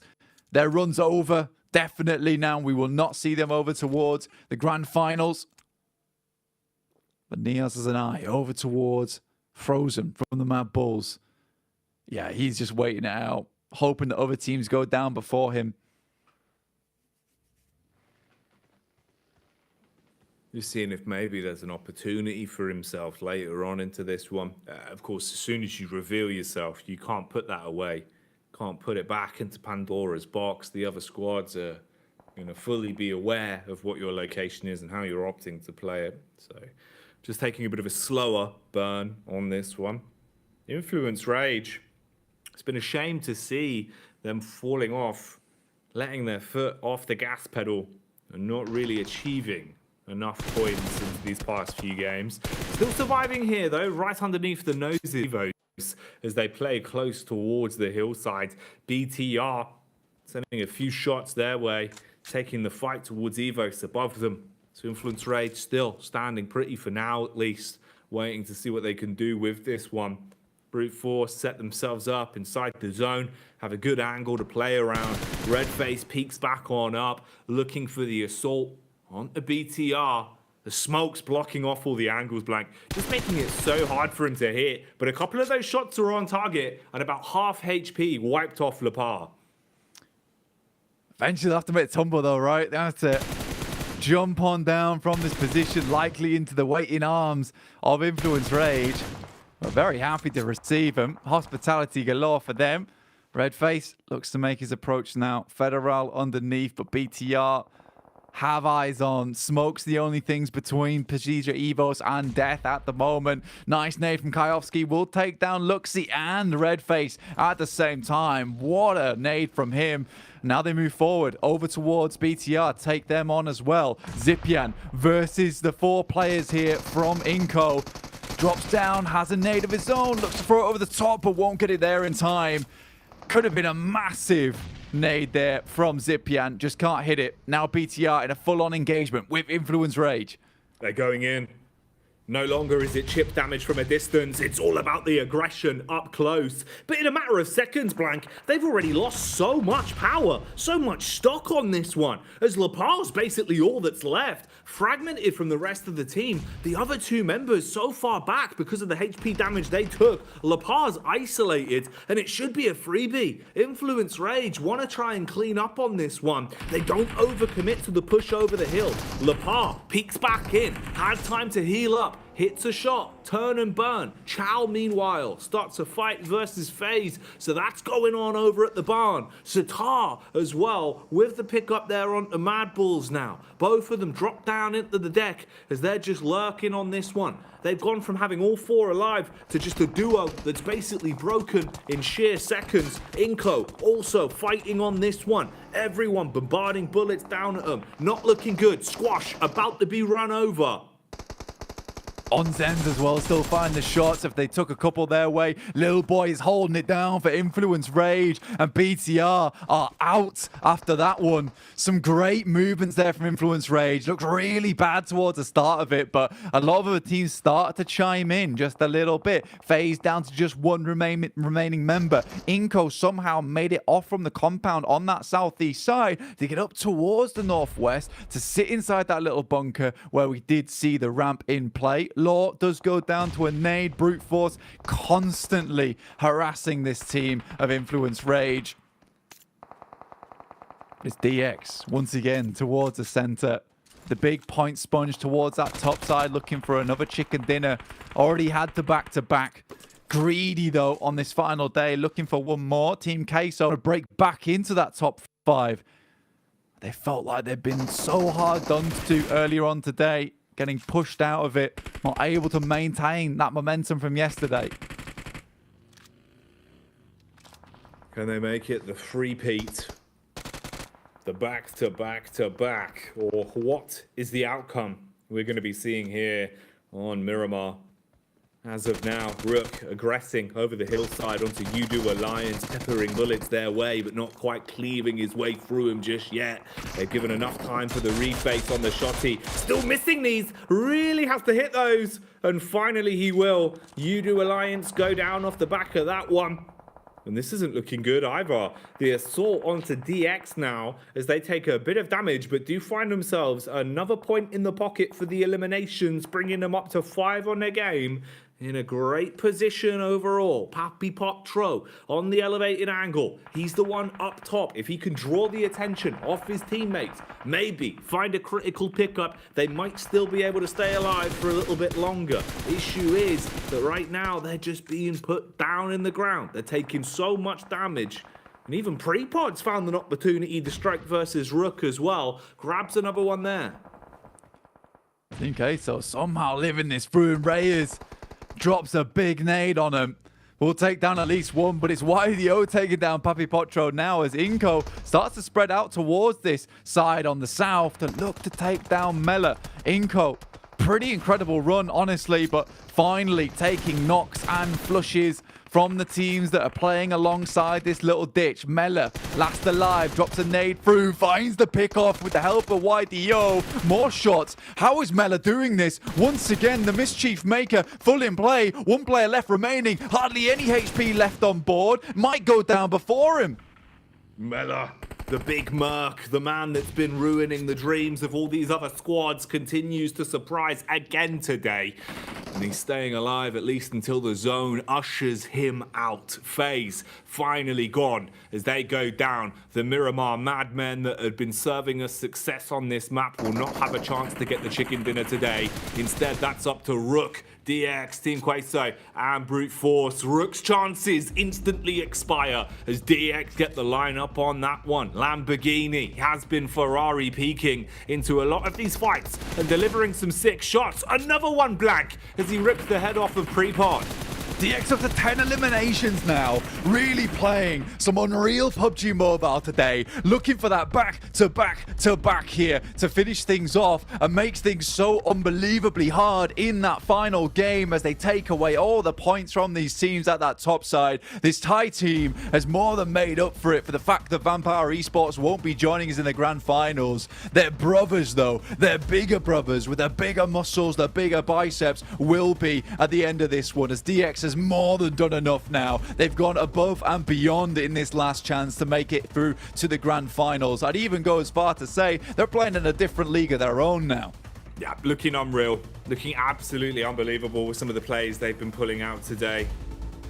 You got to give them credit. You got to give them props for what they've done. The individuals showing up when it matters most. Any one of these 4 players feel like they can go absolutely nuclear back to back in these games. Right now, though, they strike once again, looking to put the final nail in the coffin here on Miramar and guarantee a third chicken dinner in a row. Lamborghini with the charge in, closes down. Brute force, all that remains. Just 2 players trapped back, being swung upon by the full squad of DX. 2v4, is it possible? Probably not with the way that DX has been playing. They're on fire right now. There's a pip in their step as they move through this one. YDO, last to fall. The back to back to back, pulled off in the last chance by DX. A big cheer from this team and a big cheer from their hometown crowd, because this is an insane performance from these lads, and they've just made it even harder going into that final game on Miramar. The free Pete from DX.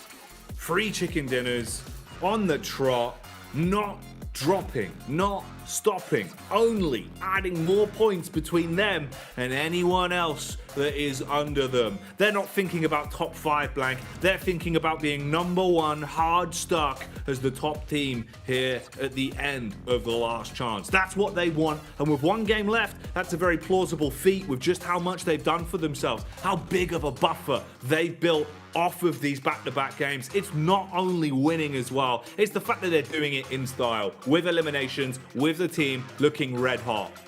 Yeah, I mean, the Vietnamese squad has just been disgustingly good today. And it's hard not to talk about them when we want to talk about some of these positions towards the bottom side of things, right? Towards 5th place, towards 4th. Who can make it in off the back of it? And I mean, I sort of have to talk about FaZe a little bit. They lived quite a while in that game. It was a bit iffy here and there, as well as Udo Alliance actually being able to get some points back on the board for them. But we're heading over towards a board of our own with the director, Mr. Jason Kaplan. The director, the chairman, I go by many names, but one name I can't go by is the back-to-back-to-back champions, like DX Xavier getting 3 wins in a row, getting themselves 100% secured into the grand finals, and more importantly, keeping the dream alive for other teams out there by soaking up these points towards the top, Max. Yeah, I gotta say, DX Xavier made me eat my words. They were a team that were just about getting into the late game and getting podium finishes without getting a ton of eliminations. What a massive change of mindset. It's in a similar sense to FaZe, that now they just reached the late game. I knew it. Just start getting eliminations. So I'm loving it from DX Xavier overall. They just solidified their spot here in the grand finals. But oh, I didn't even see that Lynx AMR from Rez. Really cool. I always like me and Kalar just love it. Yeah. Run Lynx AMR watch. It's fantastic. It's like bird spotting, you know, but there's always the chicken dinners rolling in for DX Xavier. I cannot believe it. A back-to-back-to-back. They join, of course, the 3-time on a day winners from prior situations here in PMGC. It's just insane. Insane to see in a high-octane situation like this, where it does feel like their mid-game is usually very quiet, but then they're able to hold down certain spots towards that late game against all of these encroaching threats that are coming their way. So if you can play a quiet mid-game and get yourself towards the late as 3 or 4, yeah, albeit, that's great. And the most important play here for DX Xavier when they were on that little dip on the road is just clear your Team Kessos, your Brute Force, and some players off FaZe on the southern edge. The moment you can do that, you can transition on the ridge of the road and pretty much take the fight versus the remaining 2 teams of, I think at the time it was a player of Brute Force mainly taken care of. But look at the ratings they updated, and it's tied, man. What? Oh, come on. It's too close. I don't know, Jason. South America all over there. Ridiculous. Yeah, Team Queso tied with Bigetron. Inko, of all teams, able to make their way to 7th place, and Influence Rage in reach as well. Even IHC currently in 9th. I mean, it's really anyone's game right now. Bigetron, you better hope to not go out early, because if you do, that could be your demise. Even Udo Alliance, I want to say, isn't necessarily safe, as they do have a 6-point lead over Team Queso. So a couple of teams we really have to keep our focus on here, because if they drop out, they're not only dropping out of the match, they're potentially dropping out of the grand finals.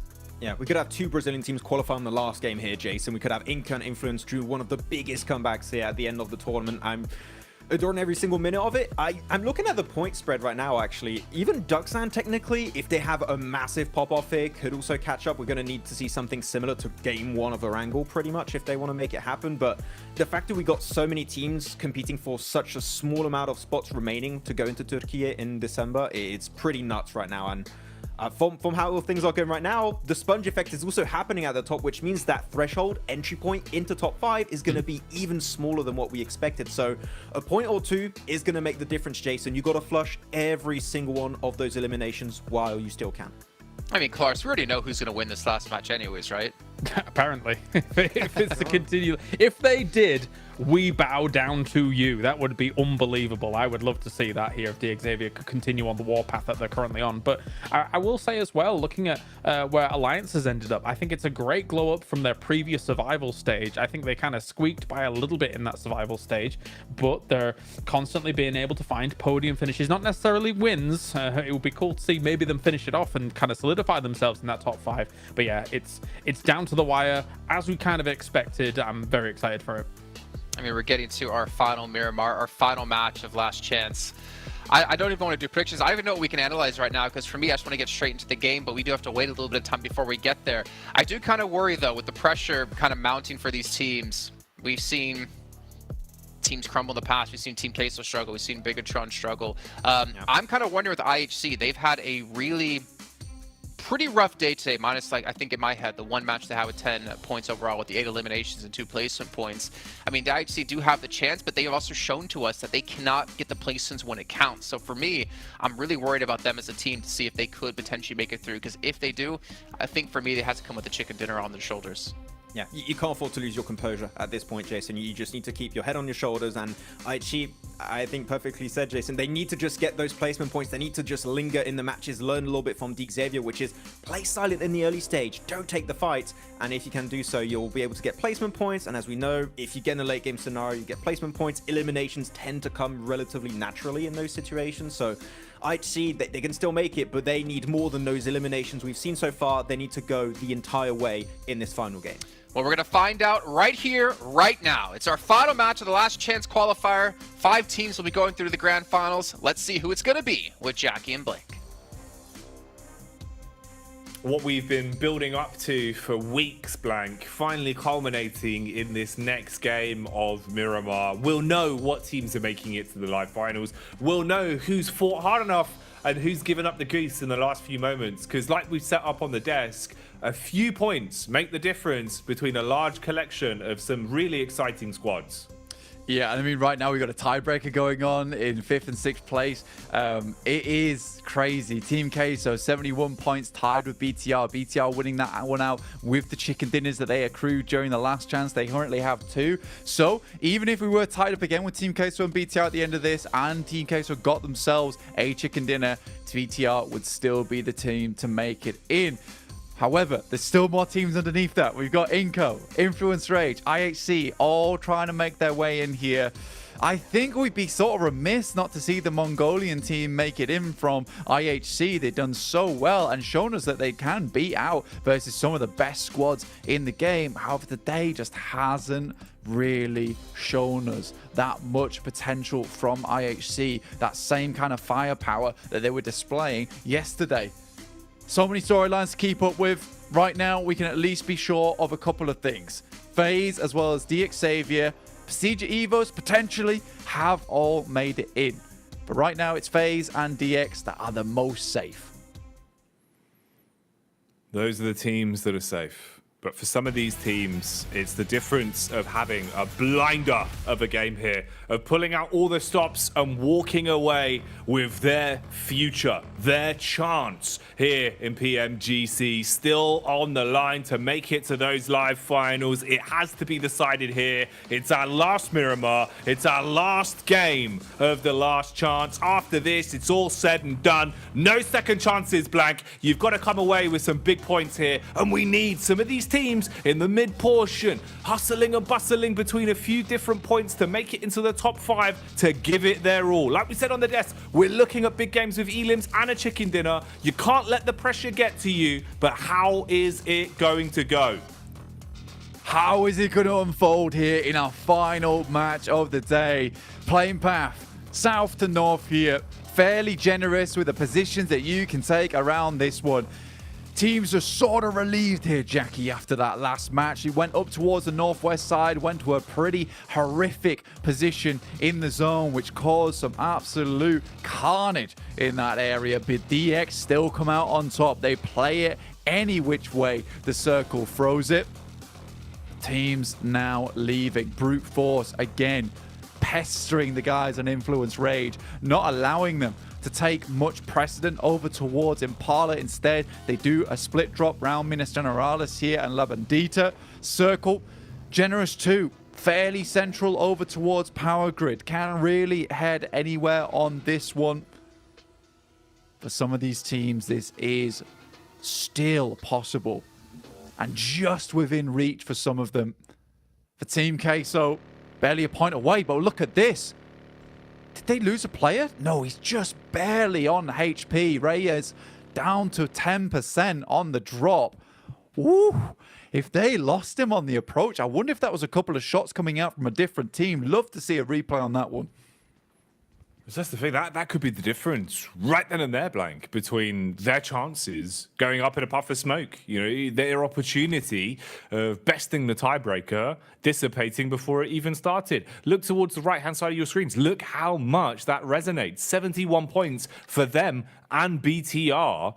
Oh, if they would have gone down a player in the opening moments, it would have been a big blemish on their reputation. A blunder that they could not afford to suffer this early into the game. So thankfully, they do stay alive. They have the opportunity to get away and think about the bigger picture that is actually having opportunity to play here on Miramar. DX on your screen. Don't really need to talk too much about them because you know all about them if you've been watching them this last chance. 3 chicken dinners back to back here. That #1 rank, well deserved. Here on Miramar, an average damage at 1,000 every single game. A crazy result from this squad, honestly. They got to be very, very proud of themselves to make it this far. 107 points, just leagues away from anyone else of ever dropping out from that top 5. Duxan towards the central arena of the map here. Around Hacienda del Patron. They started things off with an absolute banger of a match. 29 points, unheard of from where they were down towards the bottom of the leaderboard, but certainly heard now as they cry and shout and rage towards that top side of the lobby.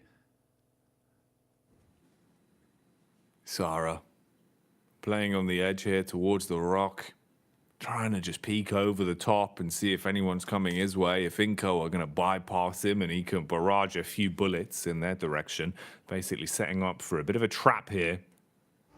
And this is one that Inco really will need to win out on. If they go head-to-head, Inco has a lot less to gain than they do to lose. You need these points so you can move on up and actually make it into the top 5. They don't overcommit. They just stay where they are for now. And Sara's not going to make much of a play here either. He'll just be holding and looking out for someone else to greet him first. So Inco not throwing away the potential early opener on this one. 4 points could make the world of difference, Blank. From 68, it would take them quite far up. But losing the reject here would be the worst news possible. They might just find them on the approach. Inco needs to have a good fight here. Otherwise, their tournament lives are over. And one of our first teams to face off against another squad. We saw this drop happen last game. Inco versus Reject. Sara the first to fall.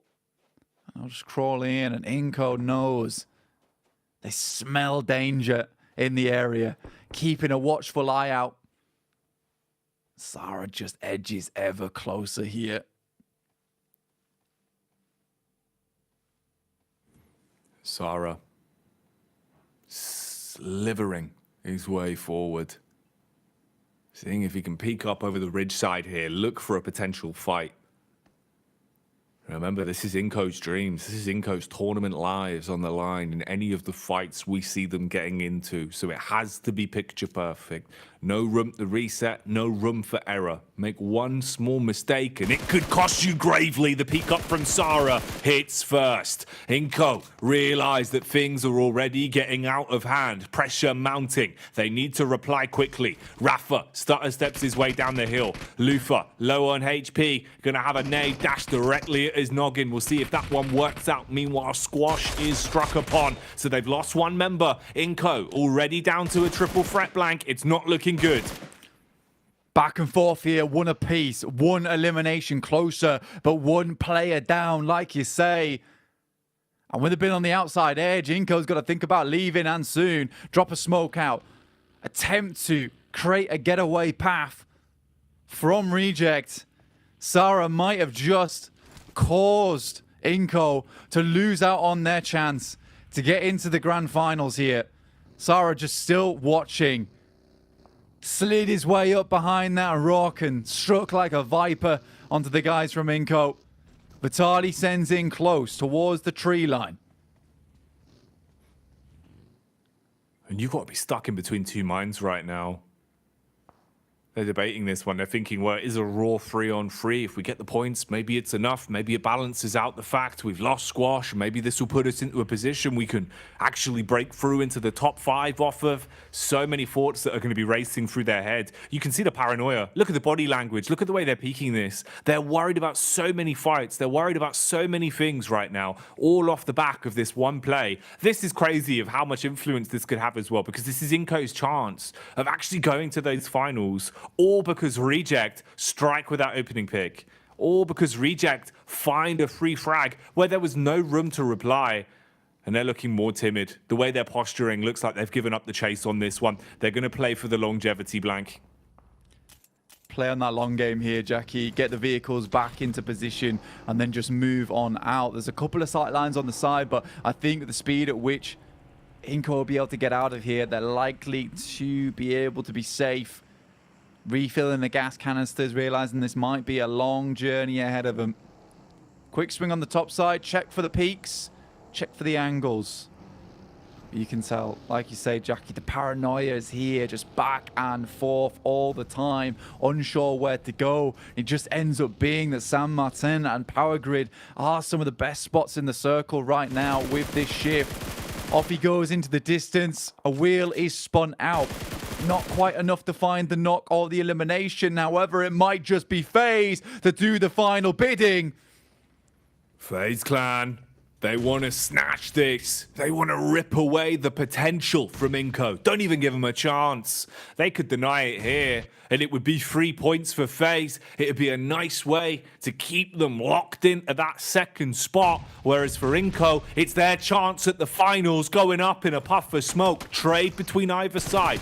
Nade clashes back onto Mela. Low HP for Inco across the board. They're scared blank, trying to use the utility to keep FaZe back. Rafa has the DBS in hand, needs to get aggressive on this. His team's dying, his team's falling over bit by bit. The longer this one goes on, the worse it's looking, as FaZe is just throwing out nade after nade and blowing away any chance of an Inco upset happening here. They want to deny them the opportunity to get points on this, and it's looking rough. At least there's a bite back onto Vintores. They go for the rev as well. Rafa's going to jump straight onto his teammate. All the attention from FaZe drawn on the one man as well. They're at least going to have 3 players up here, but how do they play it?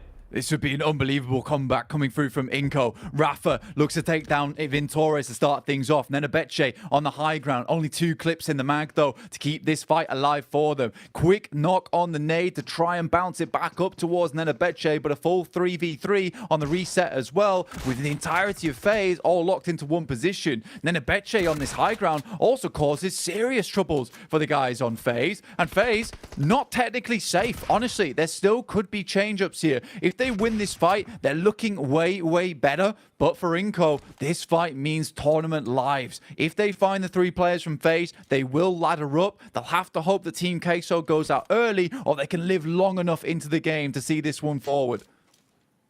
Crazy the way this has swung back and forth like a metronome as well, from what looked like FaZe arriving like the raiding squad, just ready to claim those points and leave Inco down in the depths. Instead, now they're the ones that look timid, Blank. They're the ones playing defense, and it better be a tenacious defense, or you're going to leave yourself in such a risky position. Look at Rafa. He's got the pin pulled on the nade, wants to line that one up. Would have been right on target. Luckily, heads up maneuver from Mormon, backs up into the corner, out of the fight now for a few seconds whilst he uses his meds to reset. And this is just such an elongated bout as well. You're just guarding. You're just edge keeping them inside of this compound, knowing that if they want to push out and take the fight onto you, you're the one that's going to be holding the angle. You're the one that's going to have the advantage here. So Inco actually in a great position to defend against this. Absolutely. They've got all the angles to play around with. Like you say, just trapping the entirety of FaZe into one building. Finally, Mormon has the energy, has the courage to send themselves upstairs here. Difficulty for FaZe as they've got no more utility left. Letting dry for both these squads. Mad Bull suffering their own plight to brute force down to one player. They'll be out now. No chance in hell they'll be making it in. Brute force similarly suffering. But for Inco, they want this fight just to be over. They don't want to be here anymore. Locked in combat. They want to get looted. And that's one of the key points, right? The longer they spend time here, Blank, the less time they have playing the game, the less time they have getting that ground loot, getting themselves supplies that are starting to run out. And it's also just the constant heart in your mouth action. You know, you got to think about the fact their adrenaline must be pumping right now, Blank. You're basically in a tournament lives fight between FaZe, and it's been elongated to about 3 or 4 minutes here, where you've just been sitting, waiting, not sure when you're going to have to strike, not sure when they're going to leap at you. And it's not looking good. I mean, either side have used so many of their actual benefits that they had coming into it. The meds, the utility, ammunition's going to start to run dry as well. A lot of pressure on that. And I don't really know how you release it. It's just going to come down to which one of them survives on the fight. Meanwhile, Gladiators eating nades to Rook. So they steal away a few. Nice. Okay, here we go. There's the first peak. BTR. They pulled over with one, but it's Inco that gets struck upon. FaZe with the first peek through the window, hitting a nice headshot. Vitali, he's got to back off, needs to play defensive. Blank. FaZe, they're giving them 1v1s. They're going in individually. They're isolating these peaks. They're not playing together, but luckily Mela, the madman with a shotty, cleaves round the corner to grab a big pickup and puts them on their last legs. He's bailing out. Rafa's giving up the goose. He wants to get some distance on this.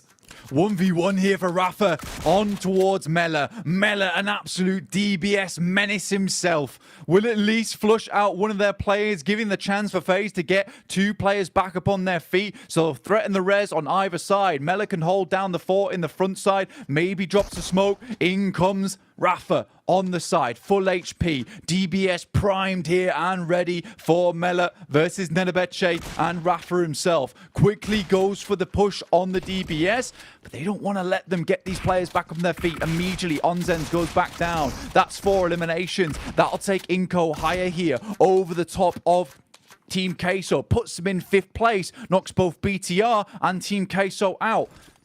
All down to Mela now to save not only his life in the tournament, but also potentially Team Queso's and BTR's. Mela, he's been the clutch master of Miramar. He's been that talking point, Mr. Consistent for FaZe. And this is where that consistency's got to shine through. They're bruised, they're buckled, they're breaking down. And look who's arriving on the scene, the dinner bell. It's been so loud for so long. Team Queso, they realize they can come in. They want a piece of this. They want to get stuck into the fight. Mela, all he's got to do now is wait. The game has changed. The mindset here is that if he can just survive long enough, maybe there's an opportunity to get some points, strike back, whilst the rest of the squad's being torn apart by Queso as they're on the scene. Reyes with the initial nade, throws it in. Inco, going to be realizing now, we've got to do something about this. We need to clear out Mela. We need to get into a better position, maximize as many points as physically possible. Sure, 4 elims and getting into the top 5's great, but making sure that you're still going to be there by the end of this one is a whole different story. Dear me, this is intense indeed. Team Queso taking it into their own hands here to remove the offending party that's attempting to challenge their position. DX goes out in first, allowing the rest of the lobby to just battle it out. Inko gets upstairs. Mela immediately taken out the way. Now 2 players alive. Rafa on an absolute streak here. Rafa's playing some blinding PUBG Mobile right now, but for how long does it last? That is the huge question mark over the top of this team. Will this be a defense, or will it be a fast for Inko? Will they let it slip through their fingertips? First man drops down, gets absolutely slaughtered. Rafa trying to stay alive, playing towards the doorway, has the DBS, but he's going to get knocked off his feet. Team Queso, a much needed pickup, and it's onto the team that knocked them out of the top 5, but look what's happened to the standings. Immediately, Team Queso back up into 5th place after that one. Procedure Evos taking down BTR as well. They're losing members left, right, and center, and this could be BTR's run over. Our 2 Indonesian squads not likely to make it back in. Luxy, Lynx, Redface, Misery want to be the only Indo squad to make it through here. Looking to knock down the final member of BTR, drop them down to 7th place. No chance in hell to get back in. Just Superboy now remaining, and Misery has a nade with his name on it. Misery throws in the first. He's still got more in those pockets, more nades, more utility to use to strike against BTR, grinding them down to a pulp now. Zevos, they want to guarantee a big point scorer. They want to make sure that their 3rd place remains their 3rd place here in the last chance. Early nades to slow down the place from Superboy. At least still alive. Heart pounding in his chest as the adrenaline's going through his veins. But he just stays out of trouble. Keeps his nose clean. Meanwhile, it has not ended for Reyes as the reign of terror for Queso continues. They find another strike, this time onto Nigma Galaxy, and get themselves another Elim. A trade back and forth though, and look at the grouping. Everyone's on top of one another. You've got Nigma Galaxy there with Brute Force and what remains of Reject Tokyo in such a small petri dish. Tiny little petri dish. But a few samples available, and that's Reject, Brute Force, Nigma Galaxy, and Team Queso themselves. Team Queso want to go a little bit further. They have taken a knock. They're trying to keep things back in contention. We're over to this horrendous position on the map. It could go any which way here, up towards the Western Plateau, in which case you want to take yourself one of these compounds, or further down towards that southeast side. We will see what happens, because this is indefinite right now. Teams looking to spread themselves across the high ground on this ridge. A ridiculous amount of action already occurring on your screens today. Couldn't have asked for a better ending myself. This has been huge, man. Some of the fights that we've been given here, Blank. It's like a movie, the way they've been scripted. Didn't expect it to be so decisive. So many moves.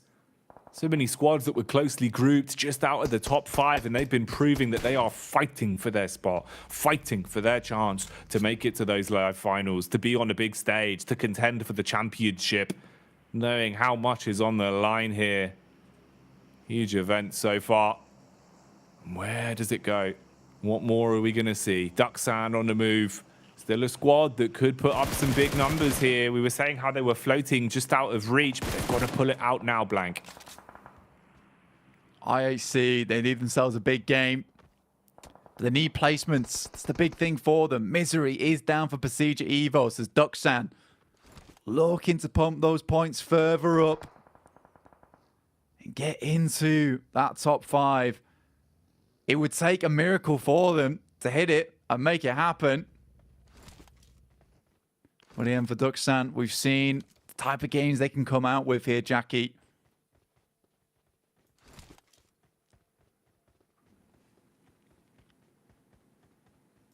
Slow and steady wins the race.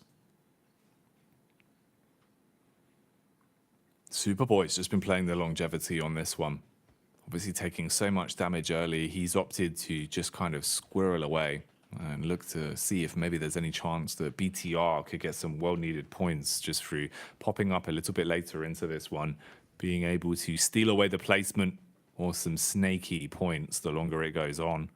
For Duxan, Where's their conquest going to end? Tags seem to be occurring here as well. Looks like Evos have been thrown into a bit of a scrap. Few bullets lighting each other up. And Duxan, seeing them now, Blank. They've got the peek into the back. It's Jipan that can actually peek from the back of the rock here. And he's seen Luxy. Knows where him and Lynx are. How does he approach this? Has he got the trigger discipline, or does he want to just take on the raw engagement? Knows that these are two prime opportunities for points. Prime opportunities indeed. Required, needed this point in time, but the amount of players alive are dwindling right now, down to 30.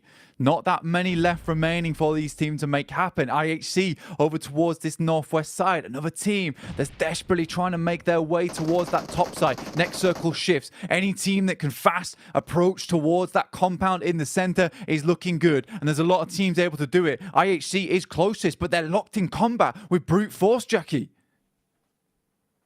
Oh man, Blank. It's a big game. It's a big game for them, and they need to find so many points. They need to find a chicken dinner, really, for IHC. It's one of those where you've got to clean up brute force with ease. You can't afford to take a single casualty. You can't afford to waste any real utility either. It just has to be picture perfect.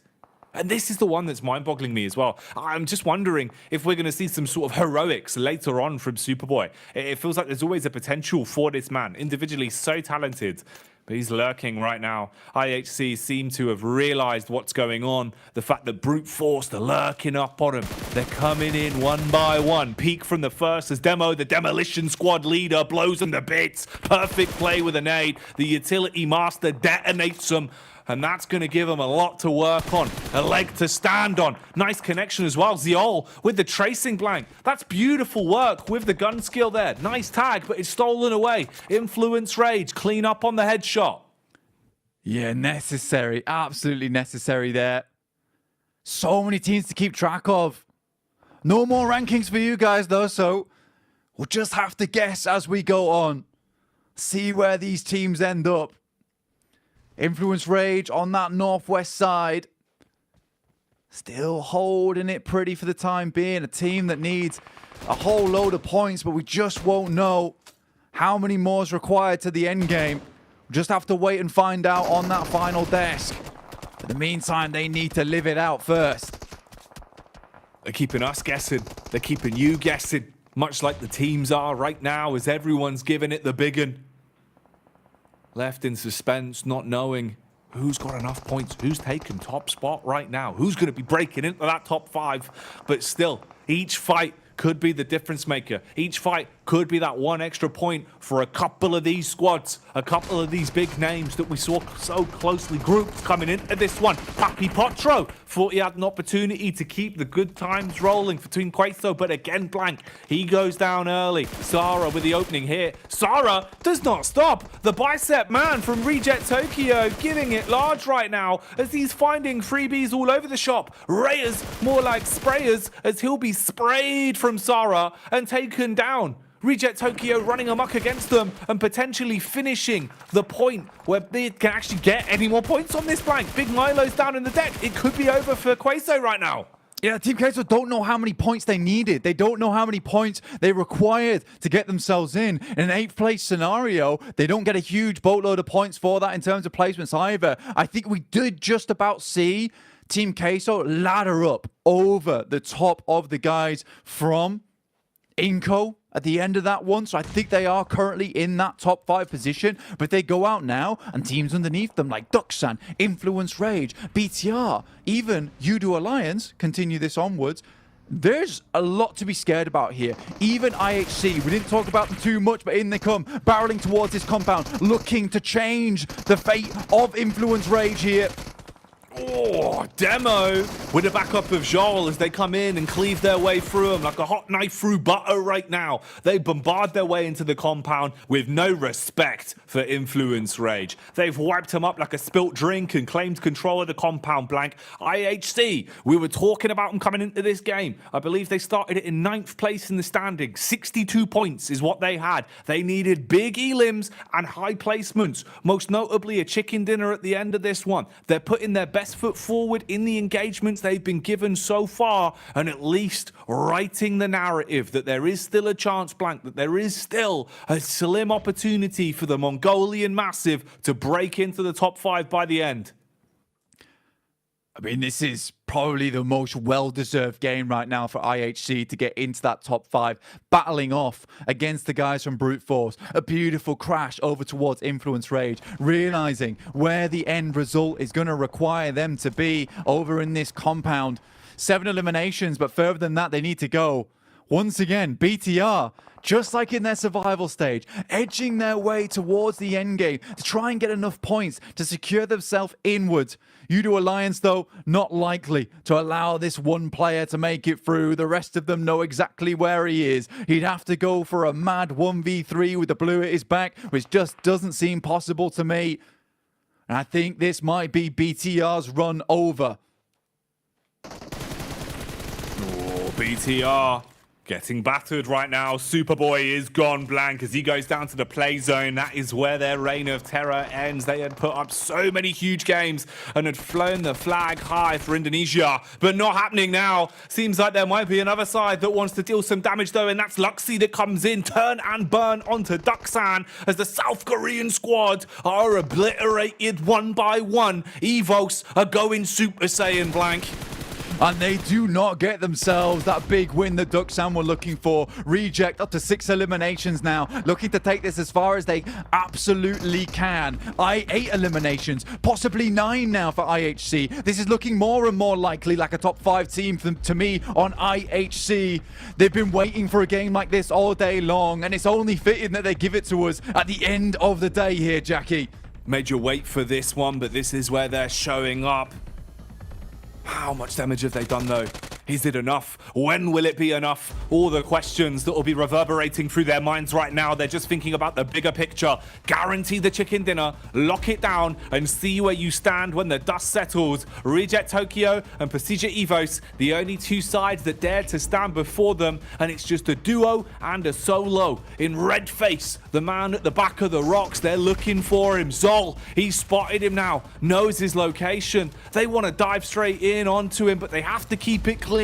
Don't make this one messy. Take down Evos and then win out on the 4 versus 3 up against Rejects. That's how they've got to play it. Red Face uses the smoke, tries to tuck in close to the geometry so they'd have to dive down, giving them the advantage. He's trying to play over the lip, Blank. Demo firing off warning shots, exposing himself, but with the backup will find the frag. Reject, though, steal away the first.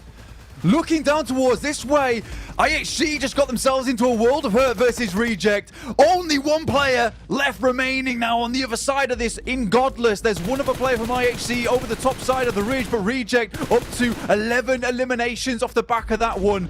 It might just be once again the Reject right on the edge of victory at the end of this game. Maybe a 6th place. I doubt they'll be getting in towards the top 5. We'll have to wait and see after this one. They were so low on points. It's just unfortunate once again that they step up way too late. IHC, though, been ripping into the lobby like a toddler with a cheese string, now looking to finish off the last 3 members. That's what it feels like, Blank. It's like they're kids playing with Lego. They're just smashing it to bits. And that's the lobby thrown from limb to limb. Nades on top of Rejects here as the first one will land. Ocio brought down to 50% health. Not in a great spot. That nade barely missing. Divine intervention for Godless as he'll stay alive. Goes back in for a bit more. Using the elements now as he ignites Rejects. You can see he wants it. He wants to just peek with a big old gun and see if he can bombard into them. Plays it safe for now at least. Doesn't over-egg the pudding. Backs off with the hill. Molotov starts to tag him as well. Alex moving up. Has an angle to peek. Hiding inside the smoke will be OCO. Regiocio dropping down there. And Sarah getting around the side with the DBS. Some great mollies, some great nades from the team of Reject. But just not enough players to take down. Sarah dips back inside. Eventually, Godless is going to be forced off this high ground. Regiocio keeps dropping smokes, keeps his position covered. Eventually, he wants to get the backstab over towards Alex and Godless once they have to drop down. Regiocio gets up towards the top side now. UMP close range. Godless with the MG3, Jackie. The MG3 armed and ready. That bullet belt about to let it rip. But will it be a blinder? Here's the peek from Godless. Peppers into the opening man. Shuts him down as Sarah Biceps has fallen. And Reject Tokyo are being backhanded. IHC, the Mongolian side, have done so much here on Miramar. And they want to finish it in the 1v1. All down to this then. Godless waiting on top of the rock. Quick med-mac maneuver as well coming out. He's going for the hill. Godless is going to peek into him blank. Doesn't have the confidence to wide swing on it. Exposes his head. Takes the bullet back. Reject still holding on here. They both give up the fight to heal. Just the bandies though for Godless. Duello hits the first aid kit. Back into the fight here now. Jackie looking to finish this one off. Hoping that the circle's going to favour him. Godless constantly healing. Little bandages going up. The rest of his teammates going down for good. Godless wants to go for the drop down. Bides his time. Knows that there's no easy angle for Julo to peek up onto this. Tries to go for it. He jumps off. No the way! man maneuver as he swings on in. Godless grabs it. And they take the chicken dinner. IHC, the Mongolian team with a dream, from all the way down in 9th place. Grind it out on Miramar blank. And they've done the unthinkable with a chicken dinner at the end. Godless may be, but like angel wings sprouting out behind him, the guardian angel himself, Godless, will take them to the big heights that these boys needed to get into the top 5. Alex was so certain of it at the start of the day in the interview, and it looks like an easy win for IHC to finish things off and confirm their position into PMGC. Wow. What a crazy game.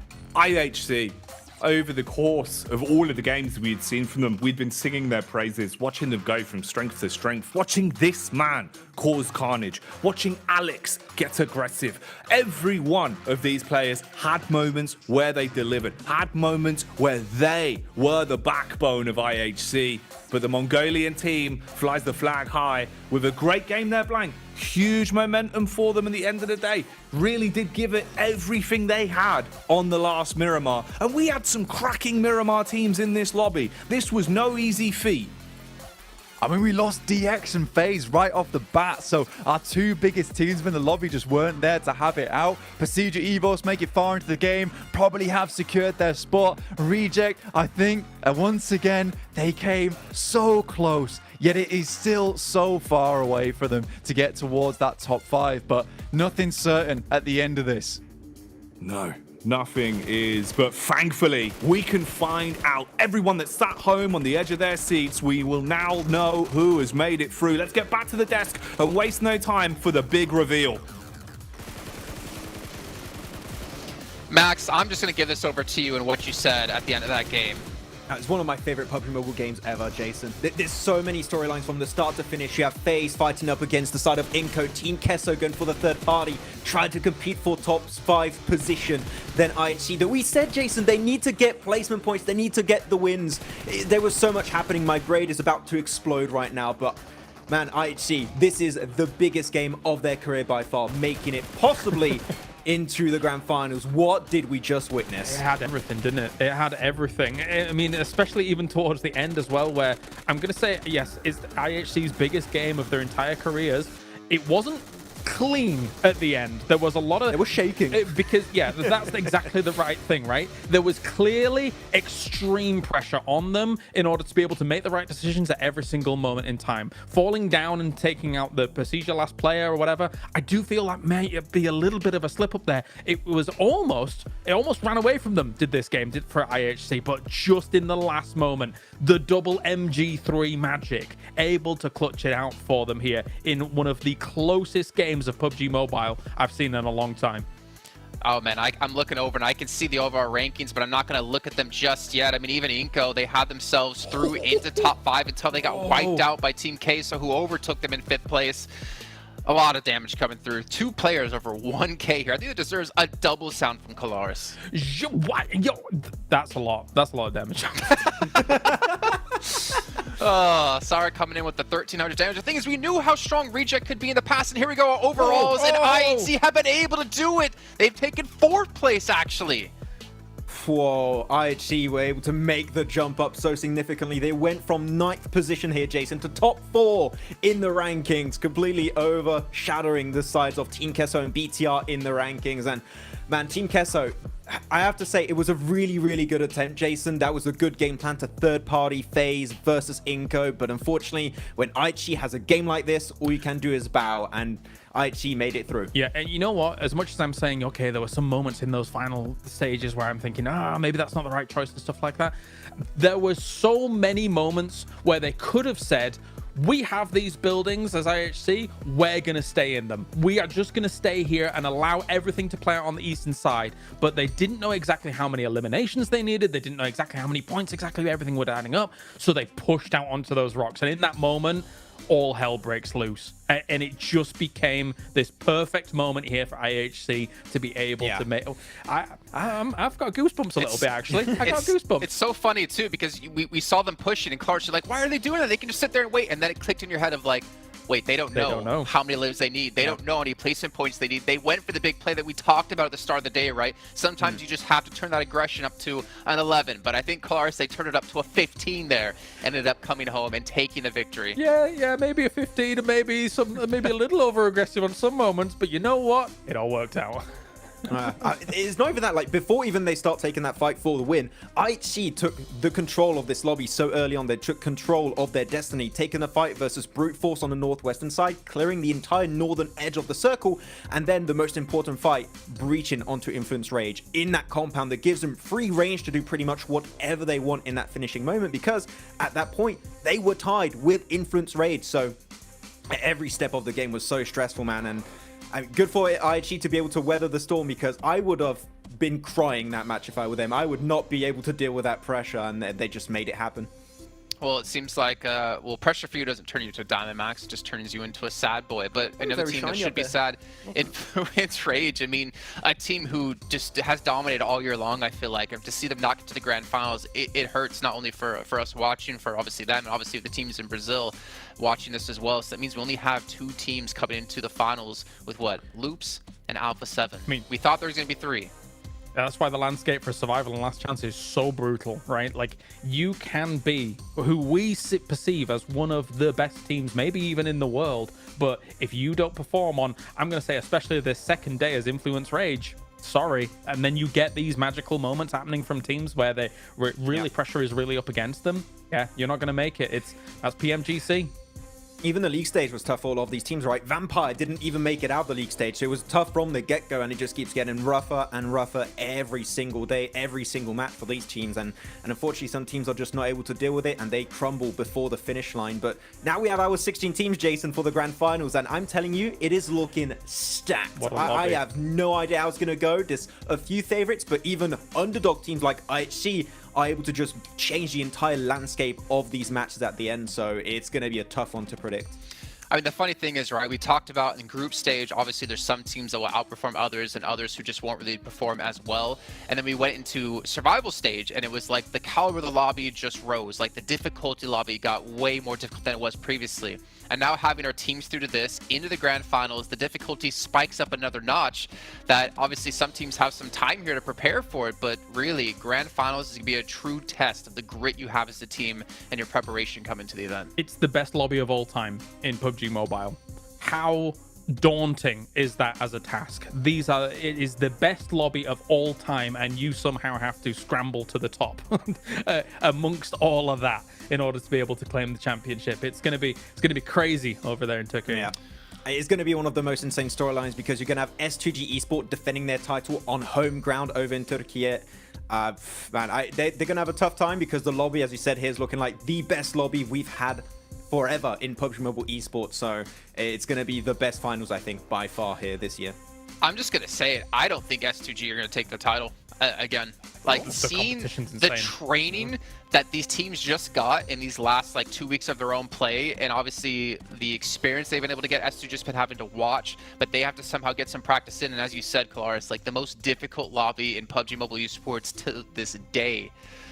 I'm excited, man. I can't wait for the Grand Finals to kick off. I feel like every year we'll be getting more and more competition. I mean, the fact is we're seeing so many other regions rise up as well. I mean, we knew how strong Mongolia is, seeing IHC come through to join the likes of Stalwart Esports, seeing Brazil have 2 teams in the Grand Finals as well and what they could potentially pull off. It's really anyone's game, and I'm not a betting man, and I'm not even going to try to bet whatsoever of who's going to win. I mean, you're talking about Mongolia, right? Sure, you have Stalwart, you have IHC. You have also 4MV that has got a big fan base. I know Kalaris is very fond of this team, and they hopefully going to do fantastic over there. But yeah, and Brazil, I think that Brazil and Mongolia might be 2 regions that have a shot for the trophy. But as we said, it's anyone's game. Even Major Pride can make it up there. They've had a magnificent play during some of these matches in the league stage. So yeah, prediction-wise, nigh impossible, Jason. I have no clue. I think for me, maybe the biggest standout, biggest surprise is Nongshim Red Force coming through as well. Like a team that we didn't really see too much in the past, the team who hasn't had that much experience on this international scale. And for them to qualify through first, well, there's still a lot of work out ahead of them. But obviously, as we do close out the day here, I mean, Xavier coming out first, a team that we really would never have guessed coming to this as well, considering what we saw in play from before. But it's crazy to see that Vietnam still has some teams to shine through. And we're actually going to head on the stage with an interview with Xavier. We're finally concluded for our last chance qualifiers. Yeah, we get our top 5 teams, and we have to interview the kings of Erangel of the last chance, and also almost got himself the 4th chicken. But they stopped at 3 for now. We have the entire crew here of these Xaviers hailing from Vietnam. Congratulations, guys. And I think they're just waving for now. Okay, now since we're gonna ask Lamborghini for the questions, and now can you describe how you're feeling and what is going through your mind right now? Chúc mừng các bạn. Thì không biết là hiện tại các bạn đang cảm thấy như thế nào và có suy nghĩ gì không? Bọn em đang rất là vui, bọn em rất là tự hào vì bọn em đã làm được. Còn tối nay bọn em sẽ đi nhậu say. We're very happy and we're very proud that we made it. And tonight we have planned to have to drink together and beverage together. Oh, they already have plans. Drink together with who? Các bạn sẽ đi uống với ai, với nhậu với ai? Thường thì bọn em sẽ uống với sếp và Onin là sai hết ạ. Usually we drink with our boss. Oh, the boss is here, I guess. I mean, like, the boss is here, guys. Okay, now I need to ask this question. You almost break a record here with a back-to-back hat-trick chickens. Almost scored the 4th in the last Miramar. Why did you score the last one? Rồi thì các bạn gần như đã có tạo được kỷ lục rồi, nhưng mà tại sao các bạn lại dừng lại 3 bữa cơm gà mà không có phải là 4 bữa cơm gà? Tại vì bọn em muốn để dành vào final. Because we want to spare it for the grand finals. You guys hear that? 4th chicken in grand finals, guys. Okay, now, what do you plan to do next after your drinks? Any other celebration plans? Or tomorrow, what are you gonna do for the next couple of days here? Vậy thì sau tối nay thì các bạn có kế hoạch gì không? Có dự định là sẽ ăn mừng như thế nào không trong những ngày tới? Sau ngày hôm nay bọn em sẽ cố gắng tập luyện thật chăm chỉ để vào final làm 4 trận top 1 ạ. After tonight, we will try to practice hard so that we can make it to the top 4 in the grand finals. Calm down, man. You deserve to be happy. No, I mean rest for today. No practice for one day, okay? Just celebrate. Hôm nay thì các bạn cứ nghỉ ngơi đi nha, không cần phải luyện tập quá hăng say đâu.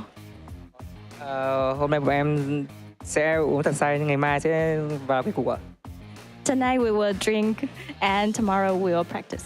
Okay, I think it's just a one-day celebratory for them, one night to be specific. Now, you play against all the teams and grind for a month together here in Malaysia for such a long time. Now, do you have any favorites of players or any teams you bonded with that become your close friends there? Thì trong 1 tháng qua tại Malaysia, các bạn đã đấu với tất cả các đội và đã có cơ hội cọ sát với nhau. Thì không biết là có đội nào hay là có người chơi nào mà các bạn yêu thích và có cái mối gắn kết thân cận nhất hay không? Trong tháng qua ở Malaysia thì bọn em cũng tiếp xúc rất là nhiều đội và bản thân em thì tiếp xúc với vợ sắp cưới của em ạ. in the past month in Malaysia, we had the chance to get in touch and get to know with other teams. But for me particularly, I get the chance to get in touch with my future wife. Who is that future? Was the one next to you? No. Vậy vợ sắp cưới của em là ai? Không biết được. I don't know. You don't know yet? Okay, a future wife it is. It's a mystery for now. I don't know how many future wife he has. Maybe each one of them for one of each, you know? Maybe. Okay, what do you want to say to the team that's waiting for you in the grand finals and all the supporters have been cheering for you guys until today? Vậy thì bây giờ các bạn có điều gì muốn nói với những đội đang chờ các bạn tại giải Grand Finals và với những fan hâm mộ mà đang cổ vũ cho các bạn hay không? Bọn tôi rất là mạnh mẽ lên, mọi người hãy cẩn thận đấy. Chúng tôi chỉ nhả mấy ngày đầu để tập luyện lâu hơn thôi. Các bạn ủng hộ chúng tôi thật nhiều nhé. Cảm ơn. We are very strong, so watch out. We will be easy on the first few days only, but after that, we will fight hard. So thank you for supporting us. Oh, that's so nice. But yeah, I agree with that for now. I mean, it just shows they're coming back as strong as number one. Now, before we conclude the interview here today, can I have one cheer from all you guys, Chua, Parry, Jin, Lambo, all of you guys to cheer for DX one time before we end the interview? Rồi trước khi kết thúc thì các bạn có... You count for them 1, 2, 3, okay? Okay. Trước khi kết thúc thì các bạn có thể có động tác nào ăn mừng hay không? Mình sẽ thực hiện sau 3 tiếng đếm nha. 1, 2, 3. Mạnh mẽ hơn nào, mạnh mẽ hơn. Vui mừng thêm. Okay, 1, 2, 3. They're posing. I think that's their chair for now. I think they're done. They're just still. They have no clue what's happening, but I think that's it for today. And as we conclude our top 5 for our last chance. See you guys in the grand finals. See you guys in the big event. Bye. Woo!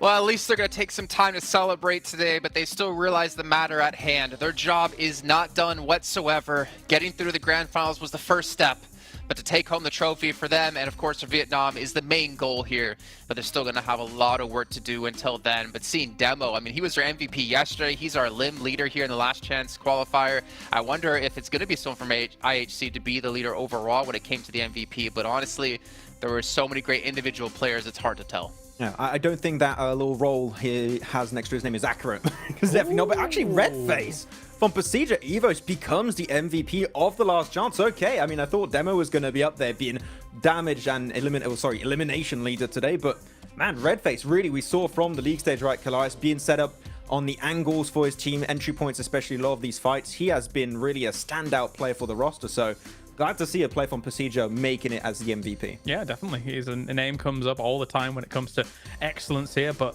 Jason, here it is. I cannot wait to see it. We can see the teams already through into, well, not the teams already through, the teams who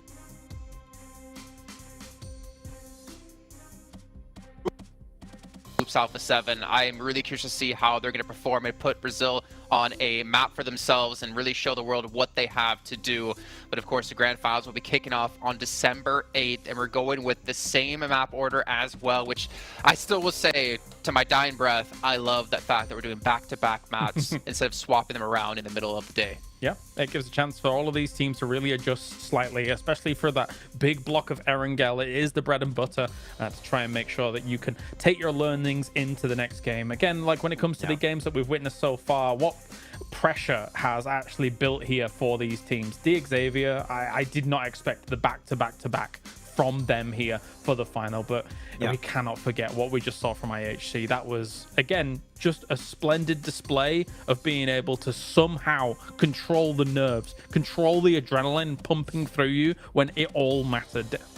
I'm really looking forward at some teams like IHC, FaZe, and Xavier that have had a significant glow up in the last few days in the survival stage and last chance. I really hope that is going to continue, hopefully, through this kind of vein into the grand finals. If they do so, that kind of caliber of play, I would say, is good enough to be able to compete with the teams we already saw make it into the grand finals. So I think there's a chance that any team can make it, but Jason, I'm really excited to see especially Sook for Weibo back into a PMGC grand finals. He's going to pop off, man. I'm really hyped for that. What's your favorite thing? I mean, he's got a lot of work ahead of him. And all the teams who are participating here, for them to replicate that performance against a caliber of a lobby that we've yet to have ever seen this kind of level before in PUBG Mobile history, I think is going to be tough. And I don't know if any team is going to just dominate the lobby like we've seen in the past, but it's going to be exciting nonetheless. For you guys at home, remember our official smartphone provider here at PMGC 2023 is the Infinix GT10 Pro. You guys can pick one up because it's born for professional sports business. You guys can dominate the lobby, and obviously while you're done dominating the lobby, you can post all your content or even check out PMGC content over on TikTok with the tag PMGC 2023. But gentlemen, I want to give you a chance to say some final words though before we do end out the show, because it's been a slog. We've had 3 different groups, a survival stage, a last chance stage. Maxman, go ahead. There's so many storylines that have reached their conclusion now, Jason. Some dreams have been shattered and some dreams have become reality for these guys. So, yeah, I'm just looking forward to the grand finals. There's going to be a bit of partying tonight, but starting tomorrow is back to the training grounds and getting ready for the next event. I'm of the opinion, the same as Max, that it's going to be either Brazil or Mongolia taking the title. However, as I said before, it's the greatest lobby of all time in our profession, in PUBG Mobile, in the esport, that we hold true and dear to ourselves. So it's going to be an exciting watch. Well, mark your calendars. December 8th is when the grand finals are going to be kicking off live from Turkey A. You guys are not going to want to miss this, and I cannot wait until we can continue our journey in PUBG Mobile esports.